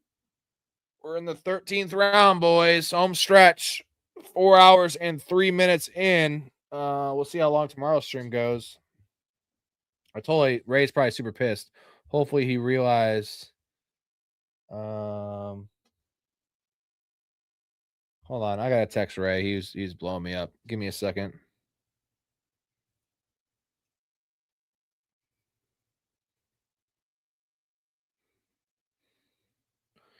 He's probably sleeping.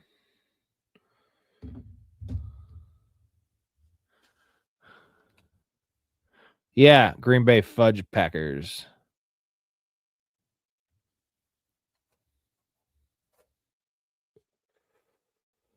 Daniel Jones. All right. Well, Bryce Young's still available. He seems to hang around for a long fucking time. Mark Andrews, Chickaconquo. I'm going to take a little gander of what I need. I have 15 seconds. My running back room is fine. I don't need a running back. I need a wide receiver.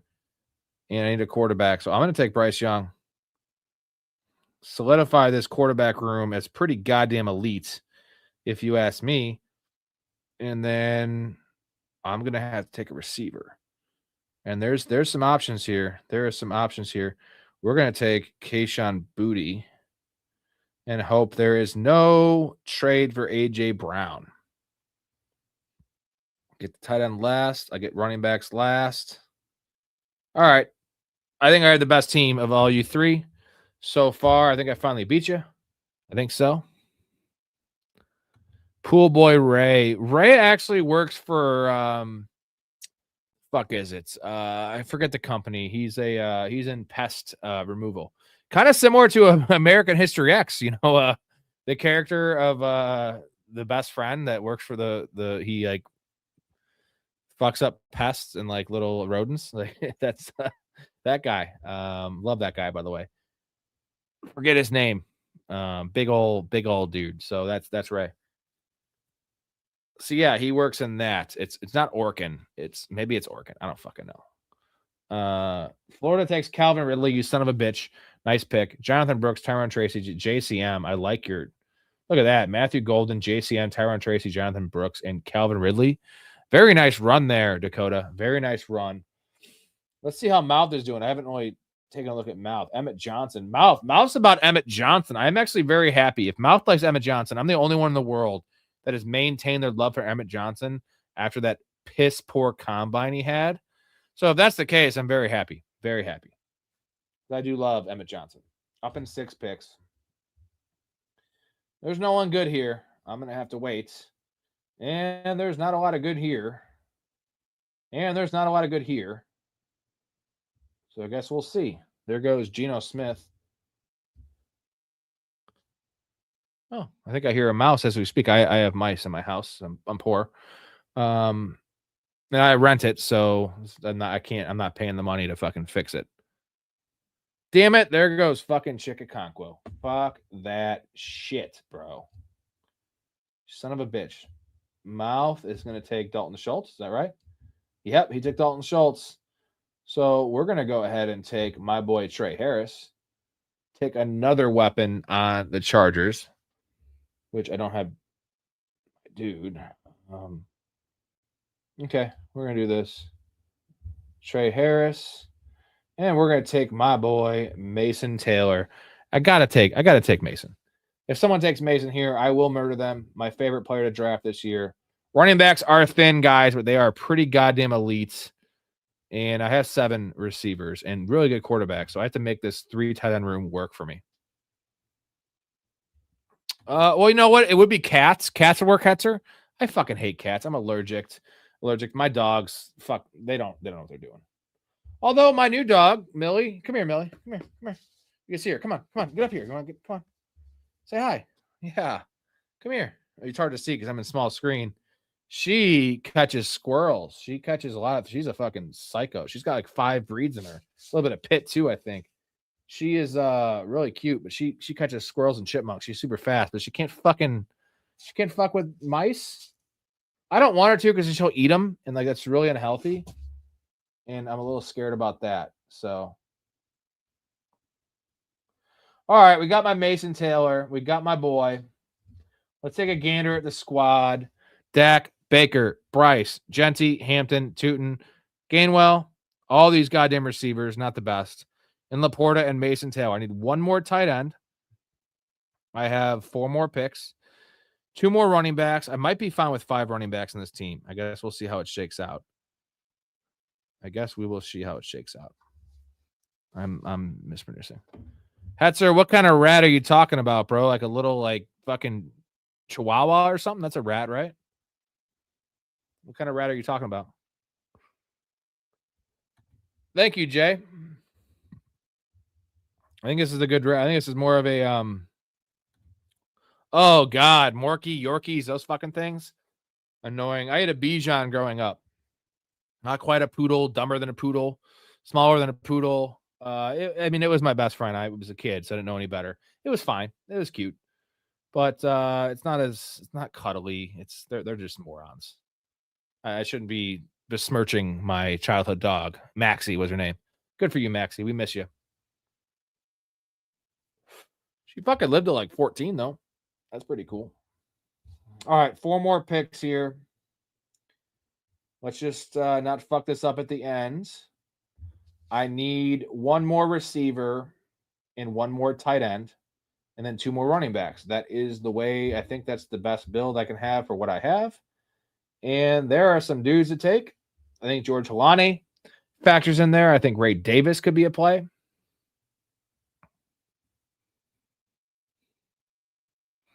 The goodness and maxi pad. Yeah, you know what's nice though? We didn't have a pad. Like the little people that have like little dogs that have like pee pads in their house. Not a fan of that shit, bro. That is weird. We're gonna take George Halani, and then we're gonna take our 3rd tight end, whether it be Terrence Ferguson or Pat Freiermuth. I'm fine with either of those guys. I'm gonna actually rank it Freiermuth and Ferguson. I think Ferguson has more big play potential, but man, do I go Ferguson? I'm going to go Freiermuth. More set role in the offense, and I think the Rams might bring someone in. So, good. The P-pad's weird. Trust me. Yeah, I know. My current dog, my other one I've had for longer, had a marking problem. My first dog me and my wife had was a golden named Farley, by the way, biggest Chris Farley fan ever. He passed away at 6. Super sad. But the other dog, Burmese Mountain Dog, golden mix, had a marking problem. The motherfucker would just piss. Like mark, which is like the grossest piss. It's like cum, essentially. It's like dark fucking yellow, almost green, and just stinky. Would do that shit for a couple of years, and now he doesn't do that anymore. He's a great dog. Doesn't listen great when he come in. I have a fenced in yard. Doesn't do that. Other than that, though, he's a really good dog. And this new dog is a psycho, but listens very well. Does Miami have a relevant tight end for fantasy? Well, it's doesn't appear so. It does not appear so. They're going to draft someone. I think they're really in play for Kenyon Sadiq or one of those move tight ends, maybe even Max Clare. I think Max Clare is great. Yeah, man. If you want to hear a really crazy, sad story, because I'm drunk, I'll tell you it. He loved beer. He loved weed. He ate this back when I was a stoner and I saw weed. He ate a lot of weed. Like one time he ate like a half ounce. Another time he ate like a fucking giant roach that was almost an entire joint soaked in fucking soaked in oil with keef in it. And like he was so this one he was a puppy. He was so fucked up. He used to drink all the beer we'd spill. Passed out at 6 years old in the yard and died. So very Chris Farley-esque. I always joked about it, and that we'd have no idea how. I think it might have been Lyme disease, where we'd take him on a lot of walks in the forest, and ticks can have organ failure tied to it. I think that was it. We don't know. I didn't get a fucking autopsy. It's like thousands of dollars. 6 years old, and that's we took him on a walk the night before. He was totally fine in the morning, and then I was at work. My wife found him. Pretty fucked up shit. Still getting over that one, man. But I'm a big dog person, so that was it's been a year and a half, so I'm still fucking we're never getting over that one. He was the best dog. It was Chris Farley, man. And everyone loved him, so he loved to party, I guess. He was just such a people person. And all Goldens are, you know what I'm saying? Like they're all good dogs. So to say he was special, kind of bullshit. But I think he was. So we're gonna go with Najee Harris here. And then I need a wide receiver. This could be anyone. Who we going with? We're gonna go with my boy Jahan Dotson. Let's do that. Is there a quarterback I can pair? I could take a Xavier Legette. No, thank you. Can I take Ryan Flournoy? Is he available? Ooh, we're gonna take Flournoy. Let's do that with Dak Prescott. That's the play. That is the play. All right. There's a pretty balanced team here. We're going to go through and grade. We're going to grade the teams. Appreciate everybody. We're at 4 hours and 14 minutes. It's been a while since I've done a long stream like this. I love these motherfuckers. 4 hours, it flies by. I know a lot of you guys are watching the whole time, so I do appreciate that. It's a big investment into a clown like myself, especially in March, talking fantasy football, which is so far away. But you know what? That's why we're degenerates. That's why we win money. That's why we're the best. Because it might as well be fucking August to us, right? I want to root for August to come, but I also love that's like foreplay, right? Like fucking the girl is like half the fun. It's the main thing, but it's like the chase is the fun too. So Hetcher's been here the whole time. We appreciate it, Hetcher, newest member to the Patreon and the Discord. We do appreciate you, dude. Glad you got in. It is the fucking place to be, and it's not really popping this time of year because obviously not a lot of people are active. But once you come to season, there's going to be, if you don't look for an hour, there's 40 messages, all different tabs. Let's take a little gander here, gentlemen. So Dakota had the third pick. He got auto-drafted the tight ends. Let's take a look at what he has. Drake May, Jackson Dart, Deshaun Watson. Another Deshaun Watson draft for Dakota. He is planting his goddamn flag on Deshaun Watson. Makes me want to take more of him because I do respect Dakota, and it makes sense because Shedeur Sanders, I rewatched his film. It's not great. He had so many fucked up throws and just bad decisions, running 20 yards back like Caleb Williams, but getting sacked or turning the ball over, not like Caleb Williams. All right. Ja'Cory Croskey-Merritt, 1. Oh, yeah. Woo. Tyron Tracy, Jonathan Brooks, Emmanuel Wilson, Katron Allen, Braylon Allen. You got the Allen brothers. This is an F for running back room. There's some upside there. The wide receiver room better knock me off my chair here. Jamar Chase, Chris Olave, Jalen Waddle, Lemon, Quentin Johnson, Matthew Golden, Calvin Ridley, Christian Kirk, Kyle Williams. I don't know why you took 9 receivers in this team, Dakota. That's my biggest thing. This could be a 6 or an 8 receiver team, maybe 7 with your running back issues. I think it would have been best 7, 8. 7 running backs, 8 receivers, because Kyle Williams kind of just a wasted pick. But he is a stack with Drake May, so maybe Christian Kirk should have not been on your team. And then Brock Bowers, Colson Loveland. So you do have that. And yeah, this is a C- or a D+. I'm sorry, Dakota. I think you know it. It's not the best team. You probably shouldn't even have taken Deshaun Watson. You should have taken another running back because you have, pretty decent quarterbacks there with May and Dart. The running backs just have so many questions. The Allen brothers in particular, it's a rough team. This is a rough one. So I love you, but it is a rough one. Let's get to Mouse team. Jaden Daniels, Jordan Love, CJ Stroud. Pretty good quarterbacks there. Jeremiah Love, Bucky Irving, Stevenson, Jordan Mason, Emmett Johnson, Sean Tucker. St. Brown, Tet, Watson, Reed. Do you have Jordan Love? You have Jordan Love. So he's a stacking boy. St. Brown, Tet, Christian Watson, Jaden Reed, Cooper, Surratt, Noel, Dontavian Wicks. That's a stack central. Aggressive as hell. Bad running backs, but I like that. Pitts, Schultz, and Stowers. A little sour on that situation. It's good. It's fine. B- for this one. This is not your best work because the team you just drafted before was literally perfect. I will say I have no other team like it, so I'm covering another tournament angle. That is for sure because some of those were auto-drafted you would never have taken. I know you wouldn't have taken the back-to-back quarterbacks, especially not the back-to-back tight ends. That's one you would never have done. But at least you didn't take 3. I like how you just took 2. I wish you would just taken another running back and not taking Christian Kirk, for instance. Let's go to my team. If I don't win this one, I quit. Dak, Baker, Bryce Young. I love this quarterback room. So I said B- for Mouth, and I said D+ for Dakota. That's the lowest grade we've had. He's driving and drafting. That's fine. So quarterback room, I feel really comfortable with, especially some pretty good value there on all the guys besides Baker. Genty, Hampton, Tootin, Gainwell, Halani, Najee.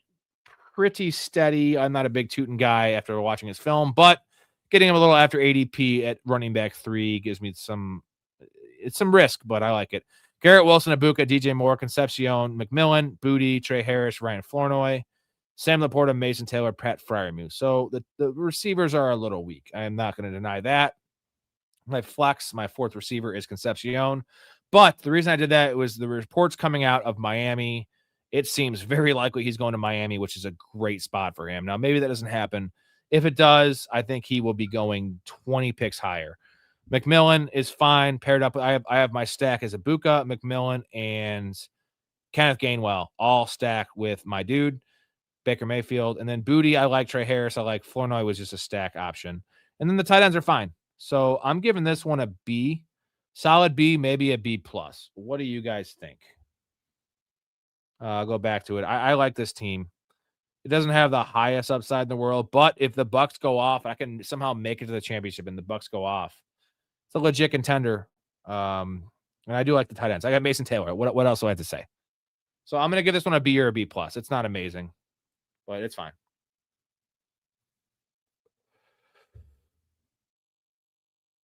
All right. While you guys look at that, I'm going to go back to it. I'm going to play a little clip.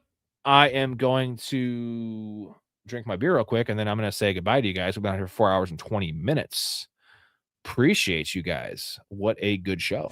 Say somebody put a gun to your head. Said, do you want your baby to be lighter or darker?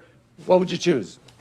Why is someone holding a gun to my head It's and a asking me hypothetical. what shade I would prefer my son to be? I don't know. See, Why is somebody putting a gun to her head? He wants to find out what your preference is. So you're walking down the street with Will, and he snatches you into the backseat of the car, and now he's got a gun to your head. You want a lighter or darker baby? What shade? What shade? Get away from me. What color is the guy holding the gun? He's mocha, right down the middle. Right down the middle. 50-50. You want it lighter or darker? I would say on the lighter side.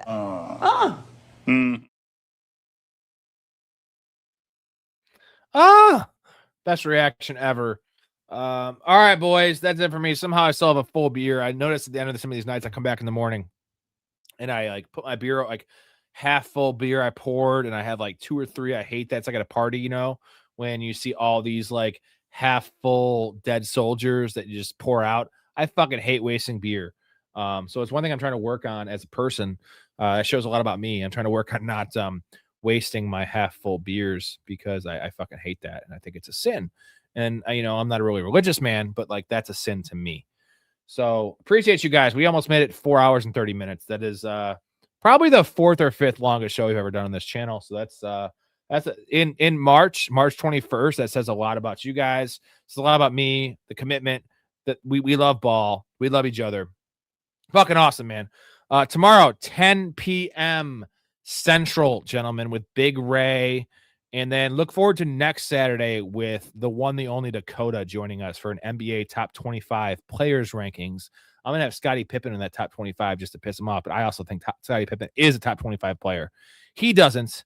We're going to argue about that. And Big Ray is going to get real fucking heated, which we all love. Big Ray yelling. We love that. So tomorrow, 10 p.m., maybe 10:30 p.m. Central. I'll post in the Discord for all you guys the actual time. And it's going to be a fun show. So appreciate you guys. Love your life. Stay positive. Respect each other. I'm out of here. See you tomorrow. Just seemed like a good dude. I thought I'd see if you wanted to grab a beer, that's all. I'm glad you called. We get home safe, Pistol. You got it, Jobin. I'm sorry, what? Nothing. Oh, what'd you say? I don't know. You nicknamed me Pistol, and I just called you Jobin. It means nothing. I'm drunk. I'm gonna call a cab. All right, man. You have my number, yeah? I got you stored in my iPhone. All right. If you need me, call, okay? Oh, man, I'm gold.